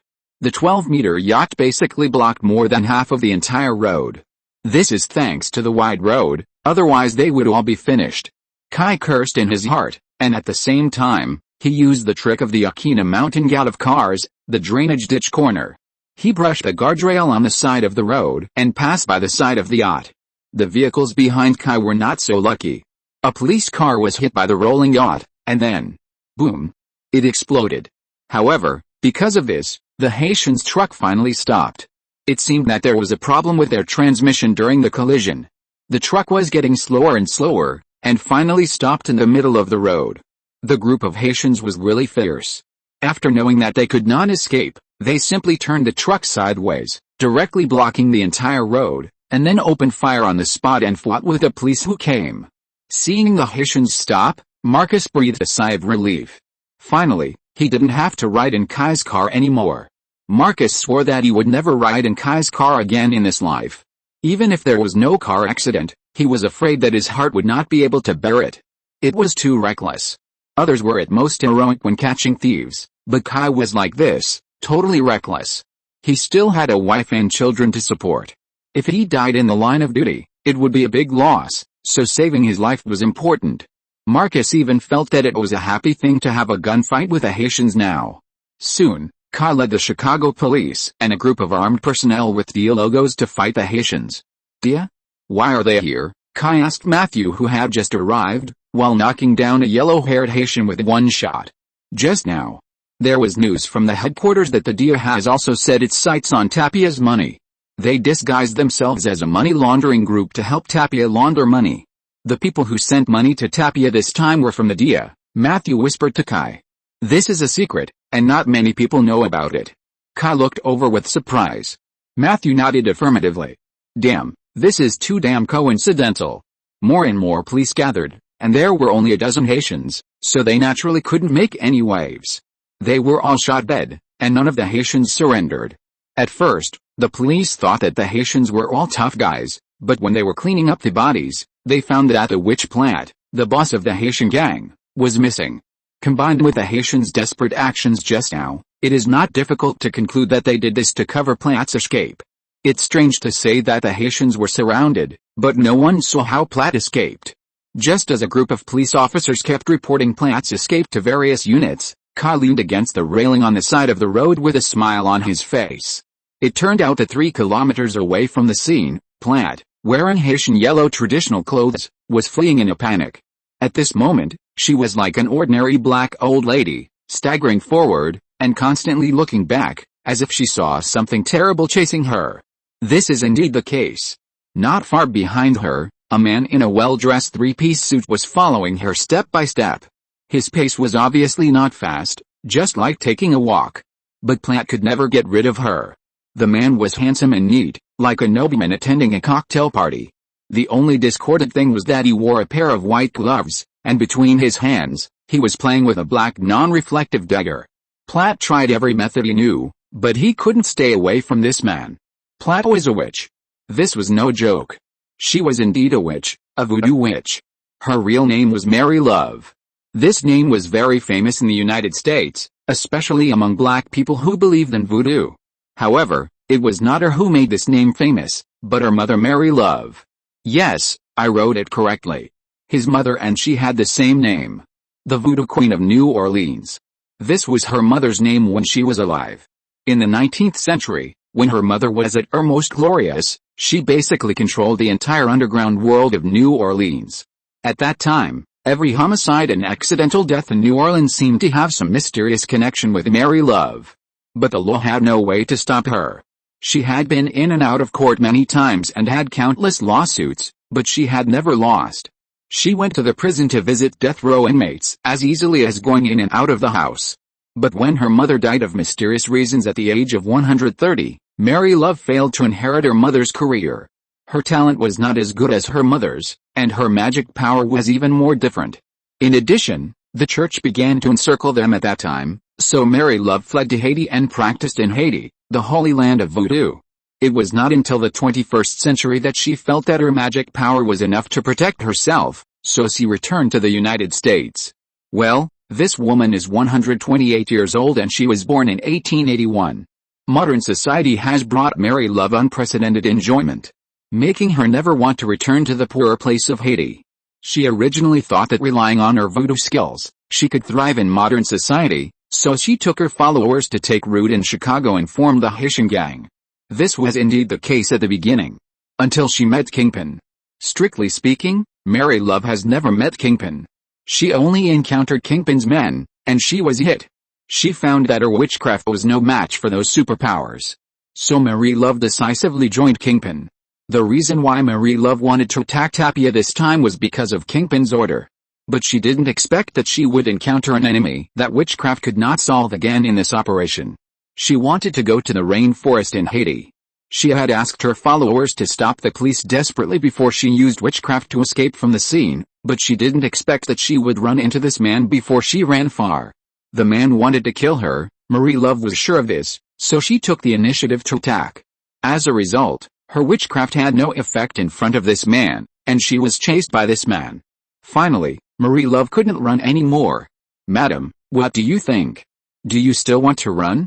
Don't worry, I only ask one question. Then I will send you to where you should go.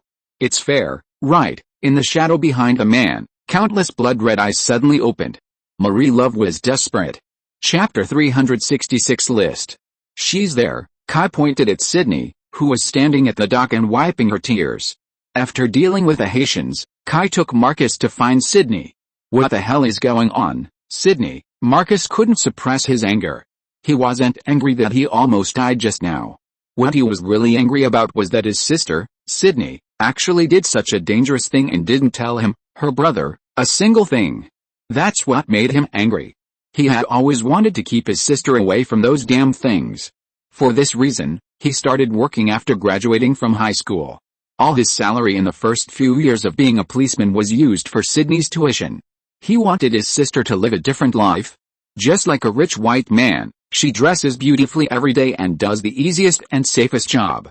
She only needs to worry about what to eat after work and where to go for vacation, instead of worrying about whether she will be hungry or shot to death on the road like him and other black people. But now, what is Sydney doing? She is fighting with a group of Haitians in downtown Chicago. "You almost died.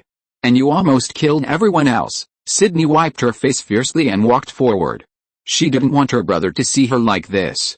"Get out of here. I'm undercover, tell your people to get out of here quickly. I'm undercover, don't mess up my case." Seeing Sydney, who had just escaped death, still didn't repent, Marcus was almost mad. "Hey, girl, we saved you, I'm grateful, but you can't follow me like this, it will mess up the case we spent 5 months following." "Oh," Marcus pretended to be surprised. "So, you have been lying to me? Right? Then what do you want me to do? You are also a policeman, you should know the rules." "Rules? Huh? You said rules? So you are not a shit a civilian at all, What did you promise me? What did you promise, Mom? Don't do anything dangerous. Don't do something dangerous. You promised us. Watching the family dispute between the two siblings, Kai, standing on the side, was unable to get a word in. For one thing, he was not that familiar with Sydney. Although he had a good relationship with Marcus, he knew very little about his family affairs. So it was better not to interrupt. So Kai simply turned around and walked towards Sydney's SUV. This Chevrolet had been smashed by bullets, but the several safes in the trunk were intact, and it looked like the things should be inside. Sydney, who was originally arguing with her brother, saw Kai running to open the things she was transporting, and immediately became like a cat with its tail stepped on. Don't touch those things. They are very important to Estia. Unfortunately, Kai ignored her and opened the suitcase directly. Sydney was stunned, because that was a password box. These boxes were not provided by the DIA, but special password suitcases provided by Tapia. Once locked, a secret will be randomly generated immediately, and only Tapia knows the way the secret is randomly generated. Since this is the first time that Tapia has cooperated with a money launderer played by Sydney, the DIA did not tamper with the boxes. Therefore, only Tapia can open these boxes. Once locked, even the DIA cannot open the box without destroying it. But Kai opened the box very easily. Kai looked at the current situation in the box and threw the box without any fluctuation, and continued to look for the next box. At this time, Sydney woke up from her dream, and like protecting her calf, she stood in front of the box to prevent Kai from opening the box. You will mess up our case. What are those things? Who are they for? Marcus immediately grabbed Sydney and asked. Sydney was silent for a while, and finally said, I can't tell, this is my job. If I want to keep my job, I must keep it secret. What do you mean? We are police officers. I have received orders that no matter what, I cannot reveal the information to the Chicago police. Because they will leak secrets. Oh. Wait, what about me? I am the Chicago police now. You must have forgotten that I am your brother, right? Do you know? Sydney, your behavior just now is so reckless, stupid and dangerous. Understand? I ask you now, tell me everything, and stay away from these shitty things. Otherwise I will tell my mother about this, I will definitely tell it. Are you serious? Marcus. We are not children anymore, I have my own life, my own job, and I have my responsibilities. The two siblings started arguing again, and to be honest, Kai now believed that they were real siblings. They talked a lot and spoke very fast, just like rap. Finally, Kai became a little impatient. So he simply took out the handcuffs and leaned Sydney against the railing on the dock. Hey, this is my sister. Marcus was stunned, then said hesitantly. Kai turned his head and asked expressionlessly, so, at least, you have to be gentle. Marcus knew why Kai did that, because they were also targeting Tapia. Those Haitians would chase Sydney so desperately, it must be that Sydney has something very important to them. Besides, no matter what, she is a brother unit. Marcus knew that the idea that Sydney was his sister would be of no use to Kai. To be honest, the Chicago Police Department has paid a lot for this case. Not to mention the police force in early winter and various plans and arrangements, just the damage caused by the car chase and gun battle just now. If it weren't for those useful things, Teresa would have skinned them alive. For this reason, no matter who comes, Sydney has to stand aside. As for the DIA? Haha, sorry, it's none of my business. Although the DIA is also involved this time, what does it have to do with the Chicago police? As long as there is no joint investigation, they should do their own things. DIA? Did they inform us about this operation? Besides, who can prove that she is a DIA agent? I am a DIA agent. You just need to call, Sydney shouted.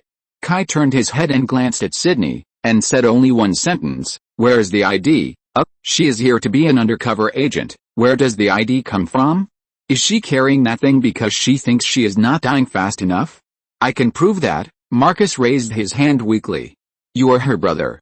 According to the principle of avoidance, your words do not count. Kai was too lazy to say anything more. He was very busy. He just handcuffed her and did not do anything to her. Why is there so much trouble? After opening the fourth box, Kai finally got what he wanted. A document and a USB flash drive. At this time, Mike and Matthew also finished the aftermath and rushed over.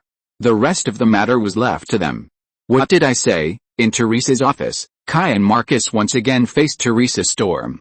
No speeding. No car accidents. No explosions.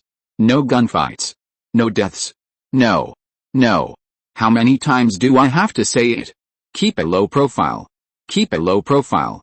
Look at what you have done. Just now, the Department of Homeland Security and the Counterterrorism Force called me and asked if there was a terrorist attack.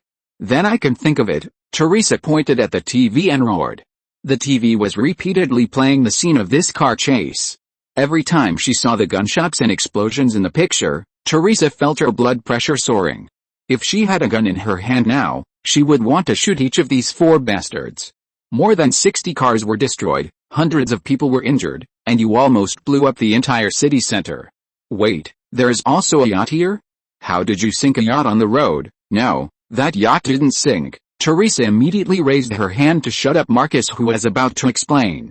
I don't want to know the details, not at all. I only know that just now, the police department received a bill of millions. The only good news is that thank God no police officers on our side died. But the bad news is that there will be a bunch of senior police officers who will follow me all the time, and I have to do whatever they say. Congratulations, you made me lose my case again. After saying that, Teresa forced herself to calm down, and then tried her best to be a little more friendly. Okay, I know that there are always 2 sides to things. Although you have messed up the city like terrorists, you must have brought back something meaningful, right? Teresa stared at Kai intently. After all, he was the commander and the leader. Judging from Teresa's appearance, if they couldn't hand over something valuable, she would pounce on them and bite them to death. Then did you bring back the money? The 4 people shook their heads. What about the drugs? Teresa asked tentatively. Still shook her head. Teresa seemed to hear the sound of her blood vessels bursting. So what did you bring back? Kai then took out the things he found in the suitcase. What is this? Teresa took the thing. Something that can make you hold your head high again. If you throw this thing on the director's face, he will be polite to you and greet you with a smile. This is what Kai said. So powerful? Is it true? Teresa immediately became excited, not because she could throw the thing in the director's face, although she wanted to do so, but she didn't have the courage. But if Kai didn't brag, then this thing would undoubtedly cause a sensation.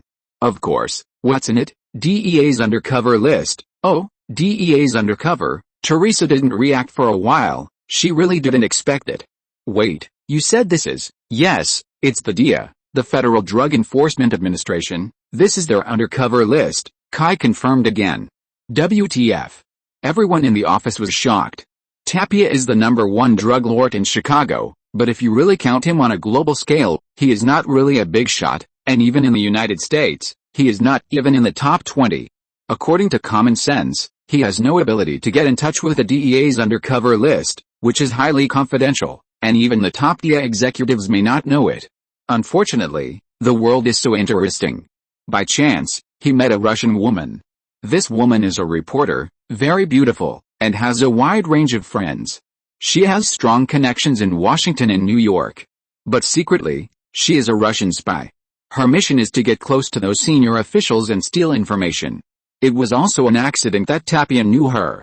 Although Tapia is an American, he is actually Cuban, and he also has very strong connections in Cuba. As we all know, for some reasons, the relationship between Cuba and Russia is not very close on the surface. After all, Cuba is under the nose of the United States.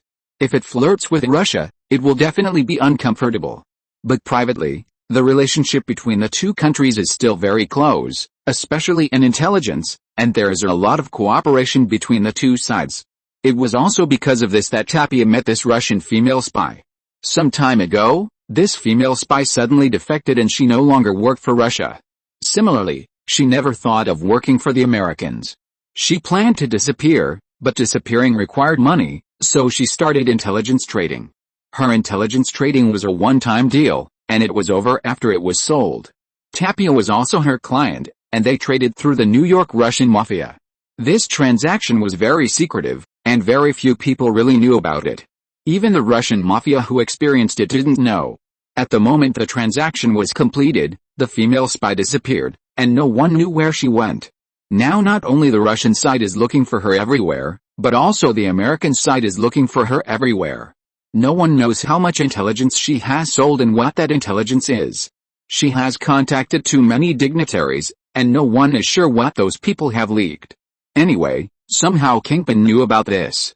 Kingpin would not miss such a good thing. Moreover, Tapia was his enemy, so Kingpin would naturally intercept it. So there was the Haitian action. Of course, this matter has nothing to do with the Chicago police for the time being. What is really important is that this is the DEA's undercover list.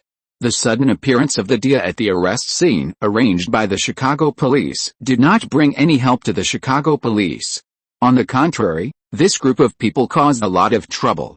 For example, in this casualty, the Chicago police did not suffer two serious casualties because they were timid.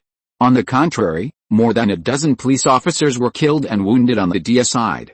Although gloating over others' misfortune is a very impolite behavior, considering that the DEA not only did not inform any Chicago police about this operation, but also refused to disclose the operation intelligence after being discovered, and publicly stated that they did not trust the Chicago police. In this case, the Chicago police did not set off firecrackers but only gloated over others' misfortune, which is very polite. But even so, the DEA did not forget to pass the buck. They first questioned the Chicago police's actions and ruined the plan. This made the top police officers very angry. Damn it, we caught thieves in our own city, and we caught the wrong one? You didn't communicate in advance, and now you are hitting them. This is not over yet. In order to ensure that the characters can continue, these guys actually let the Chicago police take the blame again, and let them admit that the DEA agents who died were Chicago police. This is too much? More than a dozen police officers died at once. This part is too black. Public opinion will definitely criticize it, and it will also damage the image of the Chicago police. Although the Chicago police are often scolded, this scolding is too unfair. But the DEA is a federal law enforcement agency after all, and it is much stronger than the Chicago police. After a series of wrangling, the top leaders can only cooperate with their noses. But now, the DEA has a traitor who sold out their old bottoms. It is the cycle of heaven. Teresa can imagine how the top bosses will laugh after getting this thing. It's so satisfying. You still don't believe the Chicago police, saying we have a mole. Now, you moles have all sold out your secrets, let's see what the DEA will say then. Chapter 367 Dominance. The DEA say? Of course, the attitude has changed drastically. The three major police departments in the United States, NYPD, New York Police Department, LAPD, Los Angeles Police Department, and CPD, Chicago Police Department, have a very special status in the American judicial system. Generally speaking, American police are divided into four categories. One is the federal police, which includes the FBI and DEA. The second category is the state police, which goes without saying. The third category is the county sheriff, which is the role Kai played before. The fourth category is the city police, which is the police in the usual sense. They are the most important part of the American police system. They undertake most of the responsibilities of American public security. Their work scope includes traffic, public security, patrols, detection, law enforcement, maintaining urban social order, providing services to the society, and so on. The law enforcement agencies of American city police are all under the jurisdiction of the city administrative agencies. They are the largest and most important parts of the American law enforcement agencies. Among them, the three major police departments are the best among them, and their influence is very large. Who told them to be in charge of the three largest cities in the United States? Unfortunately, in the eyes of the federal police, most of these three police departments are just messing around, otherwise the public security in the three major cities would not be so bad. In short, these federal police do not think highly of the three major police departments, especially Chicago. The corruption of Chicago police is well known in the United States. Their work style problems have become a landscape since the Prohibition era. This phenomenon has even developed to the point where the city council directly authorized the mayor to directly manage the police department. In modern times, Chicago police are still the hardest hit by corruption. According to a recent survey by the University of Illinois, Chicago police were investigated for corruption cases as many as 87 cases throughout the year. The highest in the United States. According to statistics, since the U.S. Department of Justice began compiling the statistics in 1976, there have been a total of 1,642 corruption cases in this area. It is also the highest in the United States. Of course, These statistics are all cases that have been investigated, and those cases that have not been discovered, according to the estimates of the University of Illinois at Chicago. Multiplying the discovered cases by 10 may not necessarily summarize the current situation of corruption in Chicago. In short, Chicago police do not have a good reputation in the law enforcement system. It can even be said to be the worst. So at the beginning, the DEA's attitude towards Chicago police was to ignore and guard against them. Their actions against Tapia were not only notified in advance. Even after the disaster, their first reaction was to blame Chicago and in turn blame the Chicago police for ruining their operations. This made the top brass of the Chicago Police Department both angry and helpless. They could turn against the DEA, but the key is that the Chicago Police Department themselves are not confident about Tapia's repeated acquittals. Tapia has escaped legal punishment so many times. And even the people in the Chicago Police Department don't believe that there are no people of his in the Chicago Police Department. The DEA said plausibly that it was because the Chicago police couldn't deal with Tapia that they came to help. Now that something has happened, shouldn't Chicago be responsible? The words are very rude, but how can I put it? On the one hand, Chicago is indeed not clean, and it is hard to say anything. On the other hand, although the DEA is much younger than the FBI, it is much more radical than the FBI in handling cases. Their approach is very wild. If you want to fight those drug lords and drug dealers, you can't gain an advantage without doing this. In addition, there are some private transactions that are hard to talk about. Although the Chicago Police Department is very unhappy, it can only hold its nose and bear it. But now, you bastards have finally met this day. Deputy Commissioner Cooper's words basically represent the inner thoughts of all the senior officials of the Chicago Police Department. It's just that Deputy Commissioner Cooper is more straightforward and expresses it directly. DEA Deputy Director Carl Mattis's face was as black as the bottom of a pot. Looking at Deputy Commissioner Cooper, who is clapping his hands on the table and laughing, and a group of senior officials of the Chicago Police Department who were trying not to laugh, his mentality changed unconsciously. It's so embarrassing. There was a traitor in the DEA, but they were unaware of it, and they were actually found out by the Chicago police. How embarrassing for the DEA. Especially just a few hours ago, they were still so arrogant and despised the Chicago police. The slap in the face came too quickly. Although the other senior officials of the Chicago police were not as obvious as Cooper, the smiles on their mouths and the gloating in their eyes that they didn't bother to hide clearly showed that the DEA must bleed heavily this time, otherwise it would not be able to get through this hurdle at all. Even Chicago doesn't need to do anything. It only needs to accidentally reveal a little about the list in front of the media. The news will be on the headlines of major TV stations that day, and then the DEA will be in trouble. The replacement of senior management is inevitable. As for how many people will be implicated, only God knows. After all, such confidential information can be leaked, and it can only be leaked by senior management. The government will never tolerate such a leadership to continue to lead the DEA. That's too terrible. This is not a big disaster. The real problem is that once this list is leaked, the personal safety of those undercover agents will be gone.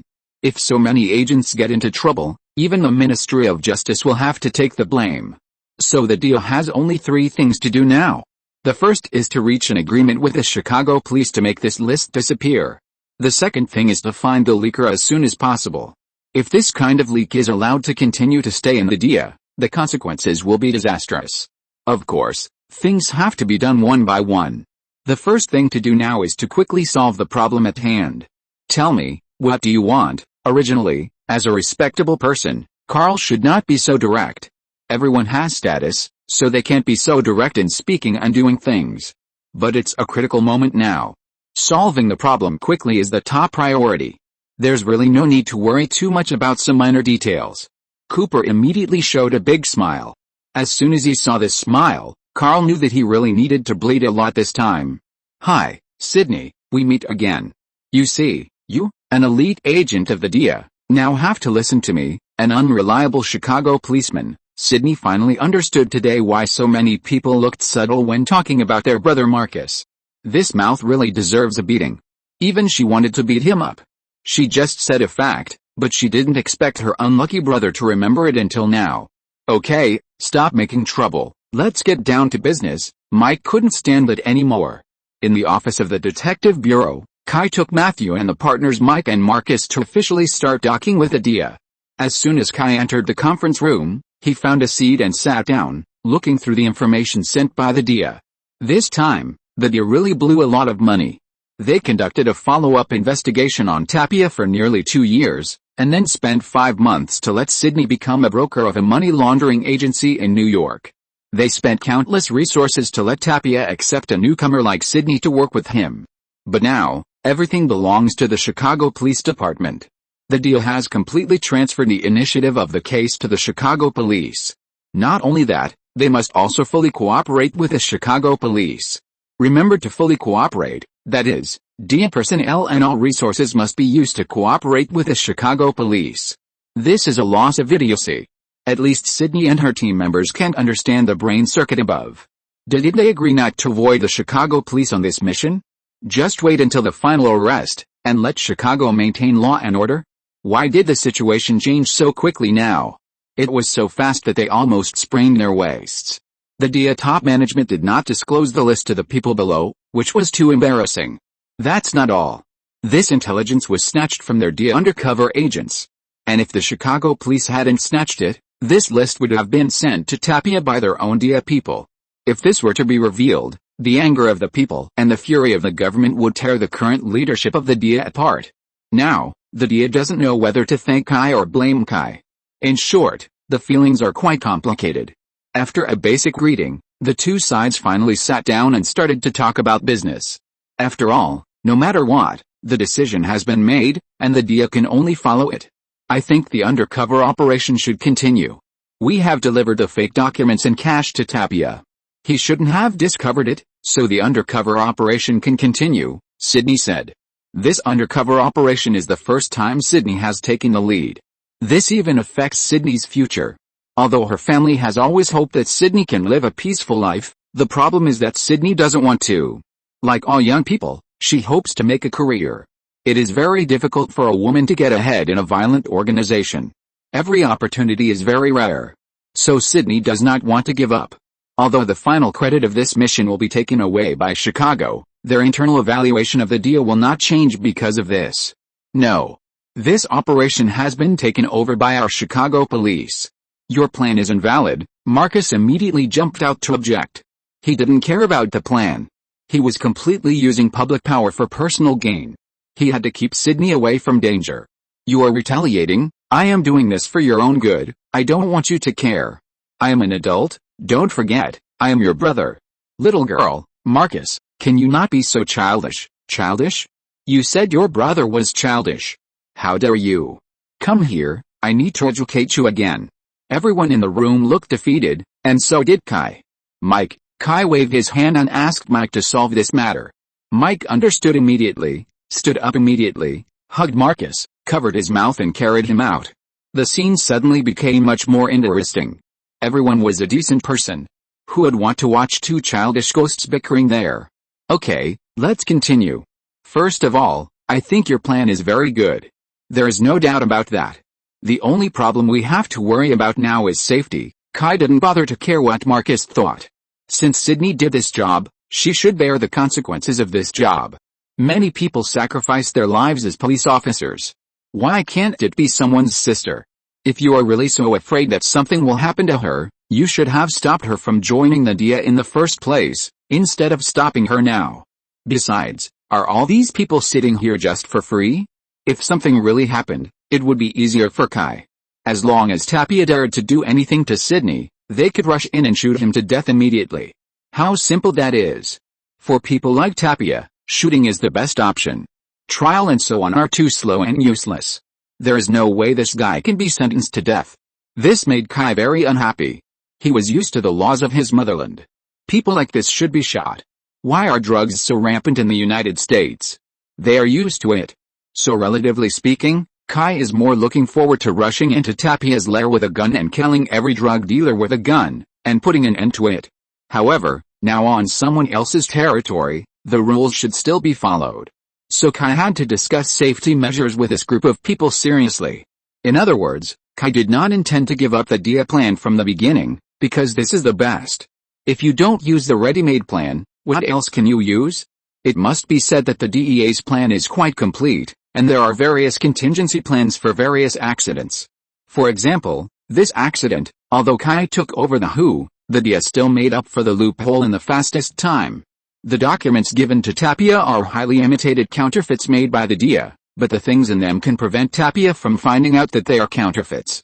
This is the difference between federal agencies like the DIA and the Chicago Police Department. They have a lot of resources available. Just when the Chicago Police and the DIA were discussing how to deal with Tapia, Tapia seemed to have noticed something. Tell me, why would someone rob me of my money? This is Chicago. It's my territory. Tapia thrust a sandalwood paper cutter into his brother's thigh.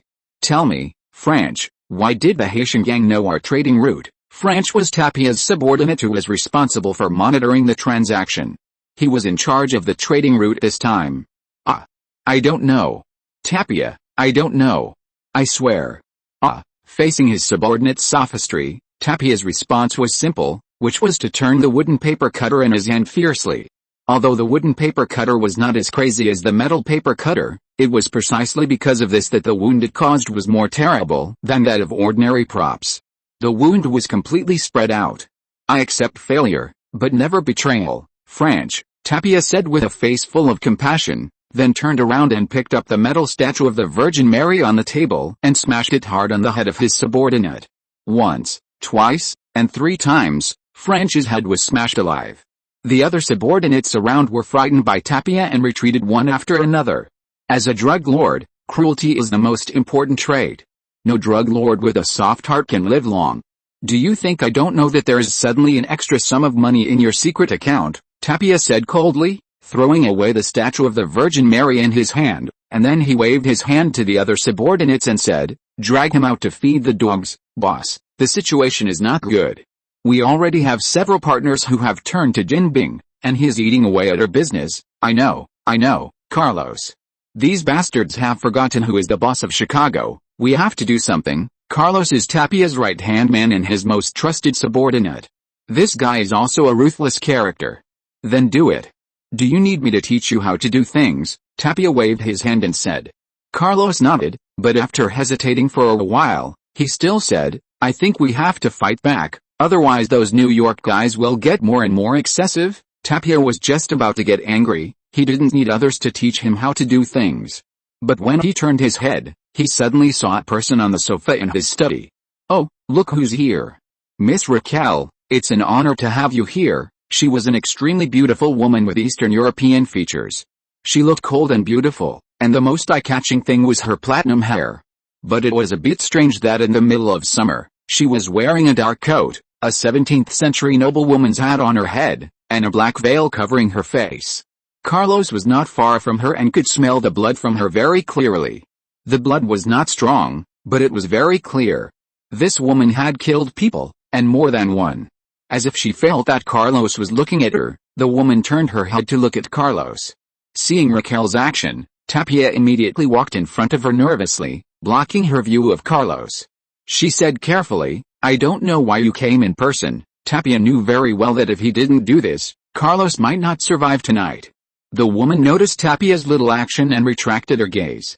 After Deacon Faith learned about your situation, he thought I needed to come here in person. Then I am so honored that Mr. Faith would pay attention to a small person like me. A small person?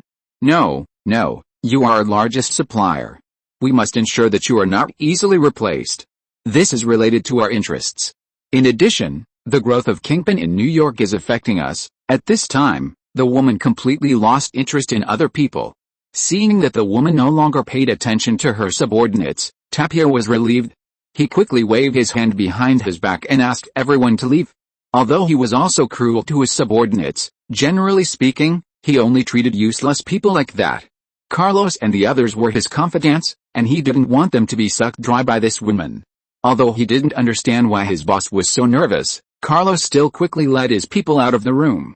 However, when closing the door, he seemed to hear a few words such as Blood Clan, Cooperation and Kingpin. Chapter 368 Vampire. According to the original plan of the DIA, Sydney would help Tapia launder money. After reaching a certain number of times, there was no need to worry that Tapia would not contact Sydney. Because according to the intelligence of the DIA, Tapia is now facing a problem that must be solved by professionals. That is, he has too much money.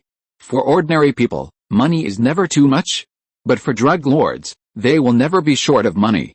The real problem is how to deal with the money. Because of the improvement of financial regulation, it is difficult for drug lords to conduct transactions through the banking system. It is too easy to leave clues, and it is obvious that they will expose themselves under the eyes of the state machine. Therefore, in the world of drug lords, cash transactions are always the mainstream. But after the money is in hand, there is still a huge problem. That is how to deal with the money. Deposit it in the bank? Just said, no.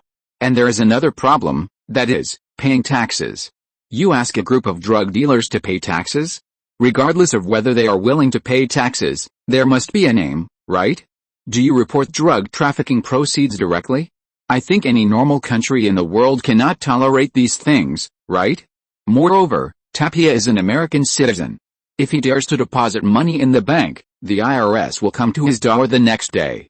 How did the famous Chicago godfather Al Capone fall? He was thrown into prison because he didn't pay taxes and was caught.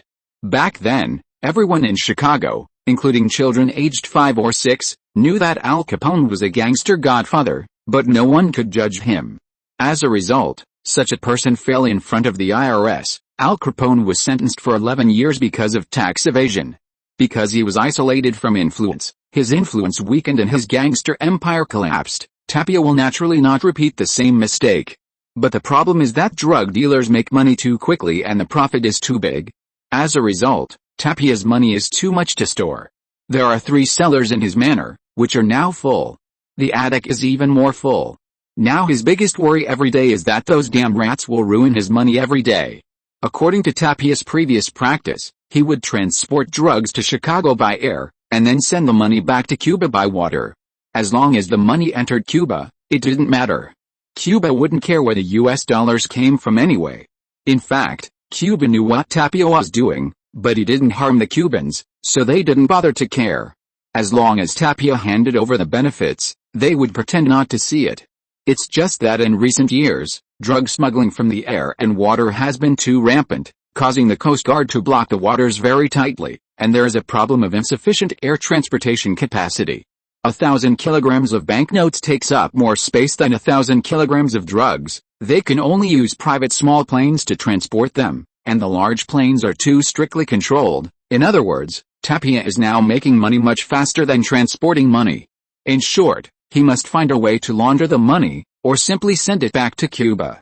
This is why the DEA asked Sydney to pretend to be a money launderer. As long as Sydney gets Tapia's trust and lets her run the operation, they can find out where the large amount of drug money is. And then they can catch the person red-handed and throw Tapia into jail. Although the Haitian robbery was very dangerous and almost ruined the DEA's plan, looking back now, we have to say that the Haitians did a good job. Sydney saved Tapia's money and intelligence under the pursuit of a group of Haitian gangsters. This is undoubtedly a big plus, allowing Sydney to get closer to Tapia faster. The DEA and the Chicago police both estimated this. But a strange thing happened. Tapia was unusually quiet. He didn't make any move. He even stayed in his lair without moving, as if he was afraid of the Haitian gang. Tapia was quiet, but the Chicago police started to get busy. Because Chicago has become a battlefield. Just 2 days after the robbery, the Haitian gang's base was bloodbathed. A total of more than 70 Haitians were massacred. The scene was extremely bloody. After that, people kept getting killed in the Chicago underworld. There were Russians, Italians, Eastern European gangs, Latin American gangs, local black gangs, and white gangs. In short, people kept getting killed. The Chicago police were confused. These people had no common characteristics. The only thing they had in common was that they were gang members. Especially the way they died. Everyone had lost too much blood, but there was not much blood at the scene. At first, the Chicago police thought that the gang war had started again. But according to the information from the informant, the gangs were calm recently. No gang had made any big moves. Before the Chicago police could figure out what was going on, the gang war broke out again. There was no way. Most of the people who died had some status. Although the gangs and their younger brothers didn't know who the murderer was, people in their line of work didn't need evidence.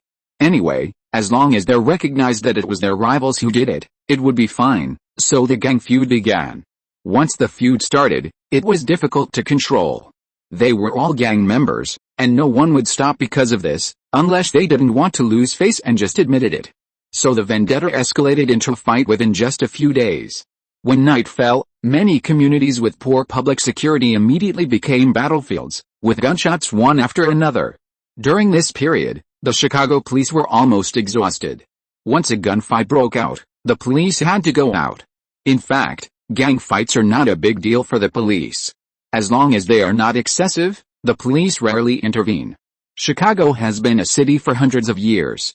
Many things have formed rules. For example, if two gangs fight, it is okay, but don't do it in public and don't leave corpses and bloodstains, then the world will be peaceful. Anyway, for the public and the police, the death of gang members is not worth feeling sorry for. But the problem is that this time it is not a fight between two gangs, but a dozen or even more gangs, which is too much. The last time the GD gang collapsed, it led to a fight among the princes. Why was it so big? It was because it was too much. In order to quell the chaos, the Chicago police spent a lot of effort to balance the originally chaotic situation again. As a result, less than 2 years later, the balance that Chicago had just formed was broken again. This made the Chicago police angry and began to reflect on whether there was something wrong with the previous balance policy. They must give an explanation to the public and the government, otherwise the big guys in the police station will be in trouble. Kai took Matthew to a scene, which was the residence of Vincent Carter, the boss of the Carter gang in the north of the city. This gangster with the same name as the famous basketball player died yesterday, and his family was also killed. Although foreign gangs are not as disciplined as East Asian gangs and do not harm their wives and children, they rarely kill whole families because of gang conflicts. First, there is no need. They don't care about the father's death and the son's succession. Second, who doesn't have a family? Today you kill someone else's family, tomorrow it's your turn, what will you do? Kai and Matthew walked around the scene and found that although there were signs of forced entry, there was no useful information left, no fingerprints, no footprints, and even the monitoring equipment was cleared. The murderer was very professional and clean. After killing, he retreated immediately without any dragging. There was no property lost in the victim's home, and there was no sign of the house being turned over. It seems that the murderer's goal is very clear, that is, simply to kill people. The only thing that makes Kai feel strange is the way the victims died. These people died of excessive blood loss, but there are no obvious external injuries on the surface of the body. Although there are bloodstains at the scene, they are very few. How is it? Did you see anything? Sometimes Kai has to admit that people are different. Kai considers himself a qualified policeman. If he is a little thick-skinned, it would not be too bad to say that he is excellent. But in terms of handling cases, he still thinks he is not as good as Matthew. He has extremely sharp and powerful observation, judgment and logical reasoning ability. Many difficult and complicated cases can be easily resolved once he has handled them. It's not the same murderer, Matthew said affirmatively. This is the third scene they have visited. The victims died in similar ways at the 3 scenes. But in Matthew's opinion, despite this, the methods and habits of committing crimes are very different. This is definitely not the hand of the same person. For example, the first scene they visited, although there was also excessive blood loss, there was very little blood left at the scene. But the deceased was killed when he was alone, and there was no sign of violent intrusion at the scene. The second place, the way of death was the same, but the deceased was obviously tortured before death. But there was no innocent person implicated, only the target was killed. And this place, although the way of death was the same, it was a violent intrusion, and then the whole family was killed. 3 scenes, the same way of death, but 3 different ways of committing the crime. This is definitely not done by one person. This is very interesting. Kai touched his chin and suddenly felt a very strong sense of familiarity. After Kai saw the way the victims died for the first time, Kai felt that the way these dead people died gave him a sense of familiarity. But he couldn't be sure. After all, there were still some things missing. And Kai was not sure whether those things still existed. Now after Matthew said this, and after he personally inspected the scene, Kai became more and more certain that it was those things. A series of murders. Different murderers, but the dead were all drained of blood, plus the familiar smell left at the scene. Kai can basically be sure that those things are not gone. I didn't expect that this gang still exists, Kai muttered to himself. What? Matthew asked curiously. Kai smiled, shook his head, and said, nothing, I just heard about similar things before, Huh? Matthew was immediately interested. Did they catch the murderer? I don't know, I was still a soldier at the time, and I didn't care much about this. Kai shrugged. Matthew was skeptical, but he couldn't see anything from Kai's expression, so he put the matter aside. He felt that Kai had something to say, but he didn't dare to ask. Who doesn't have some secrets? Besides, these murders in front of him obviously couldn't have anything to do with Kai, so he didn't ask any more questions. But at the moment when Matthew turned around, Kai's body suddenly shook rapidly, so fast that ordinary people would definitely think they were dazzled. At the same time, in a dark alley not far from the scene, a tall and handsome man who pretended to be decent walked out of the shadows. I didn't expect that these blood-sucking species have not been exterminated yet. Were those European countries just sitting there doing nothing? That's right. This is Kai's clone technique. The person now is Kai's real body. The one who stayed behind is his clone. Now Kai's clone technique is too low to make the clone have qualified strength, so Kai usually leaves the clone behind and then goes out with a real body. Come out, find the location of those blood-sucking species. Let's go hunting. As Kai spoke, countless blood-red eyes opened in the shadows behind him, accompanied by waves of impatient roars. Then Kai disappeared, and the alley returned to peace. Inside an abandoned factory near Lake Michigan in the south of the city, a group of people in black gathered together. Each of these people was pale and wore sunglasses in the middle of the night, looking like a group of Taoist friends who were taking drugs and going crazy. Why should we help a human? I hate this, an Asian guy said, very unhappy. He is the only Asian here. In the American social ecology, the status of Asians has always been not very high. It can even be said that in terms of political status, they are at the bottom.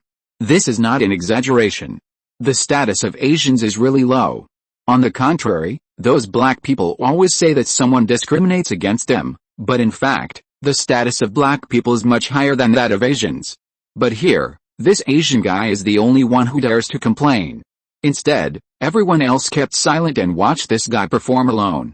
Because Deacon Faith needs it, a female voice suddenly came from the darkness. The people in black immediately turned their heads to look. Raquel, who appeared in Tapia's house before, walked out of the darkness. This time she was not wearing that lady's dress, but a tight leather jacket that made people's blood swell. Behind her, there were three people. Two tall and strong men were leading a man with a huge old-fashioned diving metal helmet with an iron chain. The man was skinny and had sharp nails. When he walked like a lizard, with his feet turned outward. It looked ridiculous. Tapia is an important supplier to us. We can't lose him. Raquel walked up to the Asian guy and looked down at the muscular subordinate in front of him. The momentum on his body made the Asian guy take a step back inexplicably. I know you don't like working with food, but he is helpful to Deacon Faith's career, so we have to tolerate his existence. Are you satisfied with this reason, Jen? It seems that the Asian guy's surname is Jen.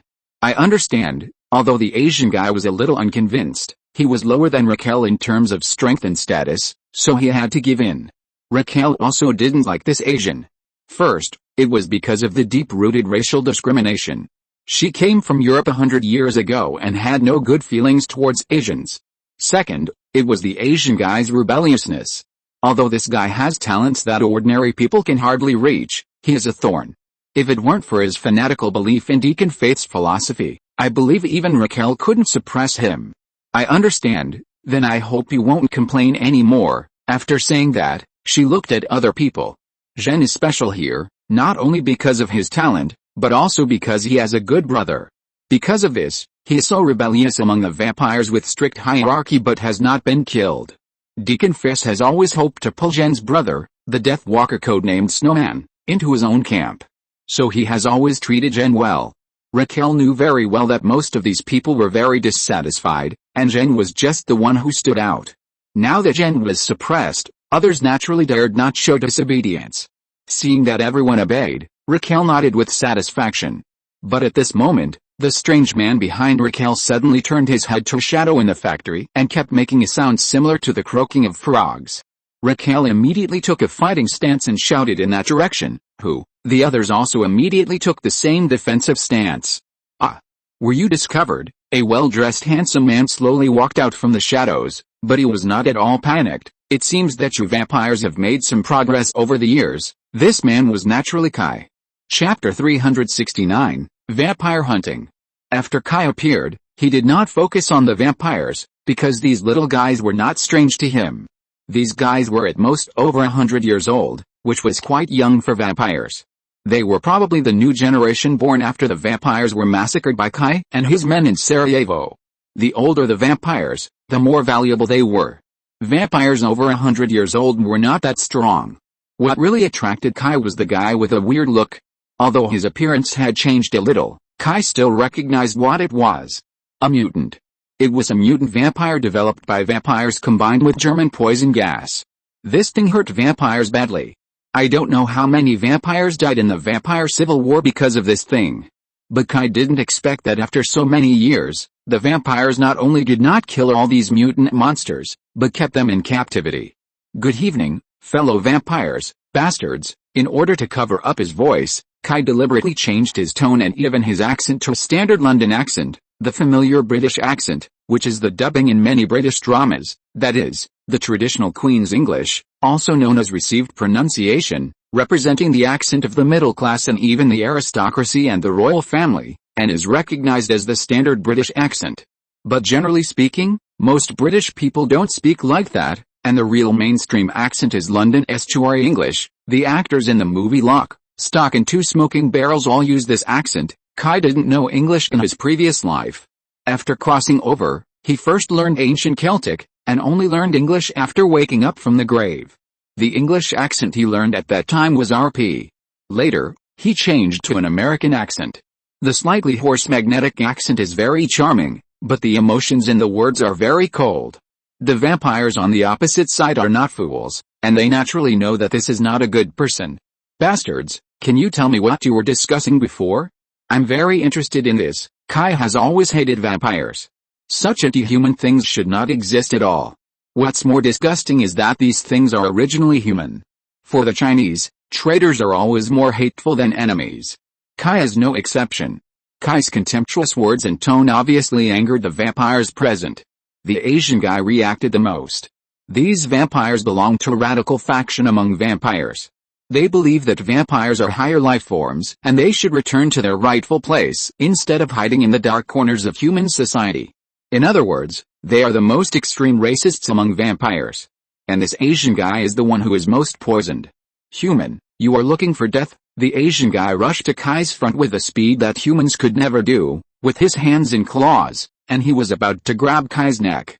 His eyes flashed with bloodthirsty pleasure and endless malice, but just when his claws were about to touch the skin on Kai's neck, his body was suddenly nailed to the spot. The Asian guy opened his eyes wide, and looked down at his heart in disbelief. A black non-reflective dagger had been inserted into it at some point. His heart was pierced, and the Asian guy's strength immediately disappeared. He was powerless and could no longer make any movements. The heart is one of the vampire's weaknesses. It has been said before that although vampires look powerful, they actually have a lot of shortcomings. As long as you deal with their weaknesses, these things are really not difficult to deal with. Kai was not interested in talking to such a small fry. He twisted the dagger in his hand and completely crushed his heart. Then the Asian guy fell to the ground powerlessly, like a catfish that had been exposed to the sun for an hour. He could only open his mouth in despair and keep opening and closing, but he could not move. What about you? Are you willing to tell me? Kai was very curious. Why would a group of vampires get involved with a drug lord like Tapia? Although vampires are not good things, these guys are very arrogant. They always look down on humans. Even when reproducing offspring, they will try their best to select according to their own standards.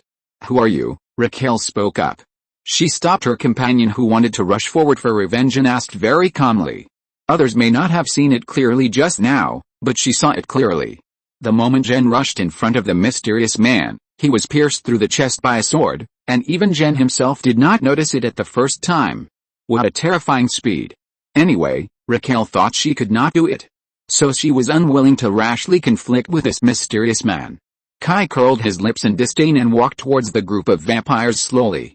The dagger in his hand turned gently in his hand, like a toy, light and non-threatening. But Raquel instinctively felt the dangerous breath coming from the sword. It was not that there was any power on the sword that could restrain vampires, but a simple breath of harvesting life. That sword had killed many people. Feeling Kai's deep malice, Raquel took a deep breath and her face turned cold.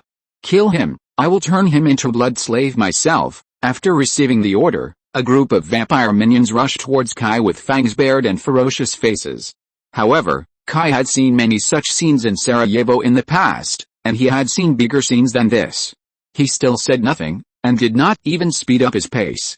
The lightless dagger in his hand rotated at a constant speed in his hand, and the speed of rotation increased a little bit as the two sides approached. The sound of the dagger cutting the air made all the vampires present feel a chilling killing intent. Seeing a vampire killing in front of him, Kai showed a hint of excitement at the corner of his mouth. Everyone has his own dark side, and Kai is no exception. Especially after he got the golden finger, his desire for killing continued to increase, but his self-control was very strong and he kept suppressing that impulse. But this thing cannot be suppressed forever. You must know that the more you suppress it, the more terrifying it will be when it explodes. There must be a way to vent, so Kai joined the US Army, because only in this way can he kill with a legitimate reason, and killing those drug lords and warlords is not a psychological burden for Kai. Bang! The concrete floor under Kai's feet cracked, and his figure shot out, rushing into the group of vampires like a whirlwind. Vampires have high dynamic vision and agility, but even so, they still can't see Kai's movements clearly. The first few vampires were the worst. They didn't even have time to react before they saw the world in their eyes turned upside down. Soon they reacted and realized that they were beheaded. Then a series of sharp blades slashed through the flesh, like the wind blowing down the woods, the endless leaves rustling, and the gaps in the sound were almost inaudible. In less than 5 seconds, except for the vampires who were farther away, those vampires who were closer to Kai were horrified to find that they were dead. Nearly 20 vampires were beheaded without exception. Bang, bang, bang. The sound of a series of corpses falling down put the final period to this song of death. Then a gust of wind blew, and all the beheaded vampires turned into ashes and drifted in the air. This is the advantage of vampires, they are environmentally friendly. After death, no traces will be left, no corpses, no blood stains. Ashes to ashes, dust to dust. When Kai stood in front of the remaining vampires again, those vampires were like seeing a ghost. Vampires have been rooted in human society for longer than expected, and they naturally know that some people among humans have supernatural powers. Even in the ancient Middle Ages, they have been fighting with these people. It is also because of these people that they, the vampires, have not been able to rule over humans and can only hide. But in modern society, such people have decreased rapidly, and in the New World, vampires have a long lifespan, so many terms are out of touch with modern society. For the American continent, they habitually call it the New World. Such people are even rarer. At least in Raquel's nearly 200 years, she has only encountered it 3 times, and in modern times, she has not encountered it once. Now, tell me everything I want to know, otherwise, you will die, Kai said coldly. Although Raquel was terrified, she did not want to betray her master. She opened her mouth and let out a shrill scream. Sound waves spread from her mouth, and the windows of the abandoned factory all exploded under the powerful sound waves. This is Raquel's awakened ability, the Banshee's Cry. Although this ability cannot blow away human souls as the legend says, it can make people fall into coma or even break their eardrums. This is Raquel's last trump card. After making this move, Raquel turned around and ran away very cleverly. She was not sure whether this move would work, but running away would never be wrong. And the facts also proved that her approach was correct. Sound waves are simply a joke in front of Kai. Don't forget the ability he got before. Vibration. Unfortunately, sound is also a kind of vibration. Snap. Kai snapped his fingers, and then a strange thing happened. The sound waves disappeared without a trace as soon as they approached Kai. Smart little guy, Kai smiled as he watched Raquel run away, and then said to the person behind him, I'll leave the rest of these guys to you. Then Kai's figure suddenly jumped out, turning into a shadow and chasing after the fleeing Raquel. Those vampires who had not yet reacted were relieved to see Kai running after Raquel, thinking they had escaped a disaster, but just as they were about to flee in all directions, excited low roars came from the dark factory.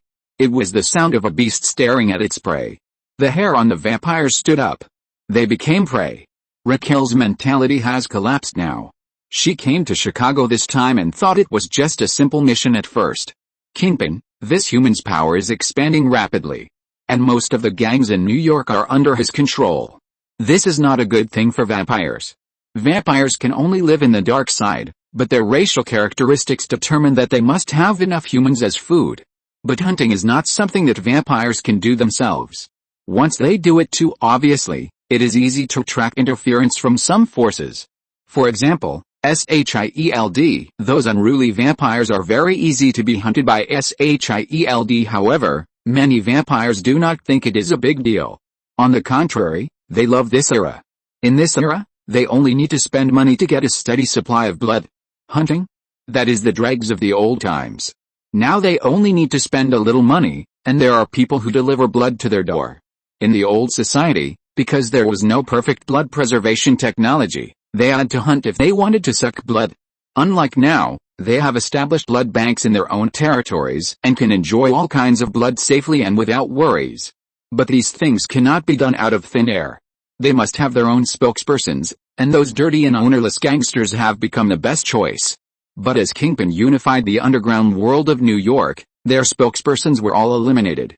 Although the vampires also thought about living in peace with Kingpin, they were not interested in Kingpin's territory.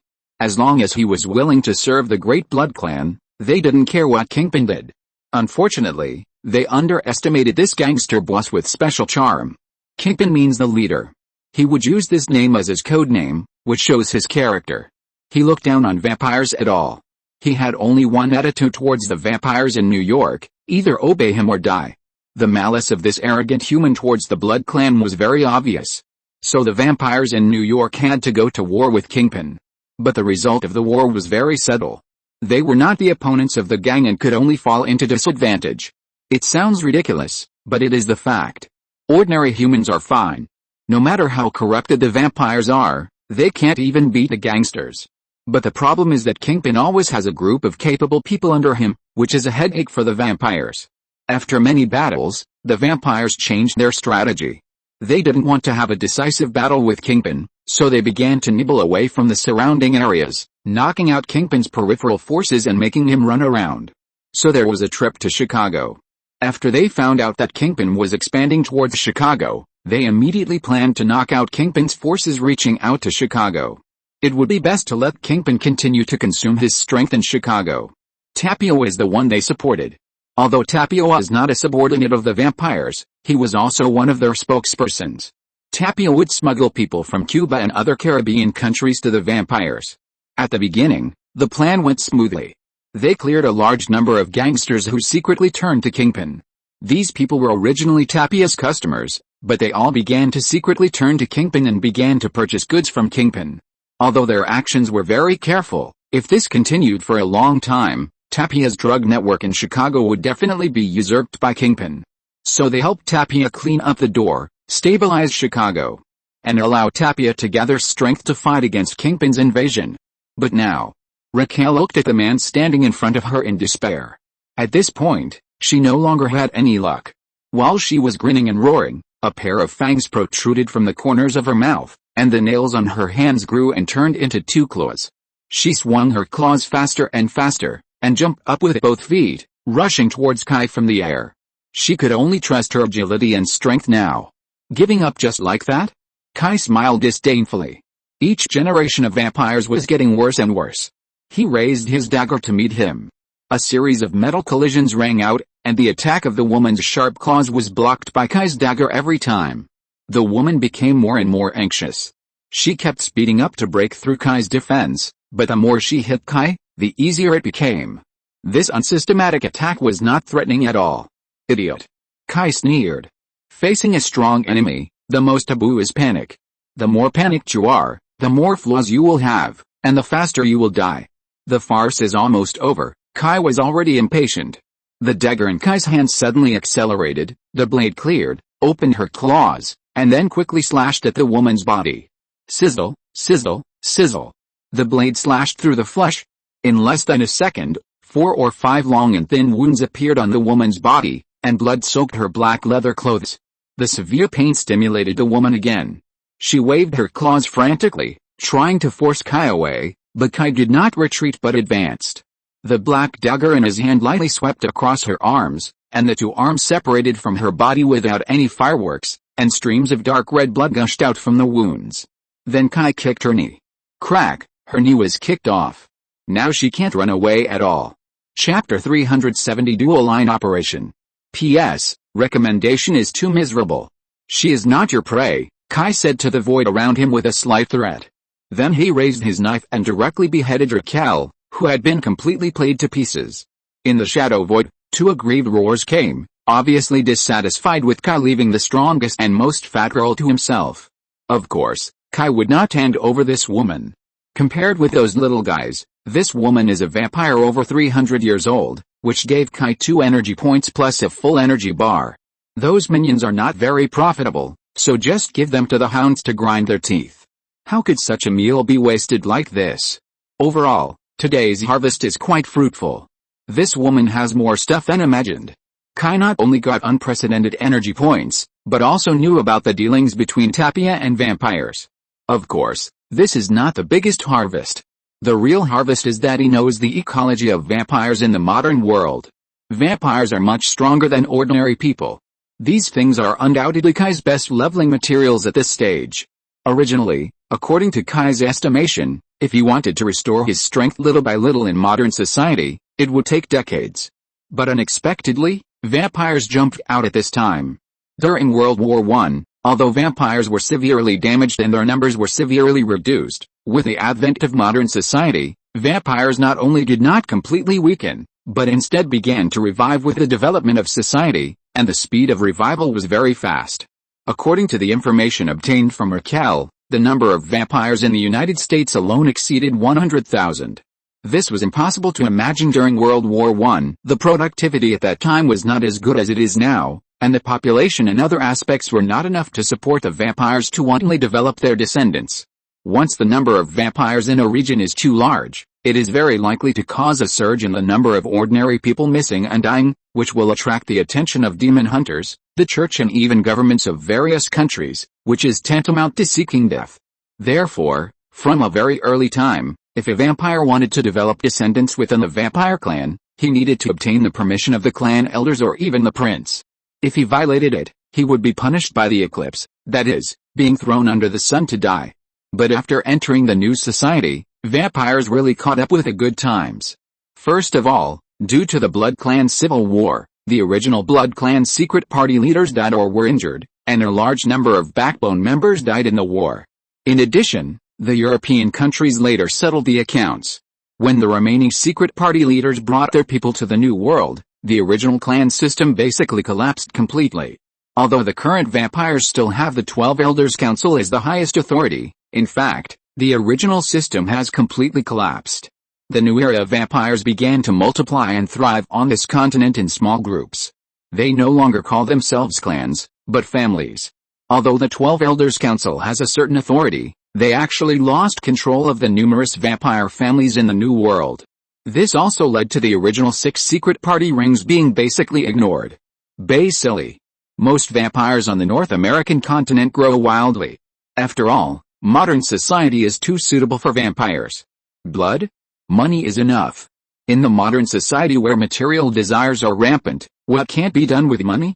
Even if there is, it only means that the money is not enough. $1,000 to buy 300 cc of your blood, would you sell it?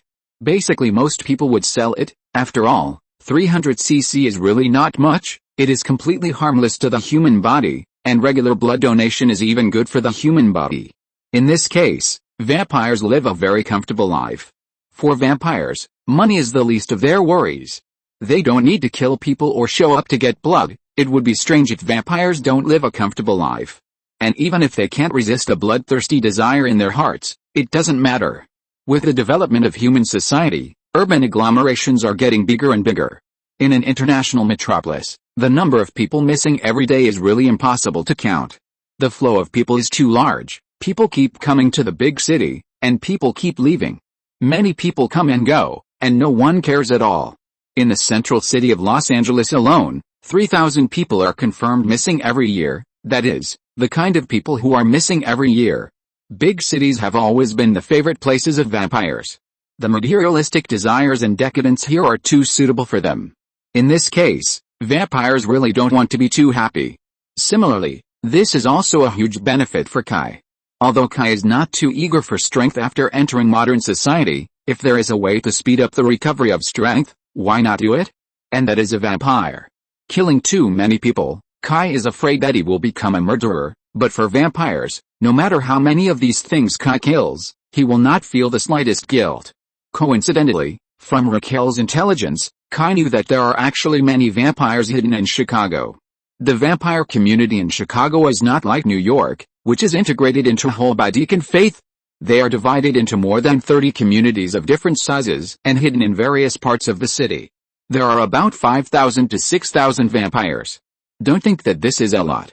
For a permanent population of more than 2.7 million, plus the floating population, it is not difficult to exceed 3 million. In such a super city, 5,000 to 6,000 vampires can't even make a splash. What's more, most of them don't need to hunt humans. Various blood banks and blood donation agencies controlled by vampires can perfectly solve their ration problems. As for why so many vampires are hiding in the city without being discovered, this question is very complicated. First of all, vampires do not need to hunt to obtain blood, so there are fewer people who die or go missing because of vampires. Secondly, it is the vampire network. As a fallen race, all kinds of bribes and network management are as easy as breathing for them. Even if there is any emergency, the vampire's spokesperson in human society will quickly deal with it. Because of this, it is not easy to deal with vampires openly. If Kai deals with vampires as a policeman, let alone how to explain to others why vampires exist and how he was discovered, just the network of relationships managed by vampires is enough to cause trouble. But what if it is Hannibal's identity? That's fine. Anyway, they can't see the light. They fight to the death in the dark and can't affect the society in the sun. Then the hunt begins. Just as Kai started hunting vampires as Hannibal, on the other side, the Chicago Police Department finally got anxious. Hey, Kai, did you hear me? Why are you so absent-minded these past 2 days? Kai seemed to wake up suddenly, and said in a trance, "What's the matter?" Deputy Director Cooper was a little helpless. "Are you okay?" Kai shook his head. "Nothing, just thinking about something." Dual-line operation is a challenge for Kai. At least now Kai can't adapt perfectly. This thing needs some time. It's okay at ordinary times, but when the main body is involved in a battle, the clone can't react. This thing needs more practice to get used to it. What did you just say? Look, he didn't hear a word of what Deputy Director Cooper said just now. Cooper helplessly repeated what he said. Do you mean to let me take HBT to hunt gang members? Kai stared at Director Cooper in front of him with wide eyes. No, not hunting, but preventing gang fights. Remember, this is very important. I don't want to receive a lot of complaints that we often abuse force. Cooper curled his lips and corrected Kai's statement. Although that's what he said, in fact, that's what Cooper meant by the final plan for Kai. All the gangs that have been fighting during this period, no matter which gang they are, will be eliminated. And it's the highest authorization, the kind that can shoot and kill. To put it bluntly, the police department finally couldn't stand the chaos in Chicago now, and planned to use force to deter those gangsters. For this reason, the Chicago Police Department also very boldly handed over the HBT, Chicago Police Special Forces, to Kai to command. Kai led the HBT in Chicago in 2008. At that time, a gangster's nest was raided. Kai led several of his brothers and killed from the first floor of the public housing all the way up. In the end, dozens of people were killed, and none of the HBT who followed him were injured or killed. It was precisely because of this resume that the Chicago Police Department was very confident in letting Kai command the HBT. And the HBT side had no objection to this. People with ability will be respected wherever they go. Kai didn't listen to Cooper's nonsense. Although this guy always has a hot temper and is ruthless, in fact, he has reached his current position and is already a politician. The position of the police chief of a big city like Chicago is not something that a hot-tempered policeman who only knows how to handle cases can achieve. If you really want to climb to Cooper's current position, you can't do it without any political ability. So don't be fooled by his righteous words. In fact, he's issuing a license to kill to Kai and HBT. Aren't you afraid that public opinion will criticize you to death for doing this? This piece of shit in the United States always talks about human rights, but it is disgustingly weak when it comes to criminals. Kai saw a news report that when a serial killer was on trial, the victims' families came on stage one by one, hoping that the jury would give a heavy sentence. As a result, A victim's family member walked up and told the murderer that he forgave the murderer. At that time, everyone in the court was moved to tears. Then this incident was publicized everywhere and became the propaganda material of the anti-death penalty organization. They also claimed that the death penalty is inhumane and should be influenced by love, and so on. Kai's first reaction to seeing this news was, what about the victims? What about the families who are unwilling to forgive the murderer? They can't even get their reasonable demands met? They were even accused by the public of being unforgiving. What the hell? In this kind of public opinion environment, if the police do anything out of line, they will be criticized immediately. The Americans pay special attention to this. Not to mention that Chicago has authorized Kai to shoot any gang members who are fighting each other. This is simply murder.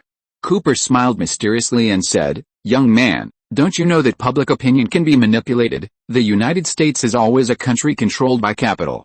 If capital needs it, it is too easy to turn black into white. Those media are called the uncrowned king, but so what? Isn't the media controlled by capital? Killing does touch the nerves of some people, but what if they don't know? What is the biggest thing in Chicago recently?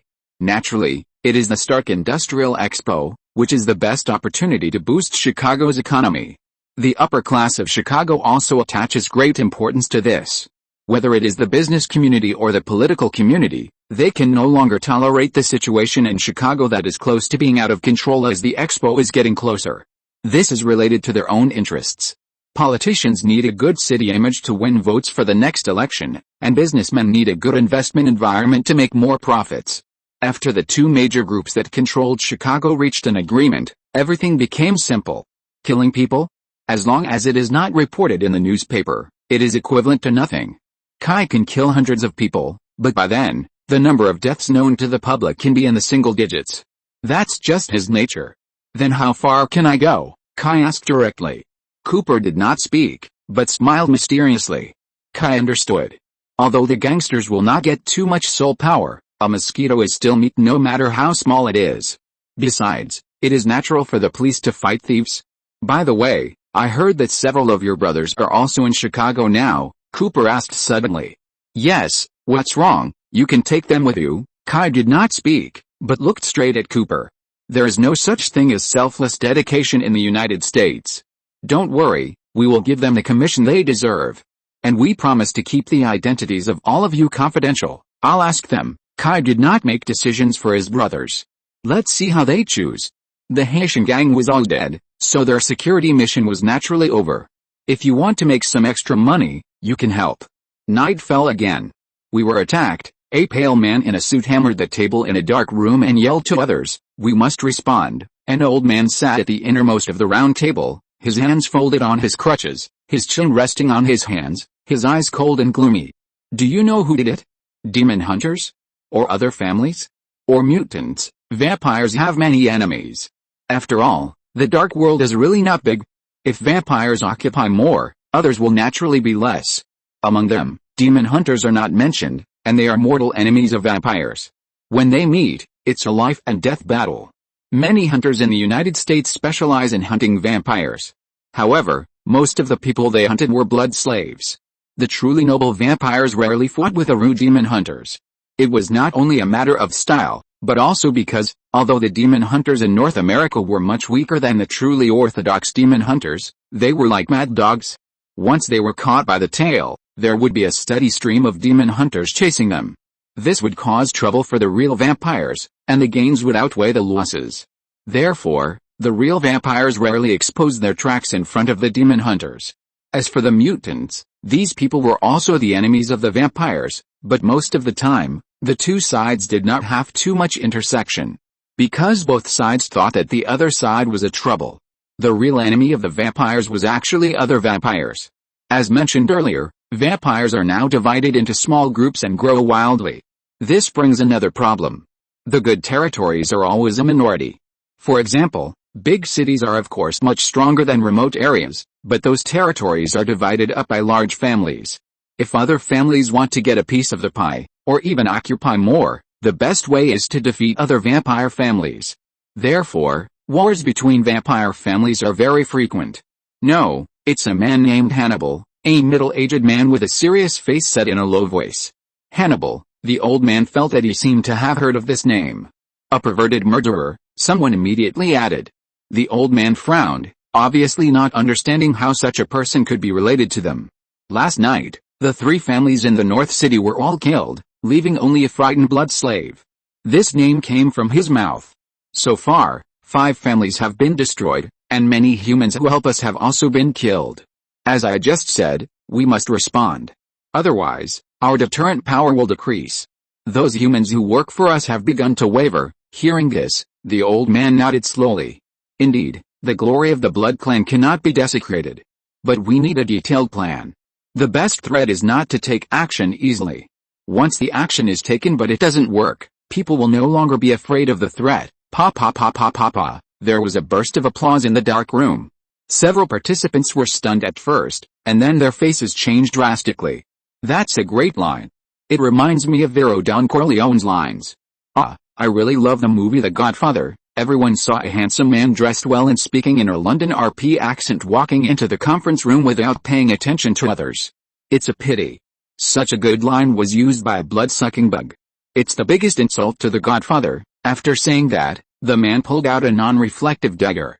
Hello, bugs, are you ready to go to hell? Please recommend. Chapter 371 Blade Warrior. As darkness falls, countless monsters hiding in dark corners begin to slowly stretch out their claws and quietly approach ordinary people who are unaware of the situation. Those evils have never left this world. But at the same time, the power to protect humans has never disappeared. There are monsters that harm humans, and naturally there are people who hunt those monsters. Eric Brooks is such a person. When night falls and those dirty monsters come out to do evil, it is also the time for him to be active. Everyone who knows Eric Brooks will describe him with one word, that is, cool. This kind of coolness is not pretended, but he is born like this. He has never cried or laughed since he was born, as if he has no feelings. The only thing he is passionate about in his life is hunting vampires. Eric Brooks is a legend, and this legend was determined when he was born. When he was born, his mother Miriam was bitten by a vampire when she gave birth to him in the clinic, and died after giving birth to him. It is also because of this strange experience that he has half human and half vampire blood. He has the characteristics of vampires and humans, but he does not have the shortcomings of both. He can look directly into the sun. Although he doesn't like garlic and silver, those things don't harm him. At most, they just make him feel a little uncomfortable. Similarly, he doesn't have the weakness of humans. He has strength, speed, senses and endurance far beyond that of ordinary people, and he also has the ability to heal quickly. If there's any disadvantage, it is that he must suck blood regularly. If he sucks blood for a long time, he will become manic and weak. But fortunately, his demand for blood is much less than that of vampires. Women's relatives every month are enough for him to drink. He is not a pure vampire who can only replenish energy through blood. He can eat human food. Maybe because of his vampire blood, Eric Brooks has very few emotions, just like a cold-blooded animal. In addition to his cool personality, his fashion taste is also cool. Regardless of day or night, he will wear black sunglasses. Regardless of cold or hot, he will wear a black windbreaker. A cool short flat head plus an angular and extremely cold face, put together in one word, really cool. In order to avenge his mother and to stop those violent vampires from harming ordinary people, Eric Brooks has been hunting vampires. With his powerful strength and cold style, he has earned a nickname, Blade. Now, almost all vampires only know his code name and have completely forgotten that he has a name. Most of the time, Blade's activities have been in East Coast cities such as New York, but recently, he received a message that his old rival, Deacon Faith, the leader of the New York vampires, recently sent his mistress Raquel to Chicago with a group of vampires. Blade has been dealing with Deacon Faith, but unfortunately this guy hid too deep, and Blade could not find his trace. So after getting the news, he rushed to Chicago, intending to catch Raquel and ask her about Deacon Faith's whereabouts. As a result, after arriving in Chicago, he found that Raquel was missing, and her men were also missing. Blade is definitely a master in hunting vampires, but he searched in Chicago for half a month and couldn't find Raquel and her men. There had been a series of murders in Chicago before, and Blade could tell at a glance that those cases were all done by vampires. He sneaked into some crime scenes and found some clues at the scene. It was Raquel's men who did it. They were clearly in Chicago. After a series of useless efforts, Blade decided to follow the old method and find the local snakes directly. This method is simple and crude, but very useful. The only bad thing is that it will alert the vampires in Chicago and let the vampires in the whole city know that Blade has come to the city. But now Blade can't care about so much. He found a bar run by vampires, and then took out traditional superpowers, garlic essence, holy water, and silver, and tortured the vampires inside. Vampires are a race that is difficult to produce tough guys. After all, they have a long life to enjoy life. They are willing to waste time, but waste life? That won't work. After all, whether it is a vampire or something else, there is only one life. Blade got what he wanted. Recently, the vampires in Chicago are being slaughtered, and the leaders of several major families in the city are gathering together to discuss countermeasures. Vampires being massacred? It's really fun to see. Blade has met many demon hunters. Although they also hunt vampires, their efficiency is not good, so Blade rarely cooperates with them, because there is no need. Even if they work together, they will be a drag. Why bother? But I didn't expect that there would be such a fierce person in Chicago. Massacre of vampires in the whole city, this has always been Blade's job in the past. Although he was a little curious about who did it, Blade still went to do his own thing. He was not good at making friends, and he didn't have many friends at all.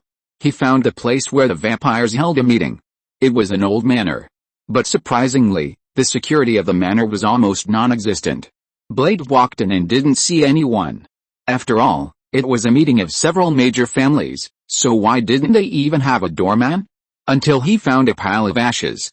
Blade was too familiar with this thing. This was the trace left after the death of the vampire. Someone found this place before him. Thinking of this, Blade pulled out his special silver knife. This knife is similar to the Japanese one, but with a straight blade, a bit like the Tang sword. This knife was made for Blade by his adoptive father and partner. The knife is extremely sharp, and the handle can identify the owner. It has infrared scanning. Once it is taken by someone who doesn't know the details, a small blade will pop out immediately to pierce the enemy's hand into receive. This knife has become Blade's symbol. Holding a silver knife and a silver bullet gun, Blade walked carefully towards the manor's big house. Along the way, he saw a lot of ashes. There were no signs of fighting at the scene, which means that these vampires were very likely to be killed by a single blow. There was no chance to fight back. Even Blade was a little nervous when he encountered such a scene. "Please, let me go. Let me go." A burst of begging and screaming attracted Blade's attention. Blade immediately rushed to the direction of the sound. When he kicked open the door of a study, he saw this scene.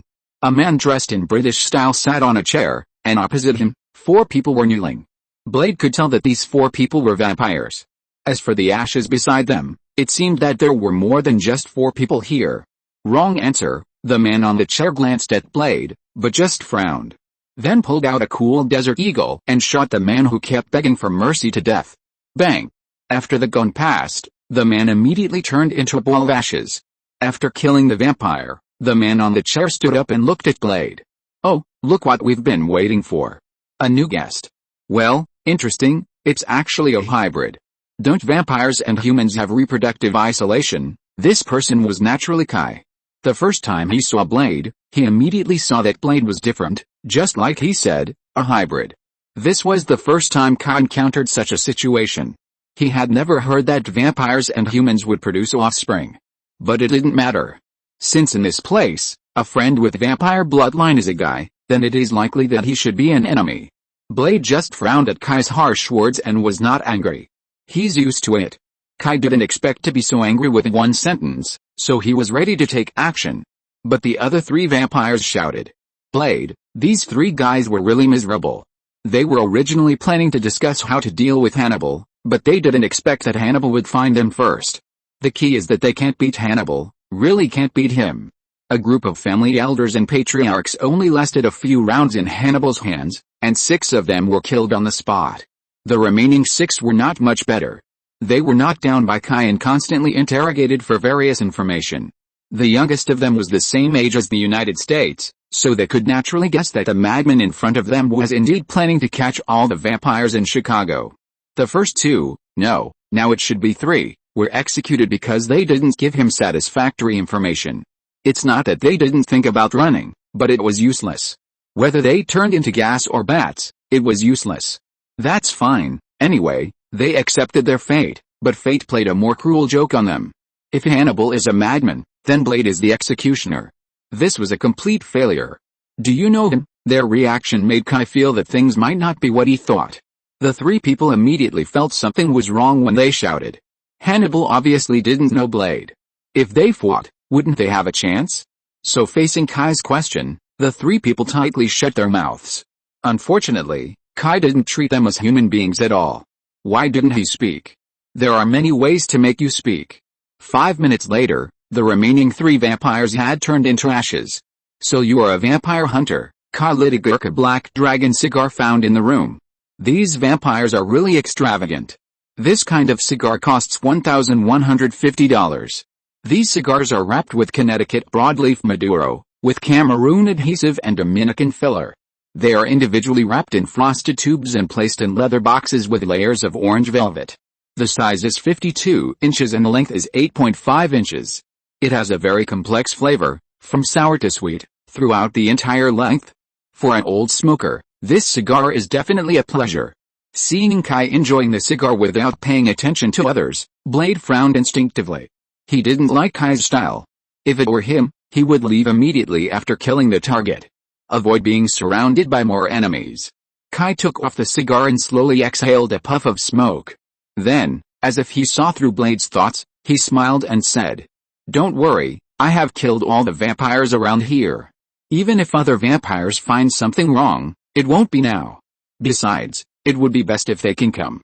I don't have to go find them." When saying this, Kai's eyes flashed with endless murderous intent.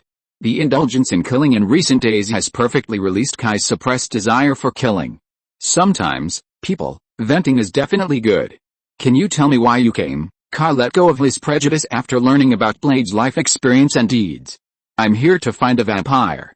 She just came to Chicago recently. If you've been hunting vampires, you should have heard of her. Her name is Raquel. The recent series of murders in the city were all committed by her and her men." Blade didn't know how to be polite, nor did he need to. His only goal in this life was to kill all the vampires. As for the rest, it didn't matter. "Raquel. If we are talking about one person, then you are late. She and her men died in my hands a few days ago. Do I need to apologize for this?" Blade pulled the corner of his mouth and showed his canine teeth. When he was emotional, he would show the iconic teeth of vampires, which is why he didn't like emotional fluctuations. "I need to get some information from her about a vampire leader." Blade's words were always so concise. "Who? Maybe I can help you. I interrogated him before I killed her." "Dick confess." "Well, I did hear that woman say this name, but..." Kai suddenly stopped talking halfway and looked outside. "You're being followed." Blade immediately drew his knife and walked to the window, pulled open a small curtain, and looked out along the wall. "It's SHIELD, Blade said. "Those guys have been harassing me for a while." "SHIELD? They didn't catch you?" "Those guys seem to like catching people like you and recruiting you to work for them." Kai didn't expect Blade to be targeted by SHIELD as a policeman. Kai was not surprised that SHIELD would target Blade. Strictly speaking, the nature of SHIELD is actually no different from that of the police.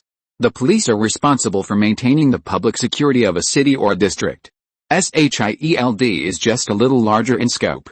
If a dangerous person like Blade appears in Kai's jurisdiction, even if he doesn't cause trouble, Kai needs to have information about him. Finding out the unstable factors in the jurisdiction is the basic quality of the police. Just like the police station in the previous life, they would have a thorough investigation of the labor reform personnel and drug addicts. "I was caught before, but I just escaped," Blade said lightly. It seemed that he didn't care about being caught at all.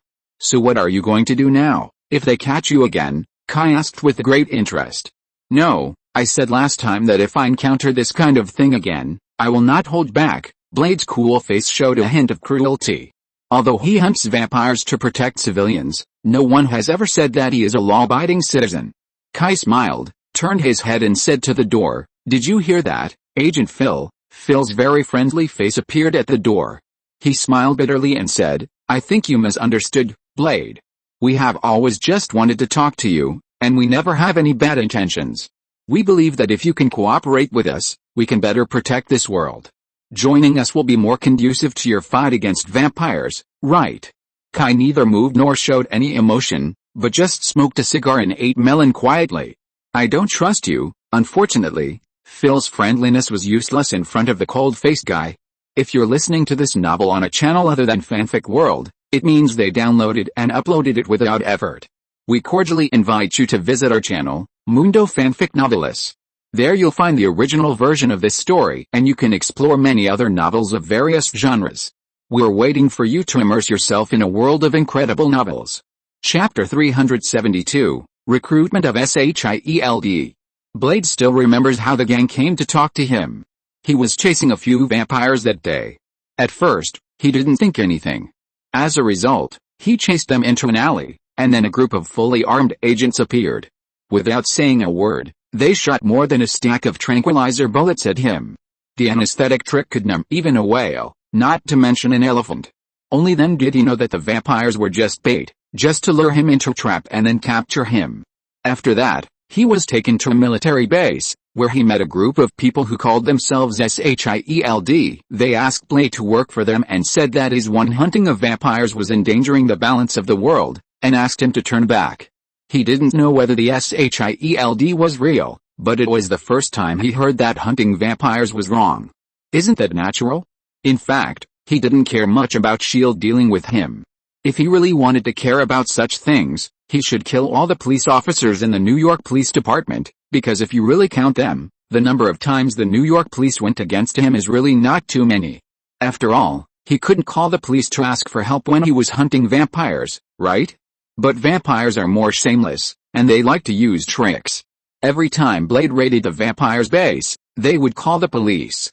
After all, there are many humans under the vampires, and Blade never shows mercy to these people. As a result, in the New York police's files, Blade is a murderous gangster. So he really didn't care about SHIELD arresting him. What he really cared about was SHIELD's position. In Blade's opinion, SHIELD's position was problematic. They were in collusion with vampires, at least there must be some shameful connections between them. It's a pity that Phil didn't understand this, or he was too confident. He firmly believed that SHIELD's position was for the whole world. Even the tacit understanding between them and the vampires was for this. He felt that anyone who wanted to achieve this noble goal should make a small sacrifice. So he never thought that Blade didn't trust them because of their stance. Instead, he still believed that it was the arrest of him that made the vampire hunter hostile to them. I know that there were some unpleasant things between us at the beginning, but you must believe that we didn't do that out of malice. As a result, Blade didn't bother to pay attention to him at all. Seeing this, Phil could only sigh. There was nothing he could do. His colleague was indeed a little rude. But it didn't matter. They were fully prepared this time. That's right, although Phil looked easy to talk to, no matter how easy he was to talk to, he was also a member of SHIELD. Can you expect people in such an agency to be White Lotus? His goal this time was very clear. If Blade was still stubborn, then it was absolutely necessary to use force. SHIELD could not tolerate such an uncontrolled unstable factor running around the world. Of course, Blade was not the only target. Hannibal was also. Last time, Hannibal's battle with the serial killer left a deep impression on SHIELD. If possible, he was also a target for SHIELD to recruit. If you can't recruit, naturally, the same approach will be adopted. Mr. Hannibal, I didn't expect that we would meet again. After Phil calmed down, he smiled and said to Hannibal, played by Kai. Kai said with a bitter face, although I like Anthony Hopkins very much, I really don't call him Hannibal. Don't always make me look like a cannibal. I'm very sorry, but we really can't find your information, so we can only, if it's convenient, we also want to call you by your real name. Phil's words were very polite, but he also wanted to find out Kai's information. For the man in front of him, SHIELD couldn't find any information, a blank. This is very abnormal, so SHIELD attaches great importance to this man. Rather than saying that they are here to capture Blade this time, it's better to say that they are here to capture Hannibal, and Blade is a byproduct. Then you should call me Hannibal. It's too troublesome to change my name. Kai didn't care about it. As for revealing his real name, Kai is not stupid. It seems that I am also involved this time? What?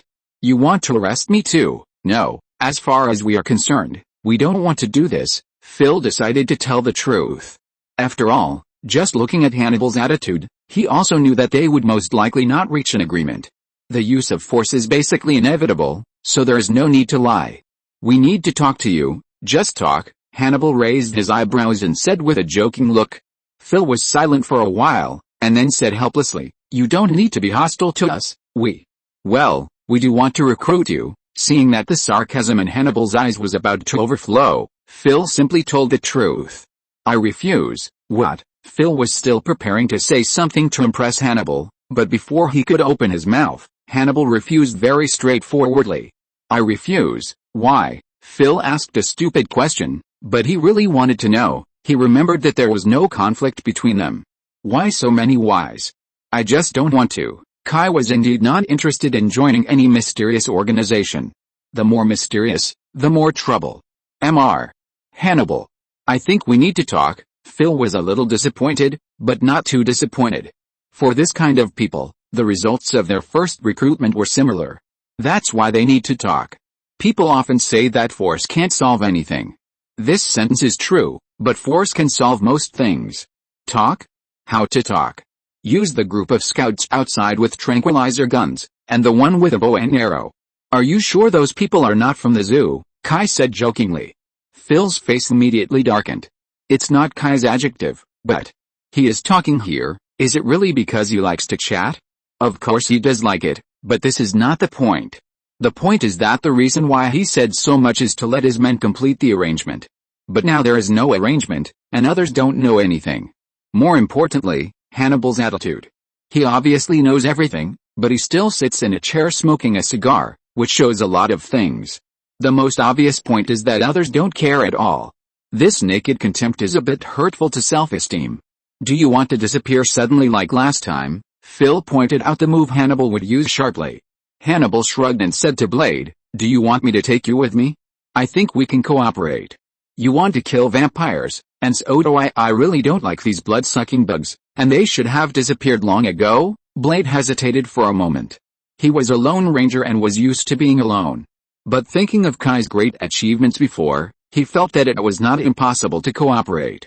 His goal was to kill all the vampires. Why would he refuse someone to help him? The guy in front of him would not drag his feet. So he nodded. "Gentlemen, I think your game will have to wait." Phil took out something that looked like a small box. The lighting effect on it was very cool and looked very technological. "What is this?" Kai guessed that this thing was used to deal with him. After all, Kai had performed teleportation in front of them. Actually it was the shadow crossing of the Hound, but they didn't know it. "Space blocker, the effect is similar to the name," Phil said with a little pride. "This is the masterpiece of our shield's technology department." Really, Kai was not at all timid. This thing is useless to him, or to the Hounds. Their abilities are not the same as teleportation and the like. "Can we talk seriously?" Seeing that Kai still didn't care, Phil took a deep breath.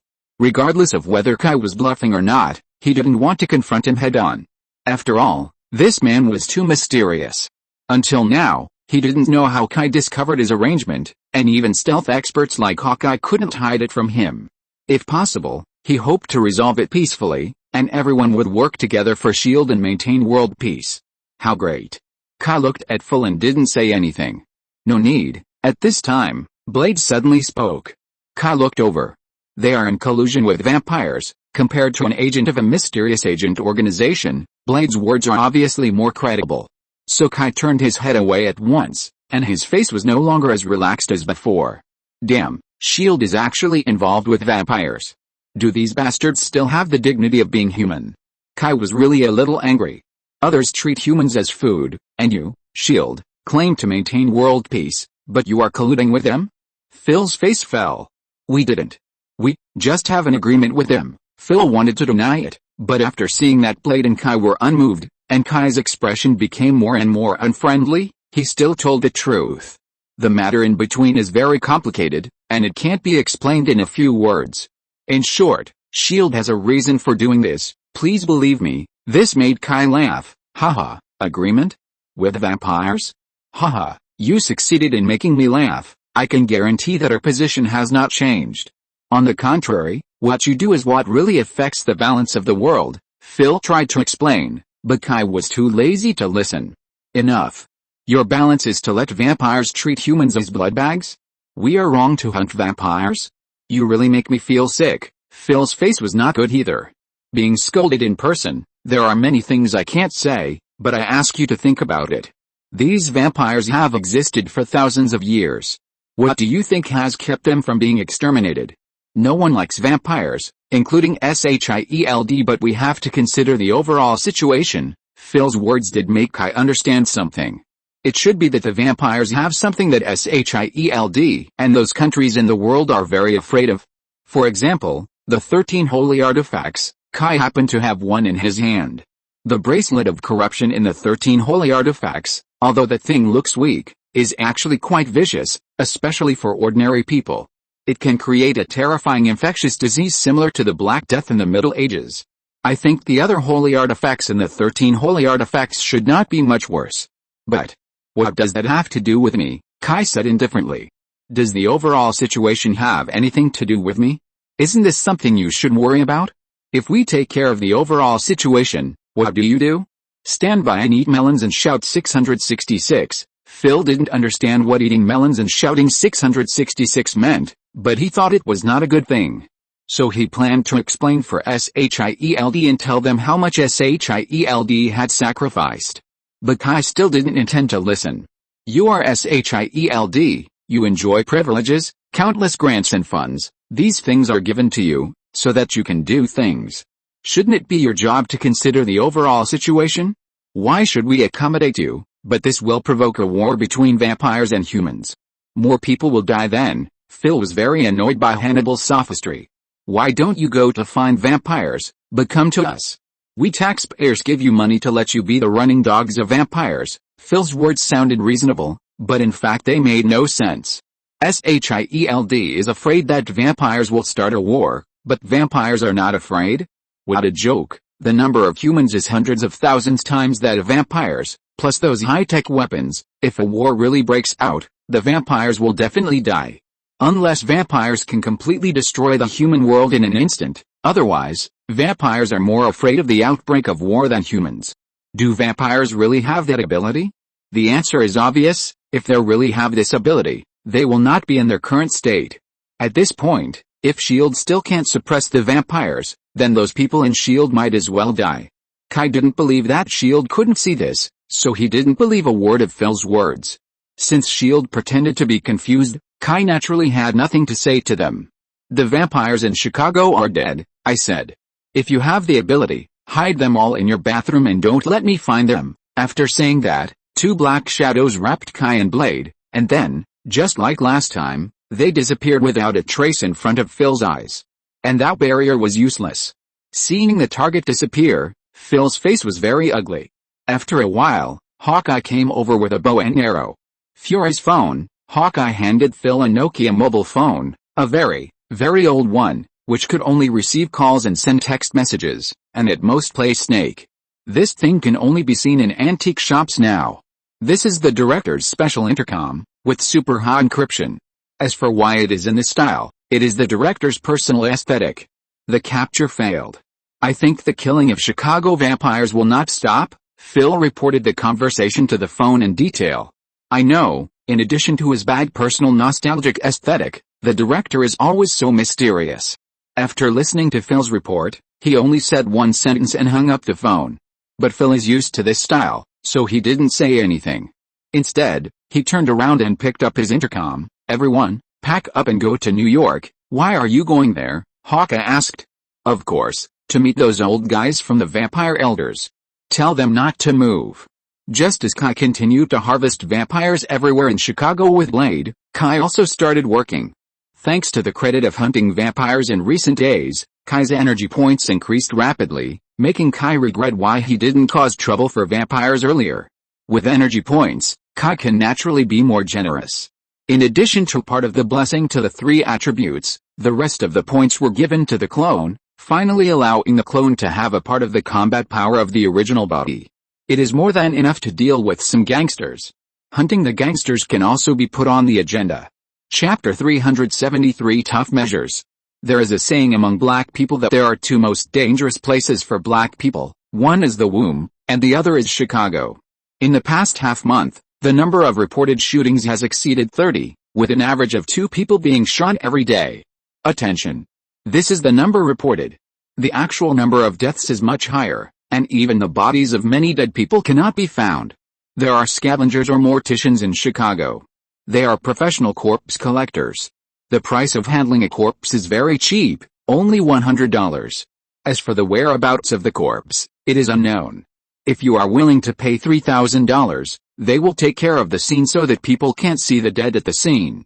If the price is higher, they can even make professional forensics personnel unable to find any evidence to prove that someone died there. In short, in this regard, Chicago has formed an industrial chain. In the past, gangs would look for them for vendettas. These professionals never ask about any right or wrong. As long as they are paid, they will handle the corpses. But even so, 30 corpses were exposed, which put great pressure on the Chicago police. Various words such as incompetence, discrimination, inaction and corruption have appeared many times in Chicago newspapers. The Chicago police finally couldn't sit still. Originally, some senior officials had always been opposed to the so-called final plan, not because of any bullshit human rights, but because they were afraid that the exposure of this matter would affect them.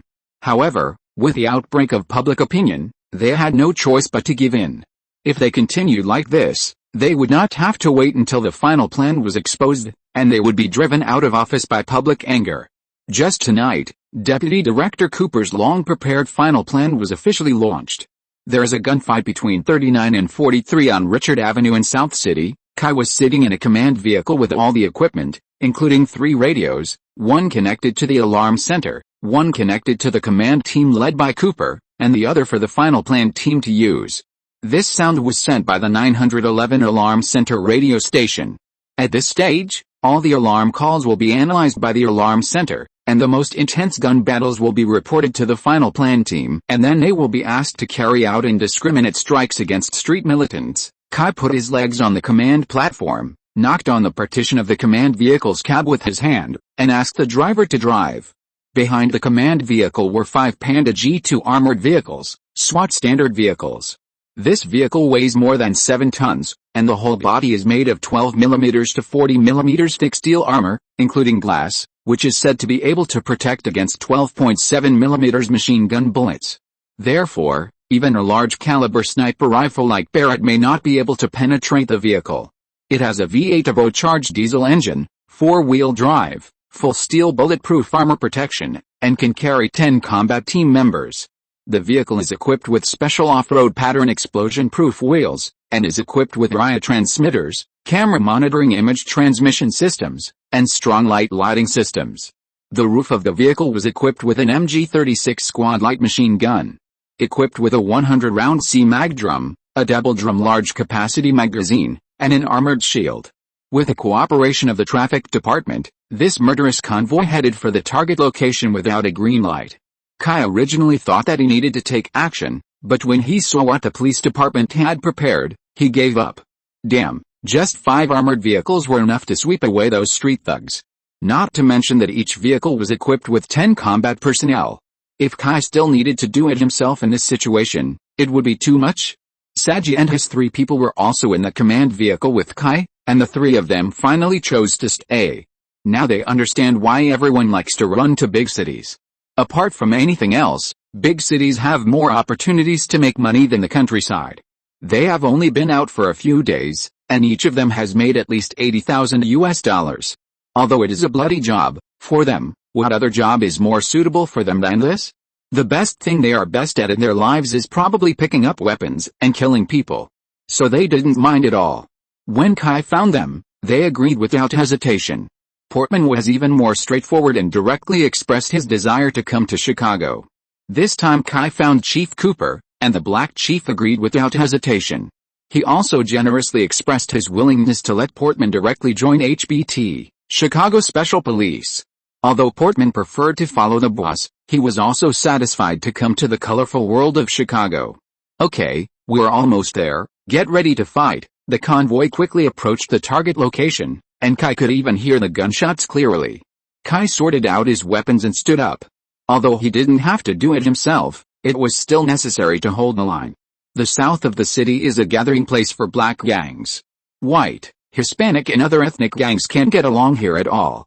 But this does not mean that black gangs are more united than other ethnic gangs. On the contrary, nearly 80% of the fights between black gangs occur between other black gangs. Today, two black gangs directly fought on Charlie Avenue because of the territory. These two gangs are not big gangs with a long history. They are the product of the hegemony of gang princes in the past 2 years. They originally belonged to the Gospel of Sin, also known as the GD Gang. After the founder and boss of the Gospel of Sin, Hoover, was thrown into the federal prison in Arizona, the Gospel of Sin split because of the struggle for power, and then was attacked by the hostile gangs. Now it has been completely torn apart. Both gangs claim to be the real Gospel of Sin, and naturally regard the territory of the former Gospel of Sin as their own. In fact, there are many gangs like them in Chicago that are under the name of the Gospel of Sin. According to the statistics of the police department, when the GD gang dominated, there were more than 120 gangs in Chicago. But after the collapse of the GD gang, the number of gangs in Chicago suddenly exceeded 200. What is more troublesome for the police is that this is not the final number, because with the turbulence of the situation, new gangs are born every day, and gangs are also destroyed every day. Under the ups and downs, how many gangs are there in Chicago, let alone the police? Even the gangs themselves don't know. Among these newly added gangs, at least more than half of them claim to be the heirs of the Gospel of Sin. Of course, they say this not because they really miss or want to restore the reputation of the Gospel of Sin. The reason they do this is entirely because most of the new generation on the streets grew up listening to the underworld legends of Hoover and the GD gang. The name of the Gospel of Sin is just appealing. Gangs also need to recruit new people. For example, in the two gangs that are fighting now, 80% of the members are rookies who have just graduated from high school.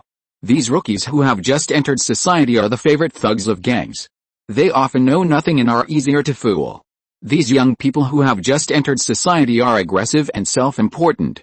They all think they are the next Hoover and can start a gang legend. But today, the gang legend dream of most people here will be completely cut off. A burst of sirens whistled, but the gang members disdained it. The weakness of the Chicago police allowed the gang members to act recklessly. Even if they were caught by the police, they would only go to jail for a few years, which is too normal for gang members. Or, a gang member who has never been to jail is not really a gang member. Unfortunately, they guessed wrong this time. After the sirens came the daily warnings. CPD. Everyone put down your weapons and put your hands on your head immediately. These words have been heard countless times by all of these gang members, but they never listen. FKU. Cop. Ha ha ha. Come and hit your dad's big bird. Cop. Fuck them. They even use all kinds of dirty words to show that they are not afraid of the police. After all, if you can't beat them, just surrender. How easy. But this time, they were answered by bullets. Da da da da da da da da da da da da da da da da da. Two armored vehicles rushed out. The vehicles turned sideways, and the machine guns on the roofs opened fire directly. For a while, dust and debris flew everywhere on the ground and walls. Several gang members were swept by the machine guns because they were too arrogant and fell to the ground. When the gang members saw that the police were serious, they immediately raised their guns to fight back. Unfortunately, the 12mm to 40mm thick steel armor was too thick for their firepower. The combatants in the armored vehicles got off the armored vehicles in an orderly manner, and then began to fight back with the armored vehicles as cover. The gang members naturally fought back, but at this time, two armored vehicles suddenly surrounded them from both sides. In addition to the machine guns on the roof, a group of fully armed HBTs followed closely behind the armored vehicles, using the armored vehicles as cover and continuously firing. Those gangsters had never seen this before, and they were beaten to pieces in an instant. At this time, there was a smart gangster who immediately threw away his weapon and lay on the ground shouting surrender. The whole process was surprisingly fast, less than 3 minutes. More than a dozen gang members were killed, and the rest were either injured or scared. Soon, the HBT members took turns to approach the gang members, and after confirming that it was safe, they arrested them with plastic handcuffs. Soon, patrolmen will come in prison vans and transport them directly to the police station. For today, the Chicago Police Department has specially prepared enough cells. Kai looked at the mess on the ground and the shadowy finishers who had already appeared. Kai nodded to the HBT people and signaled that they could leave. That night, Kai led a group of HBT to sweep the South City wantonly. A total of 8 gangs were directly defeated, and 6 of the gang leaders were directly shot dead. According to Kai's action records, they killed more than 50 people in total. However, in the police's external publicity, only 5 people died in the exchange of fire between the police and the gangs, and all 5 of them were gang members. The public can still accept this. Although there are still many people who criticize the police for excessive use of force, within the acceptable range, the public is generally satisfied with the police's actions last night. After all, those were armed gang members, and the police's actions were in line with expectations. At this time, Chief Cooper, the rising star of the police station, stood up and said very strongly that for the safety of life and property of the people of Chicago, the police will increase their crackdown and have zero tolerance for any crime. And said that the police officers will increase night patrols. This has raised the reputation of the Chicago Police Department to a new level. After so many years, the Chicago Police Department can be so tough. Sure enough, the next day, the police began to arrest some gangsters during the day, and then there was another gunfight between the police and the gangsters at night. This time, according to Kai's action record, they killed more than 30 people, but only 3 people were announced to the public. On the third day, during the day, the police still went out in a planned manner to destroy 3 drug manufacturing dens and seize a lot of loot. At night, Kai went out again, and there was still a gunfight. 50 people were actually killed that night. That night, Kai's hands were itchy, and he took HBT directly into the nest of the famous Chicago gang Guilty Sparks, killed their boss with his own hands, and defeated the entire gang. But in the police propaganda, the police didn't kill anyone this time. The boss of Guilty Sparks and his men died at the hands of the rival gang. Then on the 4th day, the police used this as an excuse to produce a bunch of so-called evidence to prove that the Guilty Sparks tragedy was committed by a rival gang of Guilty Sparks. The district attorney also issued an arrest warrant to the Chicago Police Department with unprecedented efficiency. It was precisely because of the tragedy of Guilty Sparks that the people were particularly angry, and many people had taken to the streets to protest, so the district attorney was so happy. In terms of being dirty, no one can beat those politicians, who clearly framed them. Now the only thing to do is to make sure there is no evidence. This time, Kai openly led his men to raid a rival gang of Guilty Sparks. Then the boss of that gang was arrested as expected, and then exchanged fire with the police, and then, nothing happened. It really made sure there was no evidence. The 5th day. No casualties. This is not a lie to deceive the people, but the truth. For 4 consecutive days, the Chicago underground world was really turbulent. In just 4 days, the Chicago Police Department cracked down on the city's gangs day and night. More than 1,400 people were arrested. Although the death toll was only in the single digits.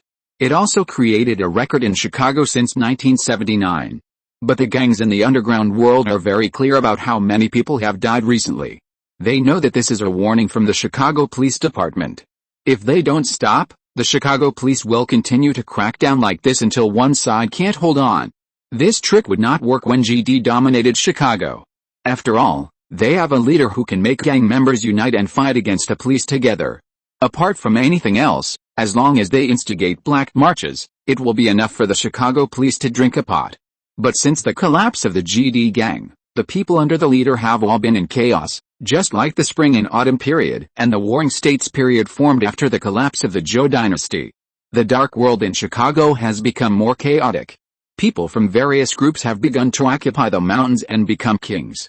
Everyone wants to be the boss of the gang world, but no one is willing to obey anyone, so naturally it has become a mess. In this case, the Chicago police were given an opportunity. No gang would want the police to point their spearheads at themselves and give other gangs a chance. In addition, the inexplicable vendettas in recent times have made many gang leaders a little unwilling to continue. Joining gangs is to make money. During this period of time, many gangs have gone to fight each other, and no one is doing business. Take drugs for example. The drug transaction volume in the Chicago market has dropped by 75% recently. It's not that no one buys, but that no one sells, and because of this, the price of drugs has soared by almost 200%. There is money but no money to be made, and so many people have died, the gangs can't bear it. These reasons combined have prompted the Chicago gangs to stop. This made Chief Cooper very popular among the top leaders. And the Chicago Police Department also performed very well in the United States. At the same time, In the dark side of the city, many vampires began to flee Chicago. There is no way, compared with the gangs, they are much more miserable.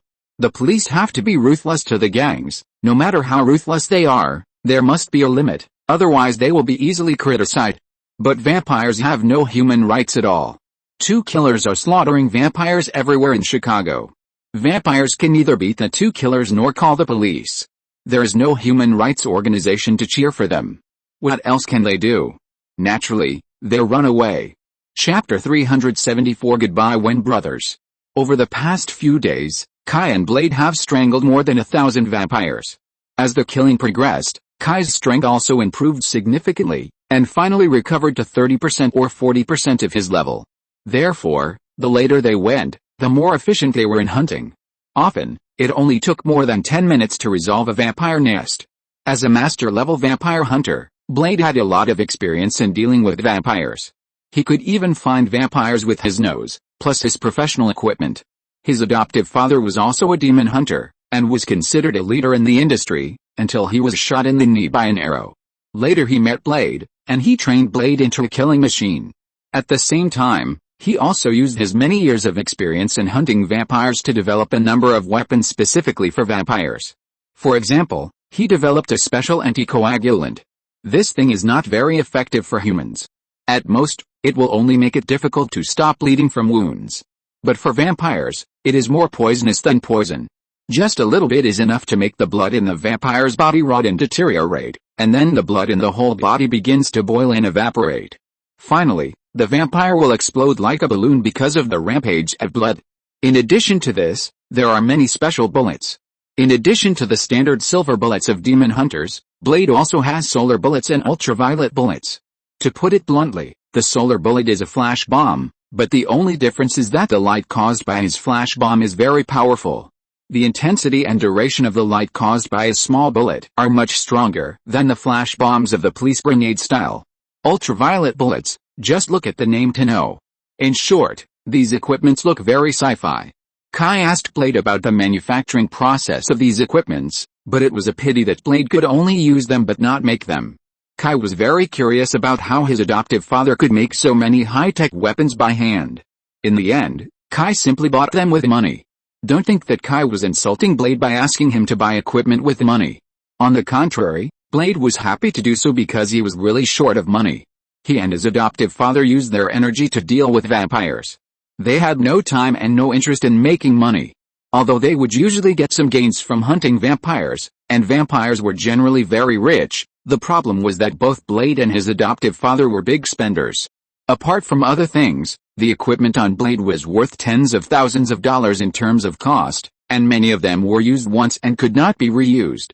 For example, those special bullets, silver bullets, although silver is not expensive, but it is also a precious metal. The real big ones are solar bullets and ultraviolet bullets. The cost of these two types of bullets is hundreds of dollars each. His adoptive father spent even more money to develop and manufacture these equipment. Nowadays, even being a superhero is full of the smell of money. So Blade and his adoptive father have always been in a very tight financial situation. Now there is a sucker who is willing to pay a high price to buy their equipment. Why doesn't Blade agree? Of course, this is also because Blade is willing to trust Kai, so he agreed to the deal. I'm leaving. Just when the happy vampire hunting journey reached its climax, Blade said goodbye to Kai very abruptly. Oh, Kai immediately reacted. Is it because of that Deacon Faith? Yeah, Blade is always so concise. I forgot to say sorry. I accidentally killed that Raquel. Kai remembered that Blade came to Chicago just to get information about Deacon Faith from the female vampire named Raquel, but Raquel was killed by Kai very neatly. At that time, Kai was more interested in the information about the local vampires in Chicago. He just asked about Deacon Faith casually and didn't care at all, which resulted in Blade's trip in vain. Blade didn't say anything, he didn't blame Kai. After all, in Blade's opinion, the best reaction to seeing a vampire is to kill it immediately. From this point of view, Blade admires Kai's approach very much. He was indeed a little disappointed, but there was only one thing. Apart from anything else, this trip to Chicago was the most enjoyable one for him to kill vampires. If he was not really attached to New York, he would still be willing to stay in Chicago for a while longer. Then the two of them left each other a contact number and went their separate ways. Very straightforward. After separating from Blade, Kai was just about to continue his hunting journey alone when he received a message from his clone. Huh? Why are these two guys in Chicago? Cicero Town, Chicago. Cicero is only 10 miles away from downtown Chicago. It is an industrial and residential area in the suburbs of Chicago. It has been a place with worrying public security since the Prohibition era. Many well-known gangsters in the past have been making trouble in this town, including the Chicago gang legend Al Capone. In modern times, the public security situation is still not very good. Look, today the police arrested two guys who illegally possessed weapons.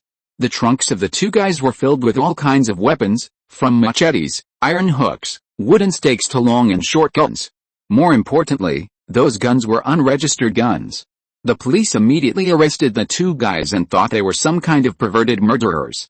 If they hadn't repeatedly emphasized that they had acquaintances in the Chicago Police Department who could help them explain the origins of these weapons, the Cicero police would really intend to prosecute them. So the Cicero police called Kai. I say, how did you survive to this day? How could you be caught by the police? The two arrested were the Winchester brothers who had not been seen for a long time. After leaving GA Town 2 years ago, the two men still kept in touch with Kai. Although not frequently, they would call to report their safety every once in a while. Dean also felt that this was very embarrassing, especially since they still needed the youngest brother to help them clean up. We were tracking a vampire at the time, but actually, you didn't have to come, we could handle it ourselves. Sam was embarrassed on the side. The reason why they were arrested was because of him. At that time, the two of them had already cornered the vampire, but Sam was careless, allowing the vampire to take the opportunity to run out of the encirclement, and yelled to track the police. You did it? If I hadn't told you that you were our Chicago police's secret agent, you might have to undergo a mental evaluation. Many things in the trunk of the Winchester brothers were difficult to explain to normal people, such as a dry palm, a pile of lizard corpses soaked in formalin, etc. The Cicero police were very suspicious of the mental state of the two brothers. In order to make the Cicero police believe him, Kai had to make up a lot of nonsense to make others reluctantly accept that the two brothers were for work. As for what kind of work, forget it. Kai now remembers the expression of the Cicero police chief when he was talking nonsense, as if he was looking at an idiot. Fortunately, Kai is very famous in the Chicago police system, and the Cicero police did not suspect that Kai was using his power for personal gain. The Cicero police chief just thought that the two men really had some unspeakable mission, so he didn't care. Why did you come to Chicago? When Kai talked to them on the phone last month, they were still hunting a Wendigo in Oregon, a kind of cannibal demon, a monster that humans turn into after eating too much human flesh. At that time, they didn't say they had plans to come to Chicago. Bob told us that something happened in Chicago recently. Many vampires appeared nearby. He thought that something big must have happened in Chicago, so we rushed here, Dean said. Sam also interrupted and said, we have also found traces of vampires in the towns around Chicago in the past few days. We raided a vampire's nest. After interrogation, we found out that it was because two monsters appeared in Chicago and were hunting vampires, so they had to flee. So you plan to see what kind of monster it is? Kai is too familiar with these two brothers. They have a typical demon hunter mentality. Since they can scare vampires away from the city, it means that the two monsters are more terrible than vampires. With their personalities, how could they let such terrible things go? So the two brothers are full of justice and plan to hunt the two monsters. Yes, come to think of it, this is the first time I know there are so many vampires in Chicago. How come we didn't find out before? There was no news from other demon hunters either, Dean continued. Of course, these demon hunters in the United States are just a bunch of amateurs. They are all makeshift teams. Just take their life mentor Bob for example. When the two brothers talked about Bob, they always admired him very much, thinking that there was no information in the world that old Bob couldn't collect. Kai always thought that this old Bob was some kind of strange man in the market, a big boss hidden among the people. But after asking him in detail, he found that it was not the case at all. There are only 2 or 3 ways for old Bob to collect intelligence. One is to call acquaintances. Old Bob has been a demon hunter for 40 years. He is definitely a senior boss in the industry. He is very popular in the demon hunter circle.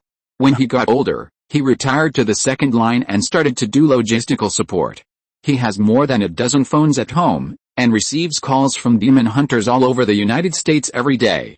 After a while, he had a wide network of contacts, with acquaintances all over the United States, so whenever he needed to collect intelligence, he would call for off-site support.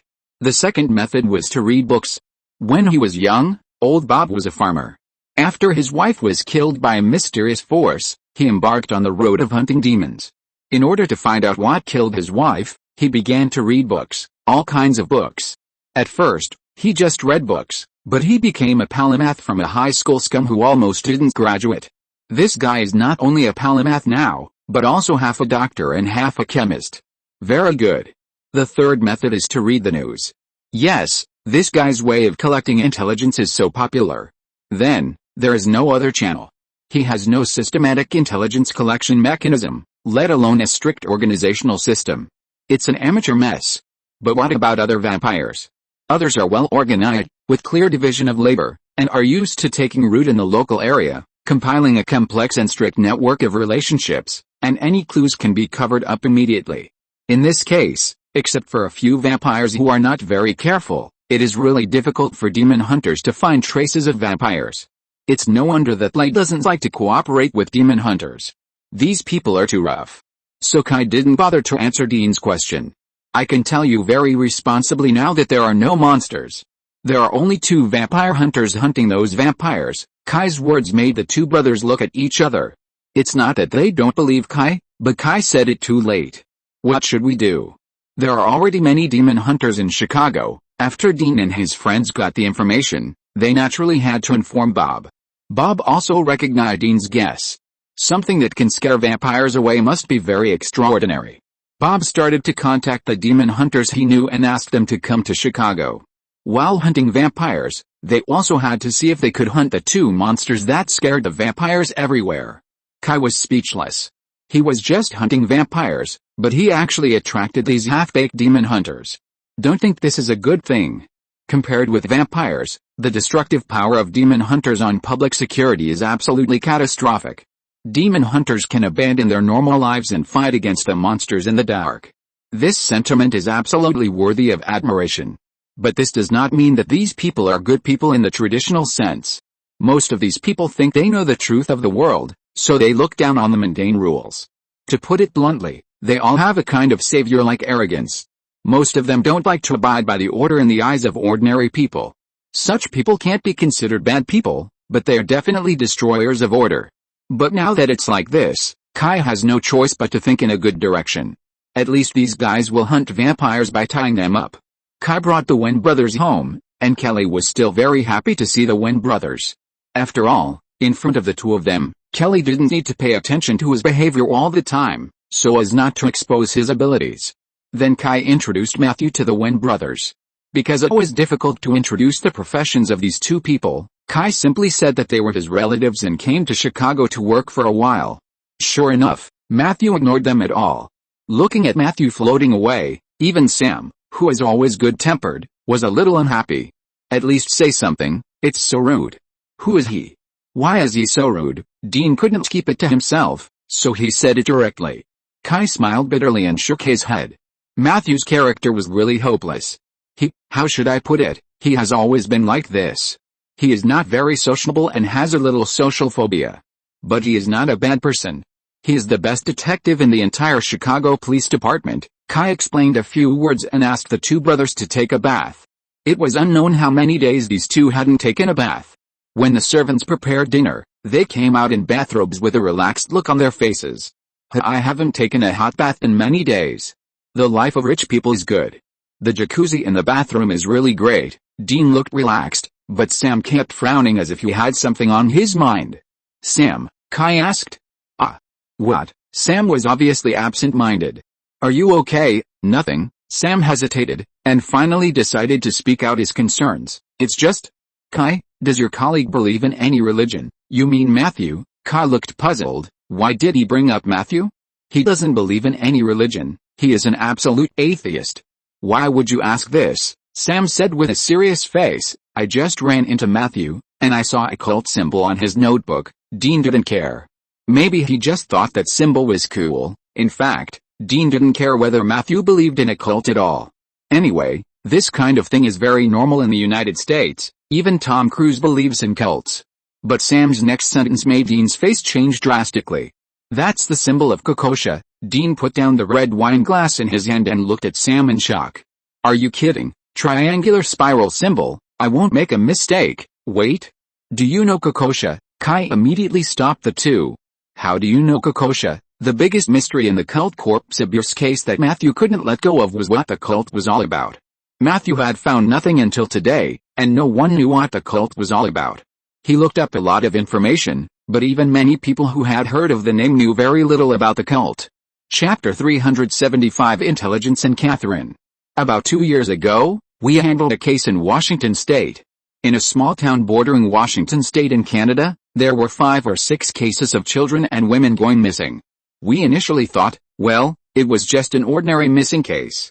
But when we arrived at the local area, we found that the case was not as simple as we thought. After learning that the Winchester brothers knew about the Kokosha cult, Matthew immediately got emotional and grabbed the brothers, hoping that they could give some useful information. Dean was too lazy to pay attention to people like Matthew at first, but after Kai explained why Matthew was so concerned about this case, the two brothers immediately abandoned their previous prejudices and told Matthew what they knew. It's just that when they talk, they always pay attention to some things. For example, just now, Sam actually wanted to say that they thought it was a monster that committed the crime, but he immediately realized that although Matthew was Kai's colleague, he was different from Kai. If they really told their experiences, they would probably be considered crazy by others. 3 days after we arrived, someone found a child's body in a river. The local police department said the child was playing around and drowned. But we checked the child's body and found that he was not drowned. Not only that, we also found many marks of abuse on the child, and even signs of being violated. The mark of Kokosha was also found on the child's back. We thought it was the child's parents who did it, so we found the child's family. But from our investigation, we found that the family were all good people.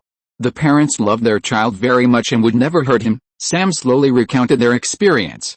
We originally planned to report what we knew to the police station, but when we found the police station, the attitude of the police chief was very strange. He clearly told us that the coroner's conclusion was that the child drowned, and as for the scars on the child, they were said to be caused by his struggle in the water. It was bullshit. Dean was still indignant when he talked about the scene at that time. We knew at that time that this matter was definitely not simple, so we decided to continue investigating. Dean and Sam were demon hunters. They rarely interfered with the affairs of ordinary people. Those monsters were enough to give them a headache. There were too many evils in this world. The only thing they could do was to ensure that these evils were not caused by those monsters that harmed people. But this matter really made the two brothers unable to sit idly by. The child was so cute and very popular in the local community. Whether it was school, neighborhood or home, he was an angel. Dean and Sam saw with their own eyes how sad the family was after the child was killed. The two of them did not care about the rules of demon hunters that time. They vowed to find the murderer. They decided to start with other missing people to see what they had in common. The 3 children had nothing in common, except that they were all children. In addition, 3 women were missing, a widow, a craftswoman and a cheating woman. What those 3 women have in common is that their private lives are very bad, and they all have very devout religious beliefs. Matthew's eyes lit up when he heard this, and he thought of a person, the first victim of the corpse abuse case, Dora Lan. She was also a fallen woman. Her life was a mess, so she began to seek spiritual comfort, and she began to believe in religion. Dora joined a cult and was brainwashed. She told her friends that she joined a church and wanted to be a nun, and wrote in her diary, "I closed my eyes and saw the king in a yellow robe walking through the forest." Then she became a sacrifice, first taking drugs and hallucinogens, then being tied up, tortured with a knife, violated, and strangled to death. Finally, her body was taken to the edge of a crop field, kneeling naked in front of a tree, her hands tied in front of her body like a prayer outfit, wearing deer antlers on her head, and the symbol of Kokosha painted on her back. Matthew's intuition was right, and soon Sam and Dean's descriptions were exactly the same as Dora Lan's situation. These women's bad lifestyles could not make up for the emptiness of their hearts, and they joined a cult one after another. One of them even said the same thing as Dora Lan. It was the sentence. I closed my eyes and saw the king in yellow robes walking through the forest. But Matthew did not interrupt Sam and Dean's story, but became more focused. Through the story of one of the missing person's friends, I found the last person the deceased saw. That person was the one who recruited the victim to join the cult. He was a wild priest. Following the clues, we found that this cult was very problematic. The doctrine they believe in is a fusion of Santeria, an African religion, and voodoo. They worship swamp culture, believe in the evil god named Kakosha, and sacrifice women and children. At the same time, most of them are pedophiles. They will wear animal masks together at night, take pictures, molest children, capture women and children and kill them in the stone formations in the woods for sacrifice. At the same time, they will also kill animals, desecrate graves, and do other evil things. Kai and Matthew listened to Dean and Sam's story attentively. Kelly was also there, but she didn't have the need to investigate the case like Matthew and Kai, she just wanted to listen to the story. Hearing that the cult was so hateful, she couldn't help but ask, "Then what? Did you destroy the cult?" Dean and Sam looked at each other, then said with a wry smile, "We did plan to do so. But in the end, we failed. The scene at that time was too weird. If they hadn't been exposed to enough supernatural powers, the two of them would have been defeated by them that day. But the problem is that it's really hard for them to say these things. It's nothing to face Kai and Kelly, because they are not normal people, but what about Matthew? He is a real policeman." Seeing Dean and Sam hesitate, Matthew immediately understood that the two had concerns, so Matthew, who had never been good at dealing with things in the past, said to the Wen brothers very sincerely, "I don't know what your concerns are, but please tell me everything. No matter how bizarre and weird you say, I will accept it. I need that information. This is very important. It is related to dozens, even hundreds, or even more innocent victims. It is also related to justice." Matthew is actually very good at speaking, otherwise he would not have become a master of interrogation.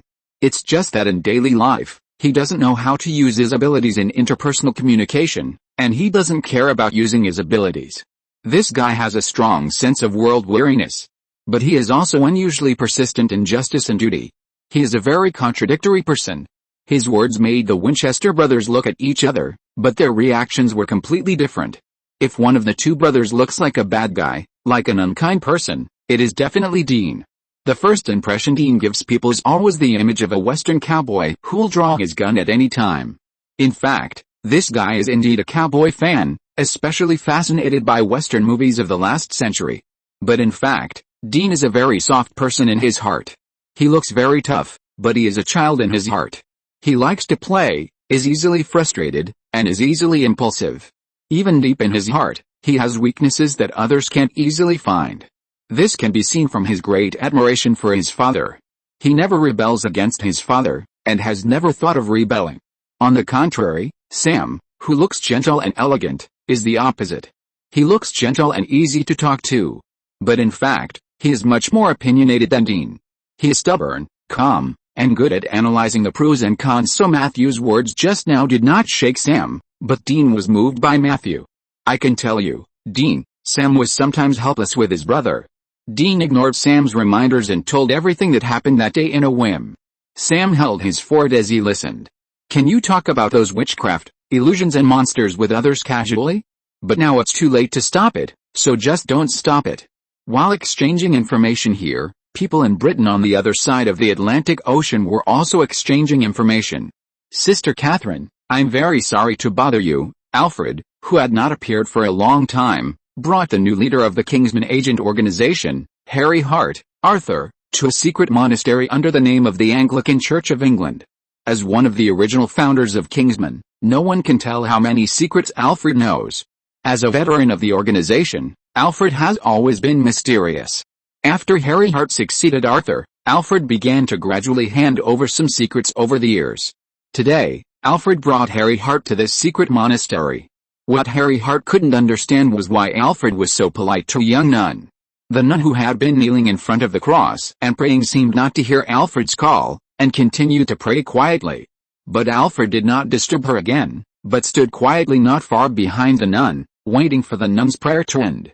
Although Harry was puzzled by this situation, he did not show any abnormality. As a gentleman, patience is a necessary virtue. Almost 10 minutes later, The nun's prayer finally ended. When the nun stood up and turned around, Harry could see the nun's appearance clearly. One word: beautiful. It is the kind of beauty that makes you feel hot all over when you see it. If you really want to give an adjective, it is a disaster for the country and the people. The nun's dress is also very strange. Although the overall religious clothing is still black as the main color, the collar and brim are white. But the details are very different from traditional nuns. First of all, this nun's uniform is very close-fitting, even the cuffs are shrunk, and even a little tight, which highlights the nun's body lines, is very suitable for sports, and looks very neat. Secondly, the nun's hooded cape is very long and large, almost dragging on the ground. At the same time, the cape also wraps the nun's whole body, only revealing her face, and even her hands are tightly hidden. The nun's beautiful eyes glanced at Harry, who was a little out of control, but didn't care. Instead, she looked at Afu. Afu, you seem to have become younger. Afu bowed very politely, as if to express modesty for the compliment. This is one of the reasons why I came to you. One of the reasons? It seems that you are in a lot of trouble this time. The nun smiled, picked up the rosary and made a gesture to Afu to sit down, and then she helped Afu sit on the bench in the monastery. It seems that she respects the elderly and loves the young. But Afu was a bit amused and said, "Actually, you don't have to be like this. I'm much younger than you." Harry immediately woke up from his previous loss of composure after hearing this. My God, older than Afu? Afu is over 110 years old. Thinking that he actually lost his composure to a woman over 100 years old, even Harry, who is very tough, almost collapsed. When Sister Catherine heard that Afu had revealed her age, she immediately hit Afu lightly and said coquettishly, "You are so rude, little Afu. How can a girl reveal her age casually? You are really old and confused. Remember, I will always be 18 years old." Afu shuddered and begged for mercy. "Sister Catherine, I think we should talk normally. You should know how terrible your ability is to men." Catherine was the nun of the Holy Church. She was born with the blood of a witch. This blood gave her powerful fighting power, but also brought her a curse, that is, she has a fatal attraction to men. It literally means fatal attraction. At first, Catherine followed Kai because Kai had the ability to suppress this terrible attraction. Catherine followed Kai wholeheartedly because of this, hoping to get away from Kai to suppress the power of blood. At first, it was indeed effective, but everything came to an abrupt end when Kai disappeared. As time went by, Catherine's power became stronger and stronger, and the seal originally imposed on her gradually could not suppress her damn power. So later, Catherine could only hide her identity and stay away from the crowd. Even she herself did not expect that her blood power could also make her young and live longer. So after so many years, she has not changed at all. Okay, Catherine was a little happy to meet an old friend after many years. After returning to normal, the terrible attraction of Catherine really decreased a lot. This made Harry, who had been trying hard to suppress himself since just now, feel relieved. He was really afraid that he would do something that would embarrass himself. "Tell me, what's going on?" Afu took a moment to speak. "Then I'll start with my changes. Do you remember what our kingsmen relied on to build up?" Of course, it was the Holy Grail left by the Duke. Catherine knew this very well. After all, when Kingsman was established, the Holy Church to which Catherine belonged also contributed. Many of these things were done by Catherine herself. Now it is not an exaggeration to say that Catherine is one of the founders of Kingsman. We are all warriors chosen by the Holy Grail, and we are all knights of the Night King. The Holy Grail is the source of our power. When the Holy Grail is weak, Kingsman is weak, but when the Holy Grail is revived, as knights chosen by the Holy Grail, we will also be blessed accordingly. Catherine is not stupid, and she immediately understood what Afu meant. "What do you mean?" "That's right, our master is back." After getting a positive answer, Catherine stood up excitedly. "The Duke is back? Where is he? Is he okay? Why doesn't he come to see me?" Catherine's barrage of questions made Afu a little overwhelmed, and he could only smile bitterly. Seeing this situation, Catherine gradually calmed down. "What's going on?" Afu said with a bitter face. "We lost our master. Please give me some recommendation votes and monthly votes." End of this chapter. Thank you very much for reaching the end. Don't forget to like. Looking for more exclusive content and immediate access? Subscribe to our Patreon. Remember, every like, subscription, or donation encourages us to continue.